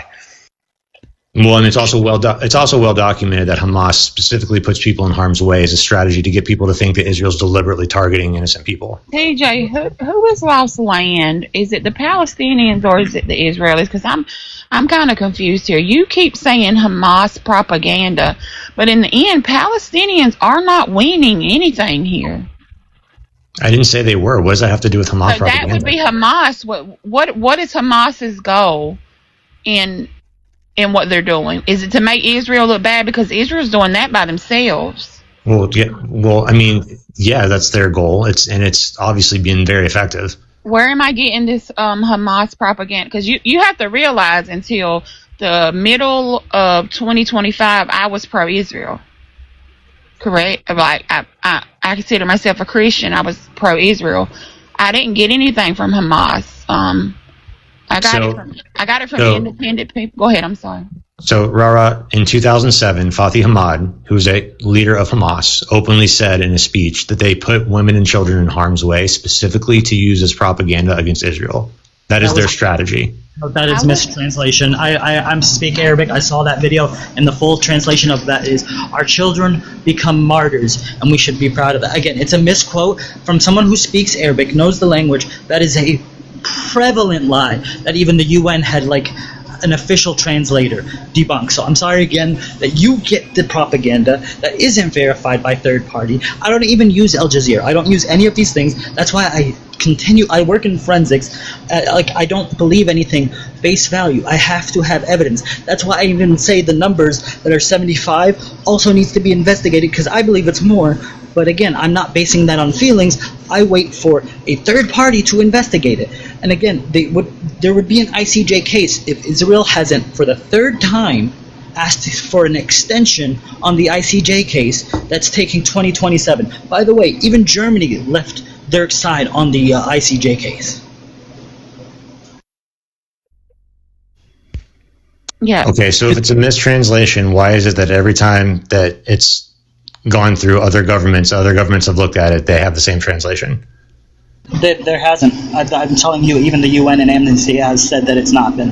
Again, you're saying that out of your ass. Can you send me the source for that? You're the one that's saying it's been confirmed. I can't prove that. No, I'm asking you for the source that the UN is saying this. I can't prove a negative. You're the one saying governments have proved. No, you said I'm not asking you to prove a negative. You said that the UN said that it's mistranslated. Can you send me that source? As soon as you send me yours that has confirmed that this was not, like, again, you have been basing it on videos of mistranslation, not actually verified. Okay, that's fine. That's perfectly fine. And if you have a UN source saying that it's been mistranslated, I'd like to see it. I think he speaks the language, TJ, and he's telling you that it was mistranslated. Well, I mean, he can say that he speaks the language and it's been mistranslated, but I want to see his UN source that he says he has. So can you send me the UN source, please?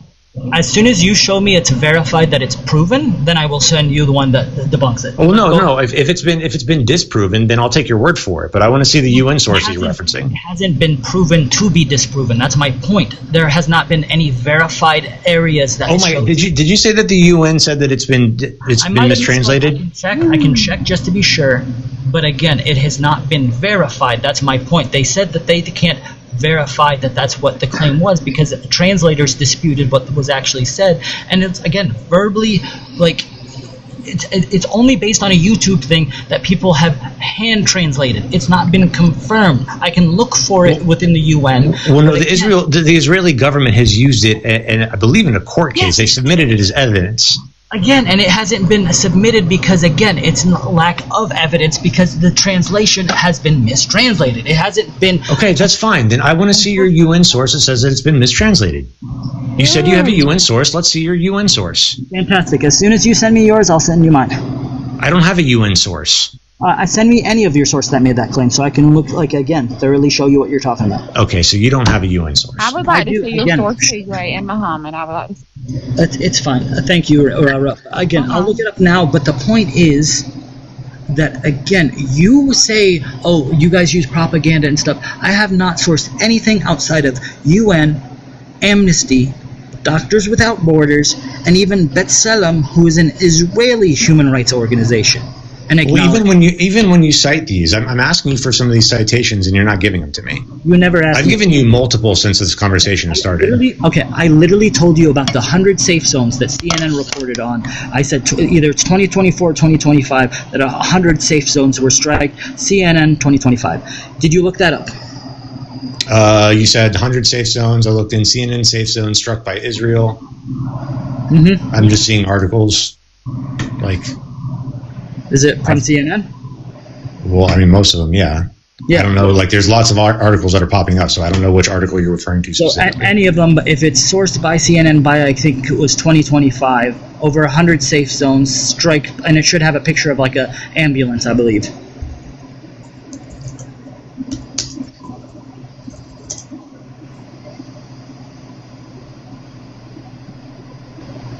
So we can go point by point.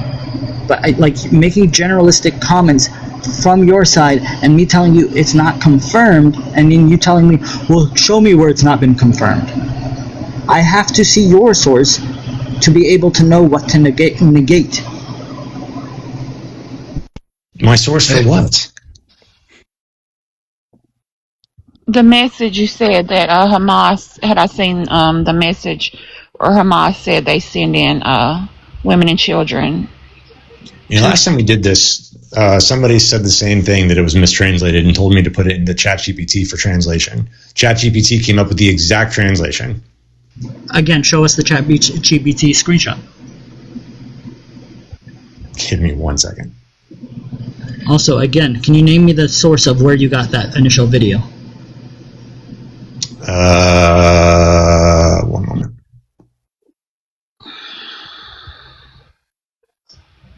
And honestly, this is irrelevant because at this point we are in 2026. Oh no! Now it's not now irrelevant. Now that I'm about to translate it, okay, I don't know how that works. TJ, okay, it's fine. Bring it up. But again, I have named my source. You still haven't even read the other one I told you about the 100 safe zones. But my point is, we are in 2026.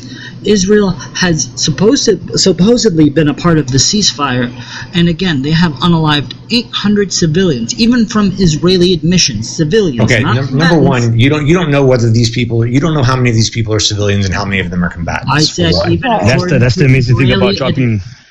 Again, even according to Israeli admission. Sorry, Ibn, as you have been waiting for a minute, I'll mute myself.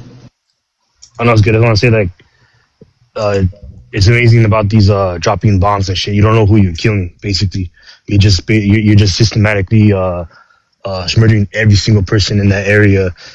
And do you have access to the intelligence information that doesn't fucking using? Matter, dude. Do explosions like discriminate? Do explosions like kill only bad people? Do you have access to Israelis' intelligence? I would say they don't have much intelligence because they didn't even know that there were tunnels supposedly under.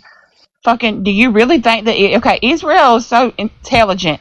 How did the fuck did October 7th happen? Good question. The other thing I want to point out, too, here is that, TJ, you act as though we want to be doing this, as though we want to criticize Israel. Like, for most of my life, I was defending Israel. And reluctantly, when the truth was just unavoidable, I had to concede that, you know what? Israel is doing some fucked up shit. It's just not right. It's not acceptable. and I'm going to speak out about it. And I think that's been the case for a lot of people here and a lot of people nationally. And so it's like, TJ doesn't care about that. TJ thinks everybody bad. We listen to Hamas. He's good. He listens to the IDF and Netanyahu, who is now occupying more Gazan land.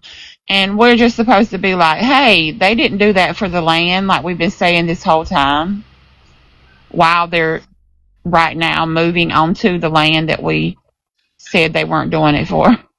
TJ. Why is that, TJ? And we're not going through any fucking question.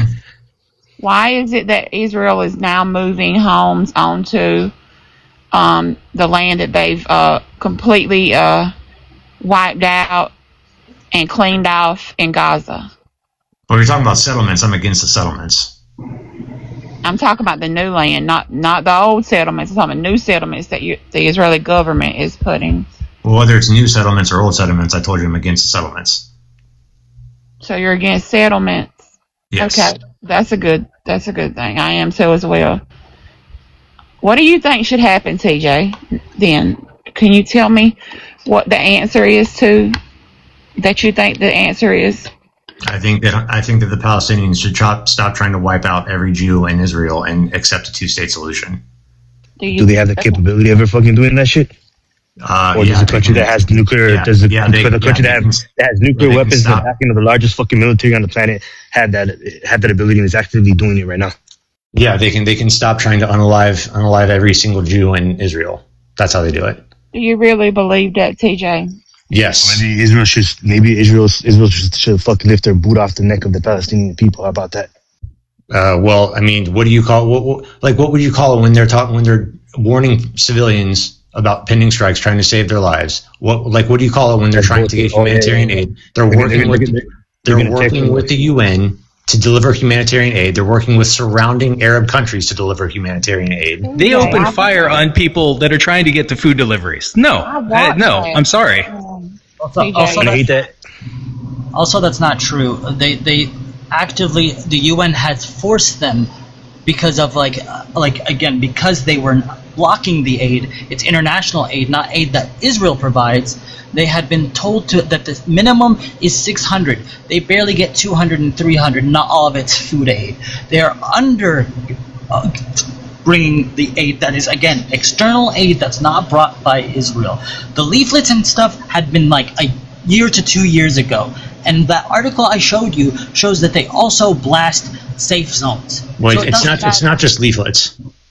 Again, what are you talking about? The roof knocking, where they send a small boom so they can travel to the west. No, I'm talking about the text message system they set up, which is the most advanced warning system in the history of warfare. Oh yeah, because there's so much power. I'm sure they all have so much power for their phones and shit. Not to mention their phones are probably fucking ancient as well as destroyed. Many of them. A lot Not of to mention they only give. Oh, go ahead. That's just please, Evanes, I cut you off. I cut you off, Evanes. I was good. I want to say, not only that, but they only just give mere minutes to get out, and it's like it's not even just that, but it's like that the whole thing is fucking bullshit. It's like we're gonna blow up your fucking house. Bullshit to get a few people. It's bullshit because you're destroying people's homes. You're destroying entire areas that people live in. Because under their homes, they set up an entire terrorist operation. That's why. Okay. So can I ask you? Yes, all Arabs are terrorists, right? Mm-hmm. Yep, got it. That's not what I said. It's what you're implying.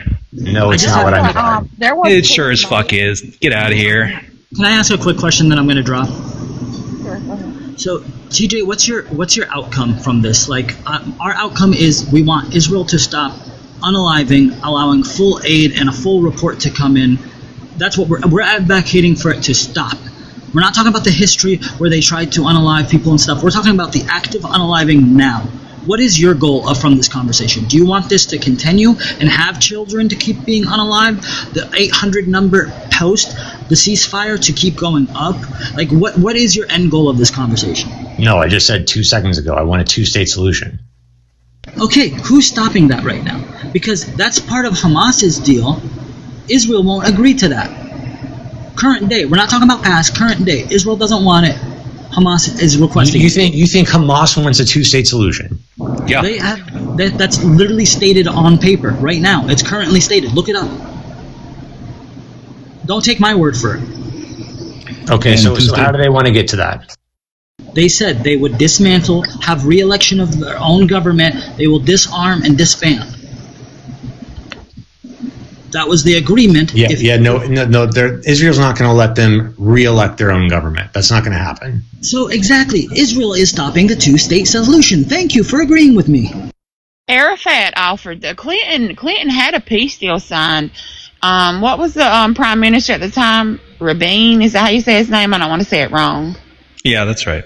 That was later assassinated due to Netanyahu and his goons talking so much crap about him, how he was a terrorist sympathizer and everything. He was assassinated.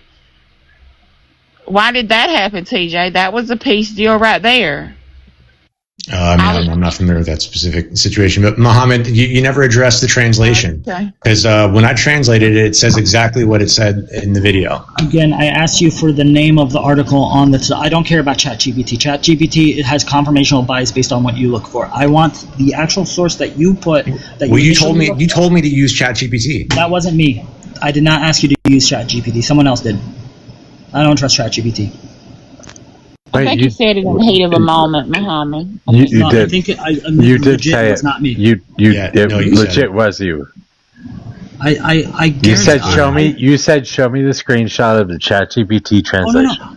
I did say that. I did say show me your ChatGPT screenshot that someone, but I didn't ask him to enter it in ChatGPT. That was the difference. That's what I'm saying. I didn't. Well, how do you expect me to show you a screenshot if I don't enter it into ChatGPT? That's not what I'm saying. I'm not saying that I wanted you to use ChatGPT to confirm what it was saying. I'm asking you what was the initial source so I can look into it and show you that it had been again, I never asked you to use ChatGPT. I did ask you to show me the screenshot of what was shown. That's what I'm saying. TJ, just give him the source. Why are you not giving him the source? You would think this would be easy. Oh, for the video? For what you're saying about it being saying what it's saying, he's saying there is no proven credible source that is what they were saying. He's telling you that. That's why he wants your source so he can look at it, and if he's wrong, say he's wrong. That's what he wants. This one's from Memoritive or MemoryTV.org. Yeah, Memory TV, which is a think tank organization. But yeah, please post that one. And the reason I'm not a big fan of ChatGPT because ChatGPT kind of uses the most popular thing that's searched. So if you look that up, the source will be that same video. Okay. So the reason I'm not this isn't complicated. Regardless of what the source is, the question is, did he actually say what he's saying in the video? That's what I'm telling you. So okay, let me look this up for you and get you the UN source real quick. But the point is, Memory TV is a think tank organization that had been known to not translate it fully and mistranslate. So let me get it for you. You can have discussions with everybody else, and then I'll drop after this since you were asking me about it again. I really have to head out. I'm exhausted. You feel free to message me because I don't. Again, my end goal isn't that I want confrontation between the two at all. I want it to stop. But Israel is the one that's still unaliving people to this day. But I'll look that up and I'll send it to you if you need to go.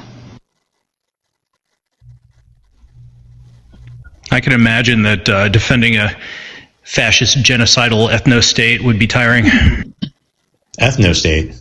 Can you elaborate on that? TJ. I mean, isn't it clear what is the Israeli government comprised of? How many Jews live in the Gaza Strip prior to the October 7th? Irrelevant. What is the ethnicity? Can you answer the question? What is the ethnicity of the Israeli government? Okay, so your rebuttal, TJ, is stupid because that would be like asking why were there no non-Jewish Germans in the camps? Why were there no non-Jewish Germans in the camps? Yeah, exactly. Because the fucking the Gaza Strip was built to basically house Gazans as prisoners. That's what it was built for. It wasn't built for Israelis. So Israel, if it's an ethno-state, it's not a very good one because 30% of the population is Muslim. So I'm curious, what percentage of the Gaza? They live in apartheid. What percentage of the... No, it's not apartheid. What percentage of the Gaza Yes, it is. It's 100% apartheid. And a government who comprises the government. What percentage of the Gaza Strip is Jewish prior to October 7th? What is the ethnicity of the government? What is it comprised of? TJ, he asked you first about that. You won't answer. Which part of the government? Because I know they have Palestinians in the Supreme Court. No, that one's okay. If we're basing on sources, look up 2020 Amnesty International's report on basically, what is it called? Unequal rights of the Knesset members within Israel, Palestinian members. There's only 5 members out of the 100. They don't get the same rights. They can be voted out by the other members. The other 2 million get select areas that they can live in, according to the Jewish National Fund, and 99% of it being like publicly owned by the government, so they can't own. Well, property. wait, I'm sorry. Time out. Stop. They're a Jewish state. You realize this, right? That's the point. And those areas that aren't recognized as Jewish, like West Bank and like the and countries like Saudi Arabia are Islamic states. I did not interrupt you. Can you please? I hate this Islamic argument because, again, the Islamic country of Jordan are comprised of Muslim Jordanians. Pakistani Muslims are considered Pakistani. So those other Muslim countries are Muslim people of their own ethnicity. So it's not just 50 Muslim countries that any Muslim that has the label Muslim can go to. They are comprised of their own ethnicity. There you go. So Palestinians can't go to their own land where they're ethnically from. What do you mean, there you go? No, you're complaining because Israel's an ethno-state. Yet half the other countries in the Middle East are also ethno-states. Yet you're focusing on Israel. Yeah, my claim is correct. So that's a stupid remark. Yeah, and your claim is biased against Israel. No, it isn't, because No, I'm not talking about you. I'm talking about him. TJ, none of those arguments that you brought up are valid for this, because there's no third party coming in saying that they're also from the land and they're annexed from it. There are Jordanian Christians and like a very small Jewish Jordanian population, but again, that's because of Israeli. Then your problem's not with Israel being a quote-unquote ethno-state. TJ, you're not getting my point. Those ethno-states mean, again, that it is only for Jewish people and don't give rights of return to Palestinian people who are also from that land. I want a single state that are comprised of Palestinians who are Jewish, Christian, and Muslim. Not just that would be Israel. Fine, but Israel's not doing that. Please. One moment, please. Okay. Not your regular. I'm guessing you may have been here before, but I don't think I'm familiar with you. Can you please give us your age for TikTok purposes? Yeah, absolutely. I'm 34. Okay, thank you. Jump in whenever you can. So I'm going to leave on this final point because I am being a little selfish on this point, but the point is those aren't ethno groups because they can have citizens from other people that apply, but they are comprised of they are comprised of Jordanians who are just so happen to be majority Muslim, not a land only for Muslim Jordanians, not a land only for Saudi Muslims, not only a land for but that can have other ones. How many Jews live in those countries? Did you? Are you? He's not understanding. I know it's so painful. Like that. Like, if you want to jump from point to point, do you know what the Yemeni Children Project is? No, I'm not familiar with it. It's when they stole Yemeni children, so Jewish families could have children from that land, and they stole it and had they could have children. There was also the whole issue with did you know Israel struck a Iranian synagogue during this whole debacle? So it's not about how many they have in those populations. You keep jumping from point to point, so I'm going to let other people interject because I am being selfish in this, and it just, when you get from different points and not continue the same topic we're on and switch around, it gets frustrating. So I'm going to leave it at that. Thank you guys for having me. I'm sorry if I overtook the panel. Have a good night. Hey, good, bro. I appreciate you guys. I'm sorry. Thanks for being here. Thank you. Bye, guys. He's going to head out too. I've got to get some sleep. So you guys have a good night. Good night, TJ. You too. Thanks for being here, man. See you, TJ. I hope you find your brain. There's no reason for that. He needs to be 4 the or prime 5 minister of hours? Israel next. Sorry. TJ does need to be the prime minister when y'all.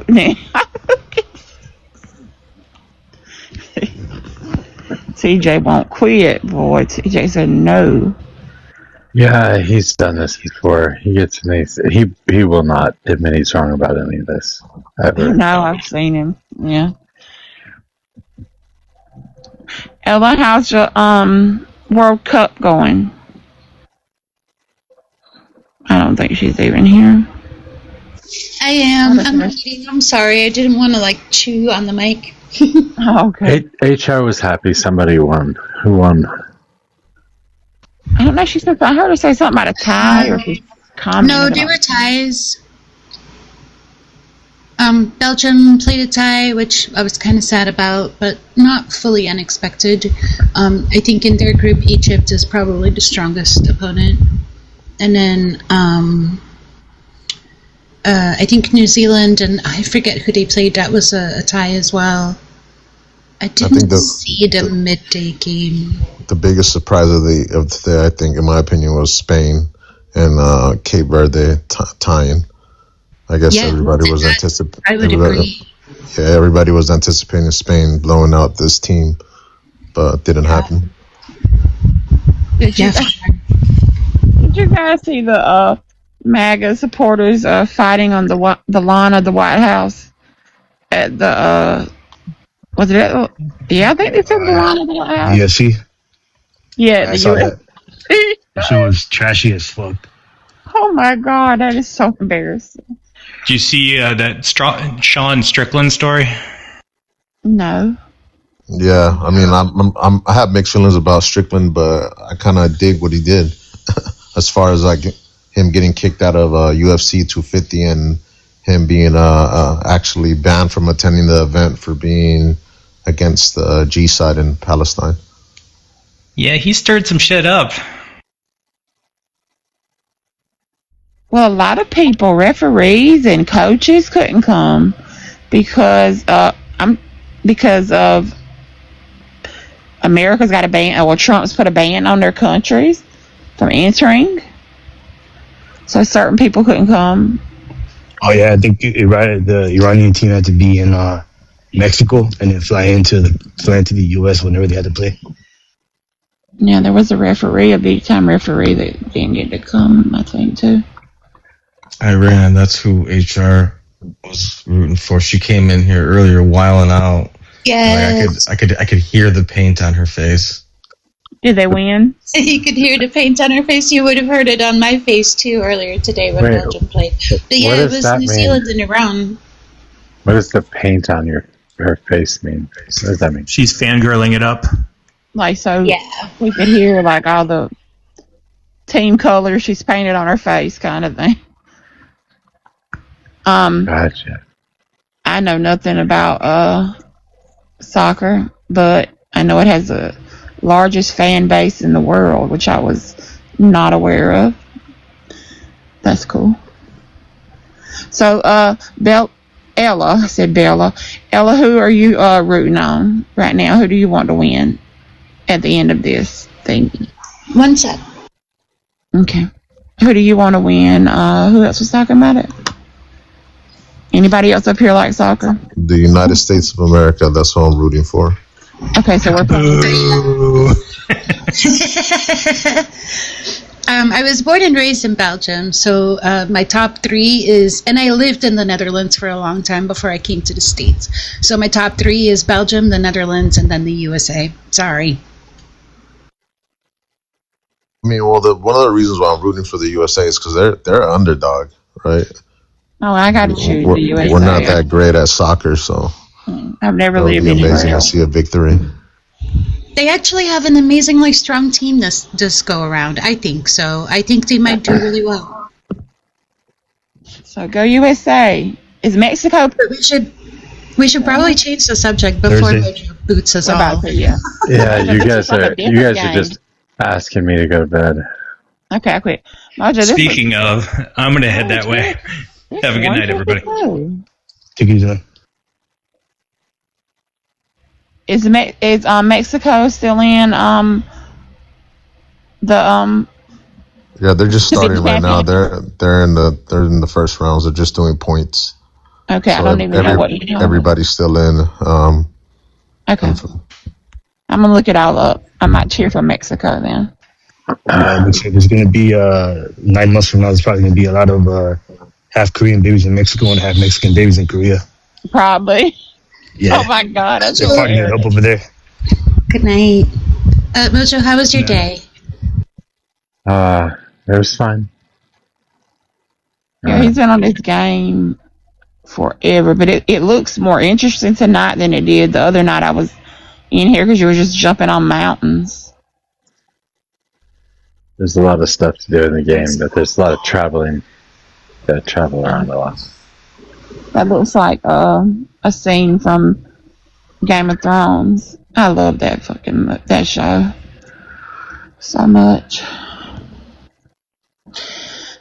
Mojo Penny, she was up here trying to get at you today. I know. I thought about like dropping the whole panel and just going at her, but whatever. It's not like I'll get a chance to do that again. She was angry. Tell me more. What happened? Oh, we started talking about Israel, and who was I talking to? Oh, I was talking to Donovan or something, and then she decided that she didn't like something I said, so she came up in the panel to yell at me.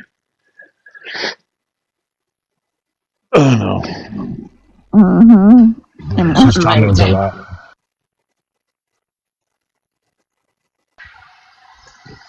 Then she told a couple people to shut up, and I just dropped her. Oh, okay. She knows better than that. And besides, I don't really care to argue with her about Israel. It's the same conversation every time. Yeah, she was seen her arguing with what's his name? Nemo.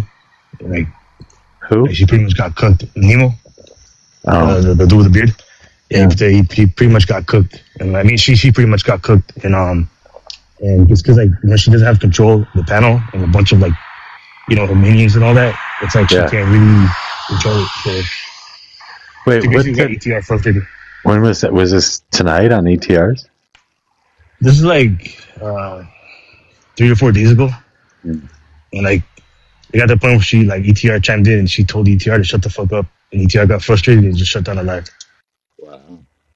And you said she was going against Nemo? Yeah, she went against Nemo. And was it over Israel, or what was it over? Yeah, it was over Israel and like using white phosphorus, and she kept asking her if Israel was a war, if using white phosphorus was a war crime, and then she would keep pivoting to like something else about Islam or about Iran or whatever, and she wouldn't answer the question. She would basically just dance around the question. So it was like, yeah, it was pretty bad and hurtful for her. She's pigeonholed herself. I mean, all she can talk about is Israel. And she can only do it when she's got her Israeli friends around. Yeah, basically. I don't know. I would think that could be pretty boring after a period of time. But then again, I still like talking about Marxism. Yeah, she's Jewish and she seems passionate about it, so I don't think it gets boring necessarily. Yeah, you're probably right. I'm Christian, but at some points you just have to stop defending. You just can't. Like, I couldn't. I could never defend a country that say was just Christian doing what is being done right now to Palestinians. So I couldn't be a part of that. Yes, I went on Dinos the other night, and I don't remember what we were talking about. Or no, he came on my panel, and I asked him about something. He said he rigged Pants Party said he rigged the award show or whatever last year. I didn't really, whatever, doesn't matter much. But I said, this year when Penny's up for best new host or whatever, and he says she's gonna be, and I said, I'm sure that's fine, but I want you to show me the receipts to make sure that you're not getting any money from AIPAC. Thought that was kind of funny. That was. He's getting paid from AIPAC to make sure that Penny wins the best new host. Is he doing that again this year? Yeah, he'll probably try to do it this year, but I don't know. It depends on how frustrated he gets.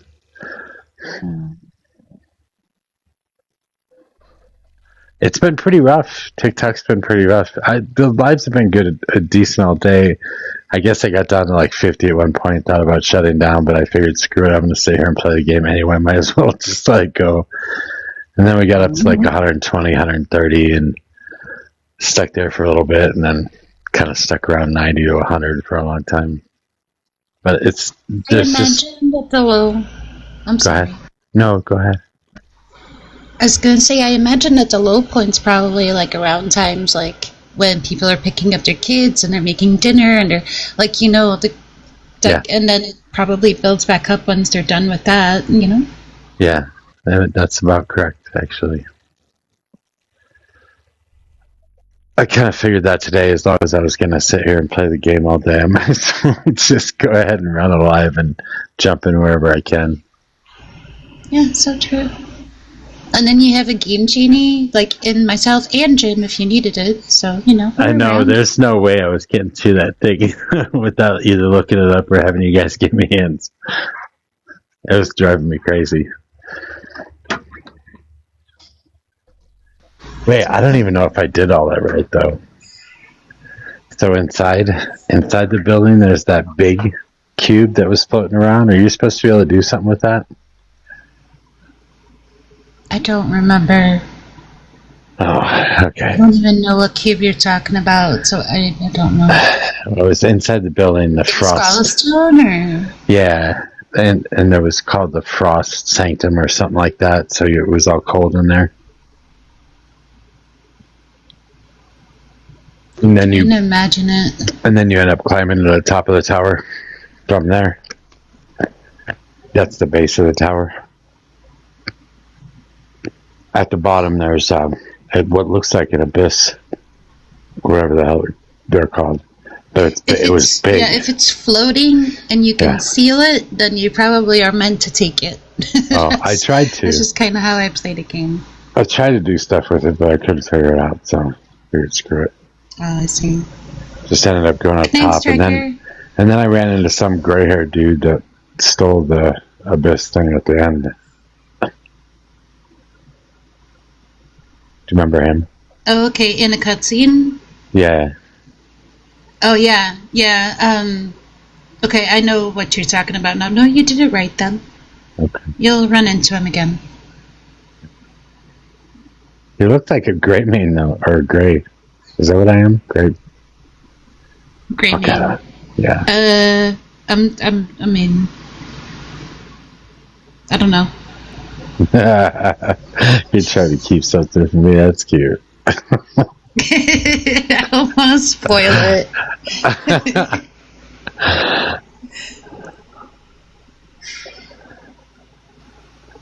Well, everybody left. Ash, are you still there? Are you hanging out with us? No, it's already midnight. I'll probably barely.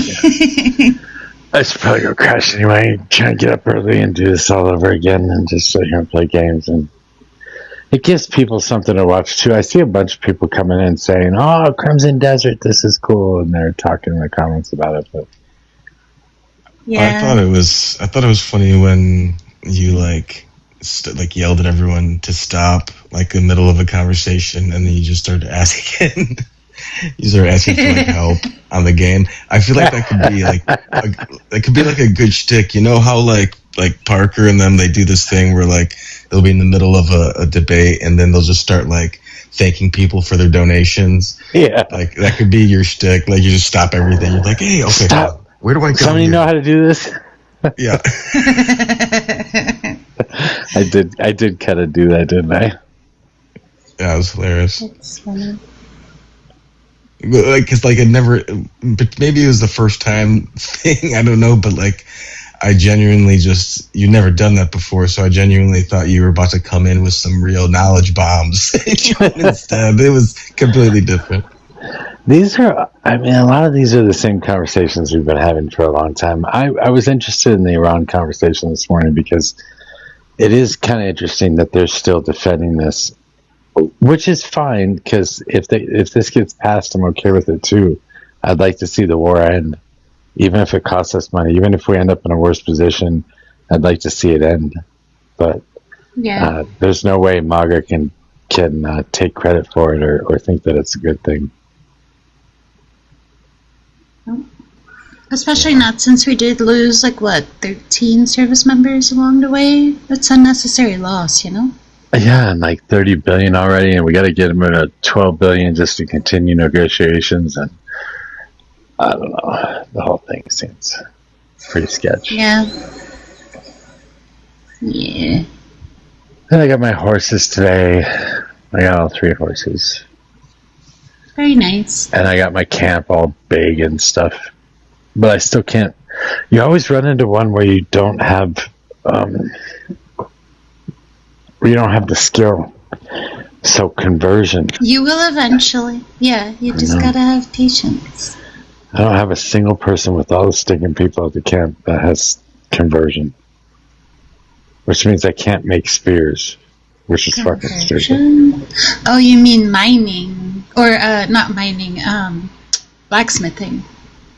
No, it's not blacksmithing. Here, let me, It's not conversion. Like, the conversion is just like how much you've donated to the local church, and that ups the percentage of the conversion that you get. The icon, though, it's a little blacksmithing icon, right? I'm going to secure resources. Collect weapons. It's this one.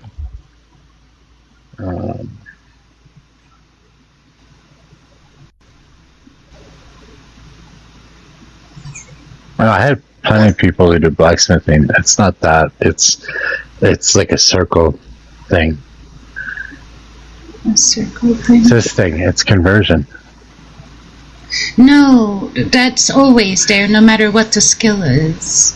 Well, if I put blacksmithing in here, it's too small for me. Wait, it wouldn't let me do it before. Wait, hold on. Let me see if it lets me do it now.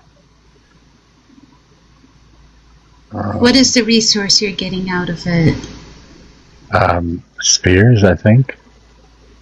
Yeah, that should be the blacksmithing guy. Oh, well, it is going now. It wouldn't go before for some reason. Yeah, that's you gotta trust me, Mojo.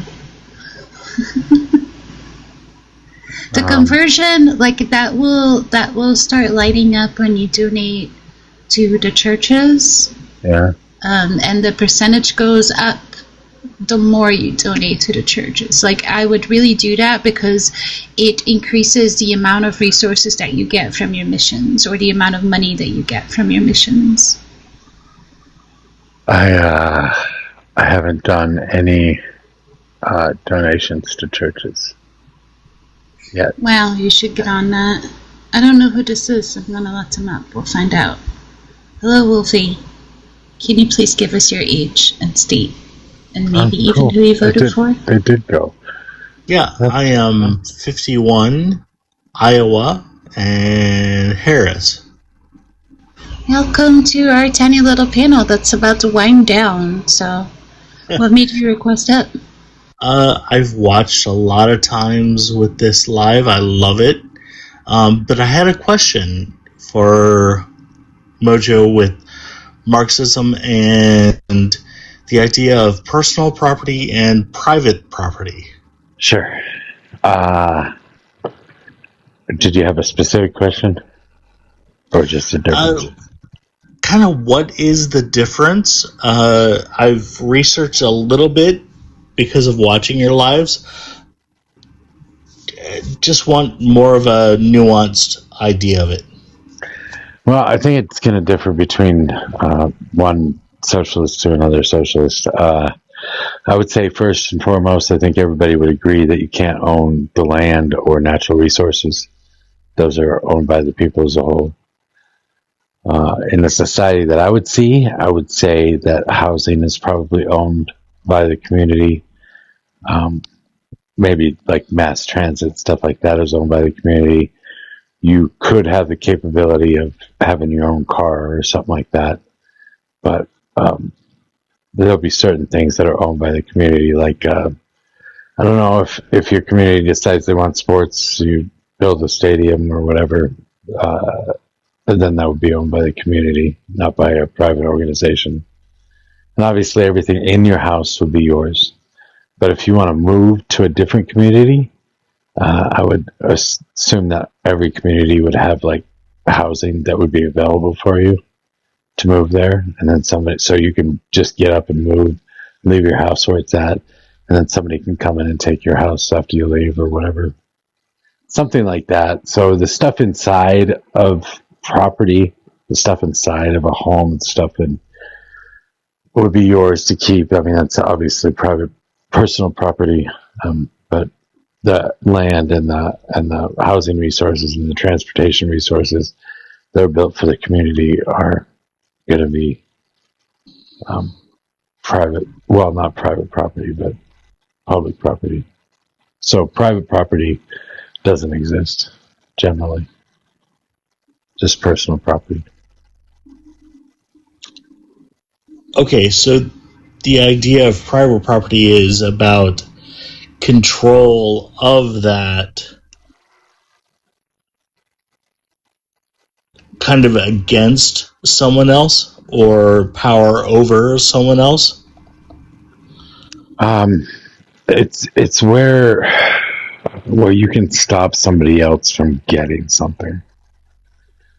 So if you own the land, you can stop somebody from taking the resources off the land. If you own a piece of property, you can stop somebody from trespassing. The inside of the house is yours, but not necessarily the outside, because you want it to be available for other people to come in and move in as if you choose to leave. I don't know. I haven't really thought about it a ton, but usually the simplest explanation is that you can own your own toothbrush. Yeah, that was kind of the idea, that anything that you use that you own that doesn't affect someone else. Yeah. Yeah, that sounds like it makes sense. I haven't only differ that it would be like you could still own the home, like that's your equity, that's your personal equity, and you'd sell it if you wanted to move. But you're saying the home itself would be part of the property. Yeah, I don't think you should be able to own your own home, because then you're going to have people building homes that are much larger than other homes, take up more space, sit on more land, are on the beach, because I would consider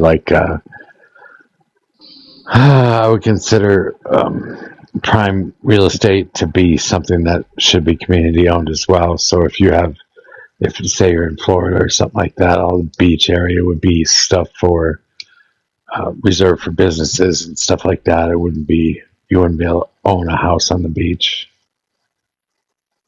because not everybody can have that. That makes sense.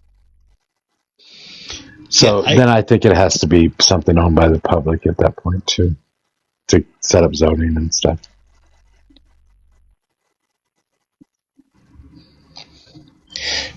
One of the things I looked up was kind of like, okay, you own one home and you live in that, and that's your personal property. But if you bought a second home and then rented it out, that was private property, because you had control over who could use that property.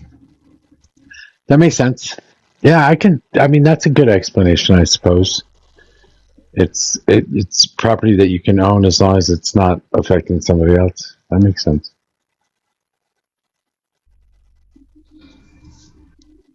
I haven't hammered everything down yet. Obviously, a new world is kind of hard to visualize. Yeah, that's for sure. So you kind of have to play things by ear. I would think that once you get the system set up, all of the new decisions that are going to be made are going to be made in local communities, and they're going to decide which is going to be best for their community, how to set up their community the best. Like if you've got a smaller community that doesn't give two craps about sports or whatever, they're not going to build a stadium. They're not going to try and play sports. They're not going to do any of that stuff. So you wouldn't need that in every community. They'll make their own decisions on what they need, but there'll have to be stuff that the state takes care of too to ensure that there are enough doctors in town or people that can do plumbing or whatever. I don't know. I'm tired anyway. Too tired to think about it too much.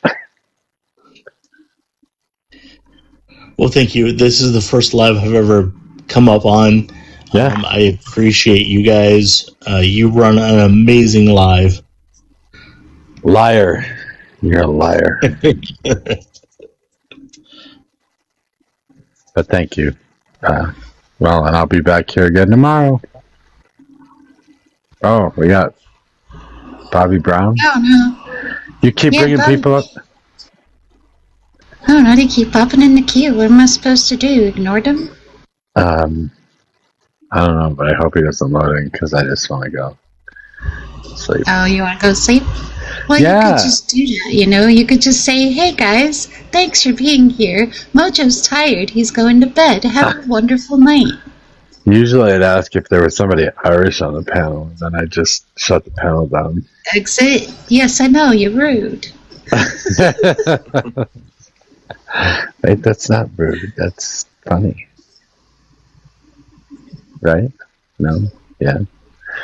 I have been live for... Scared Bobby away. See? I have been live for 12 hours and 15 minutes. Okay, go. Good night. See Good night, y'all everybody. Wait, I will fix the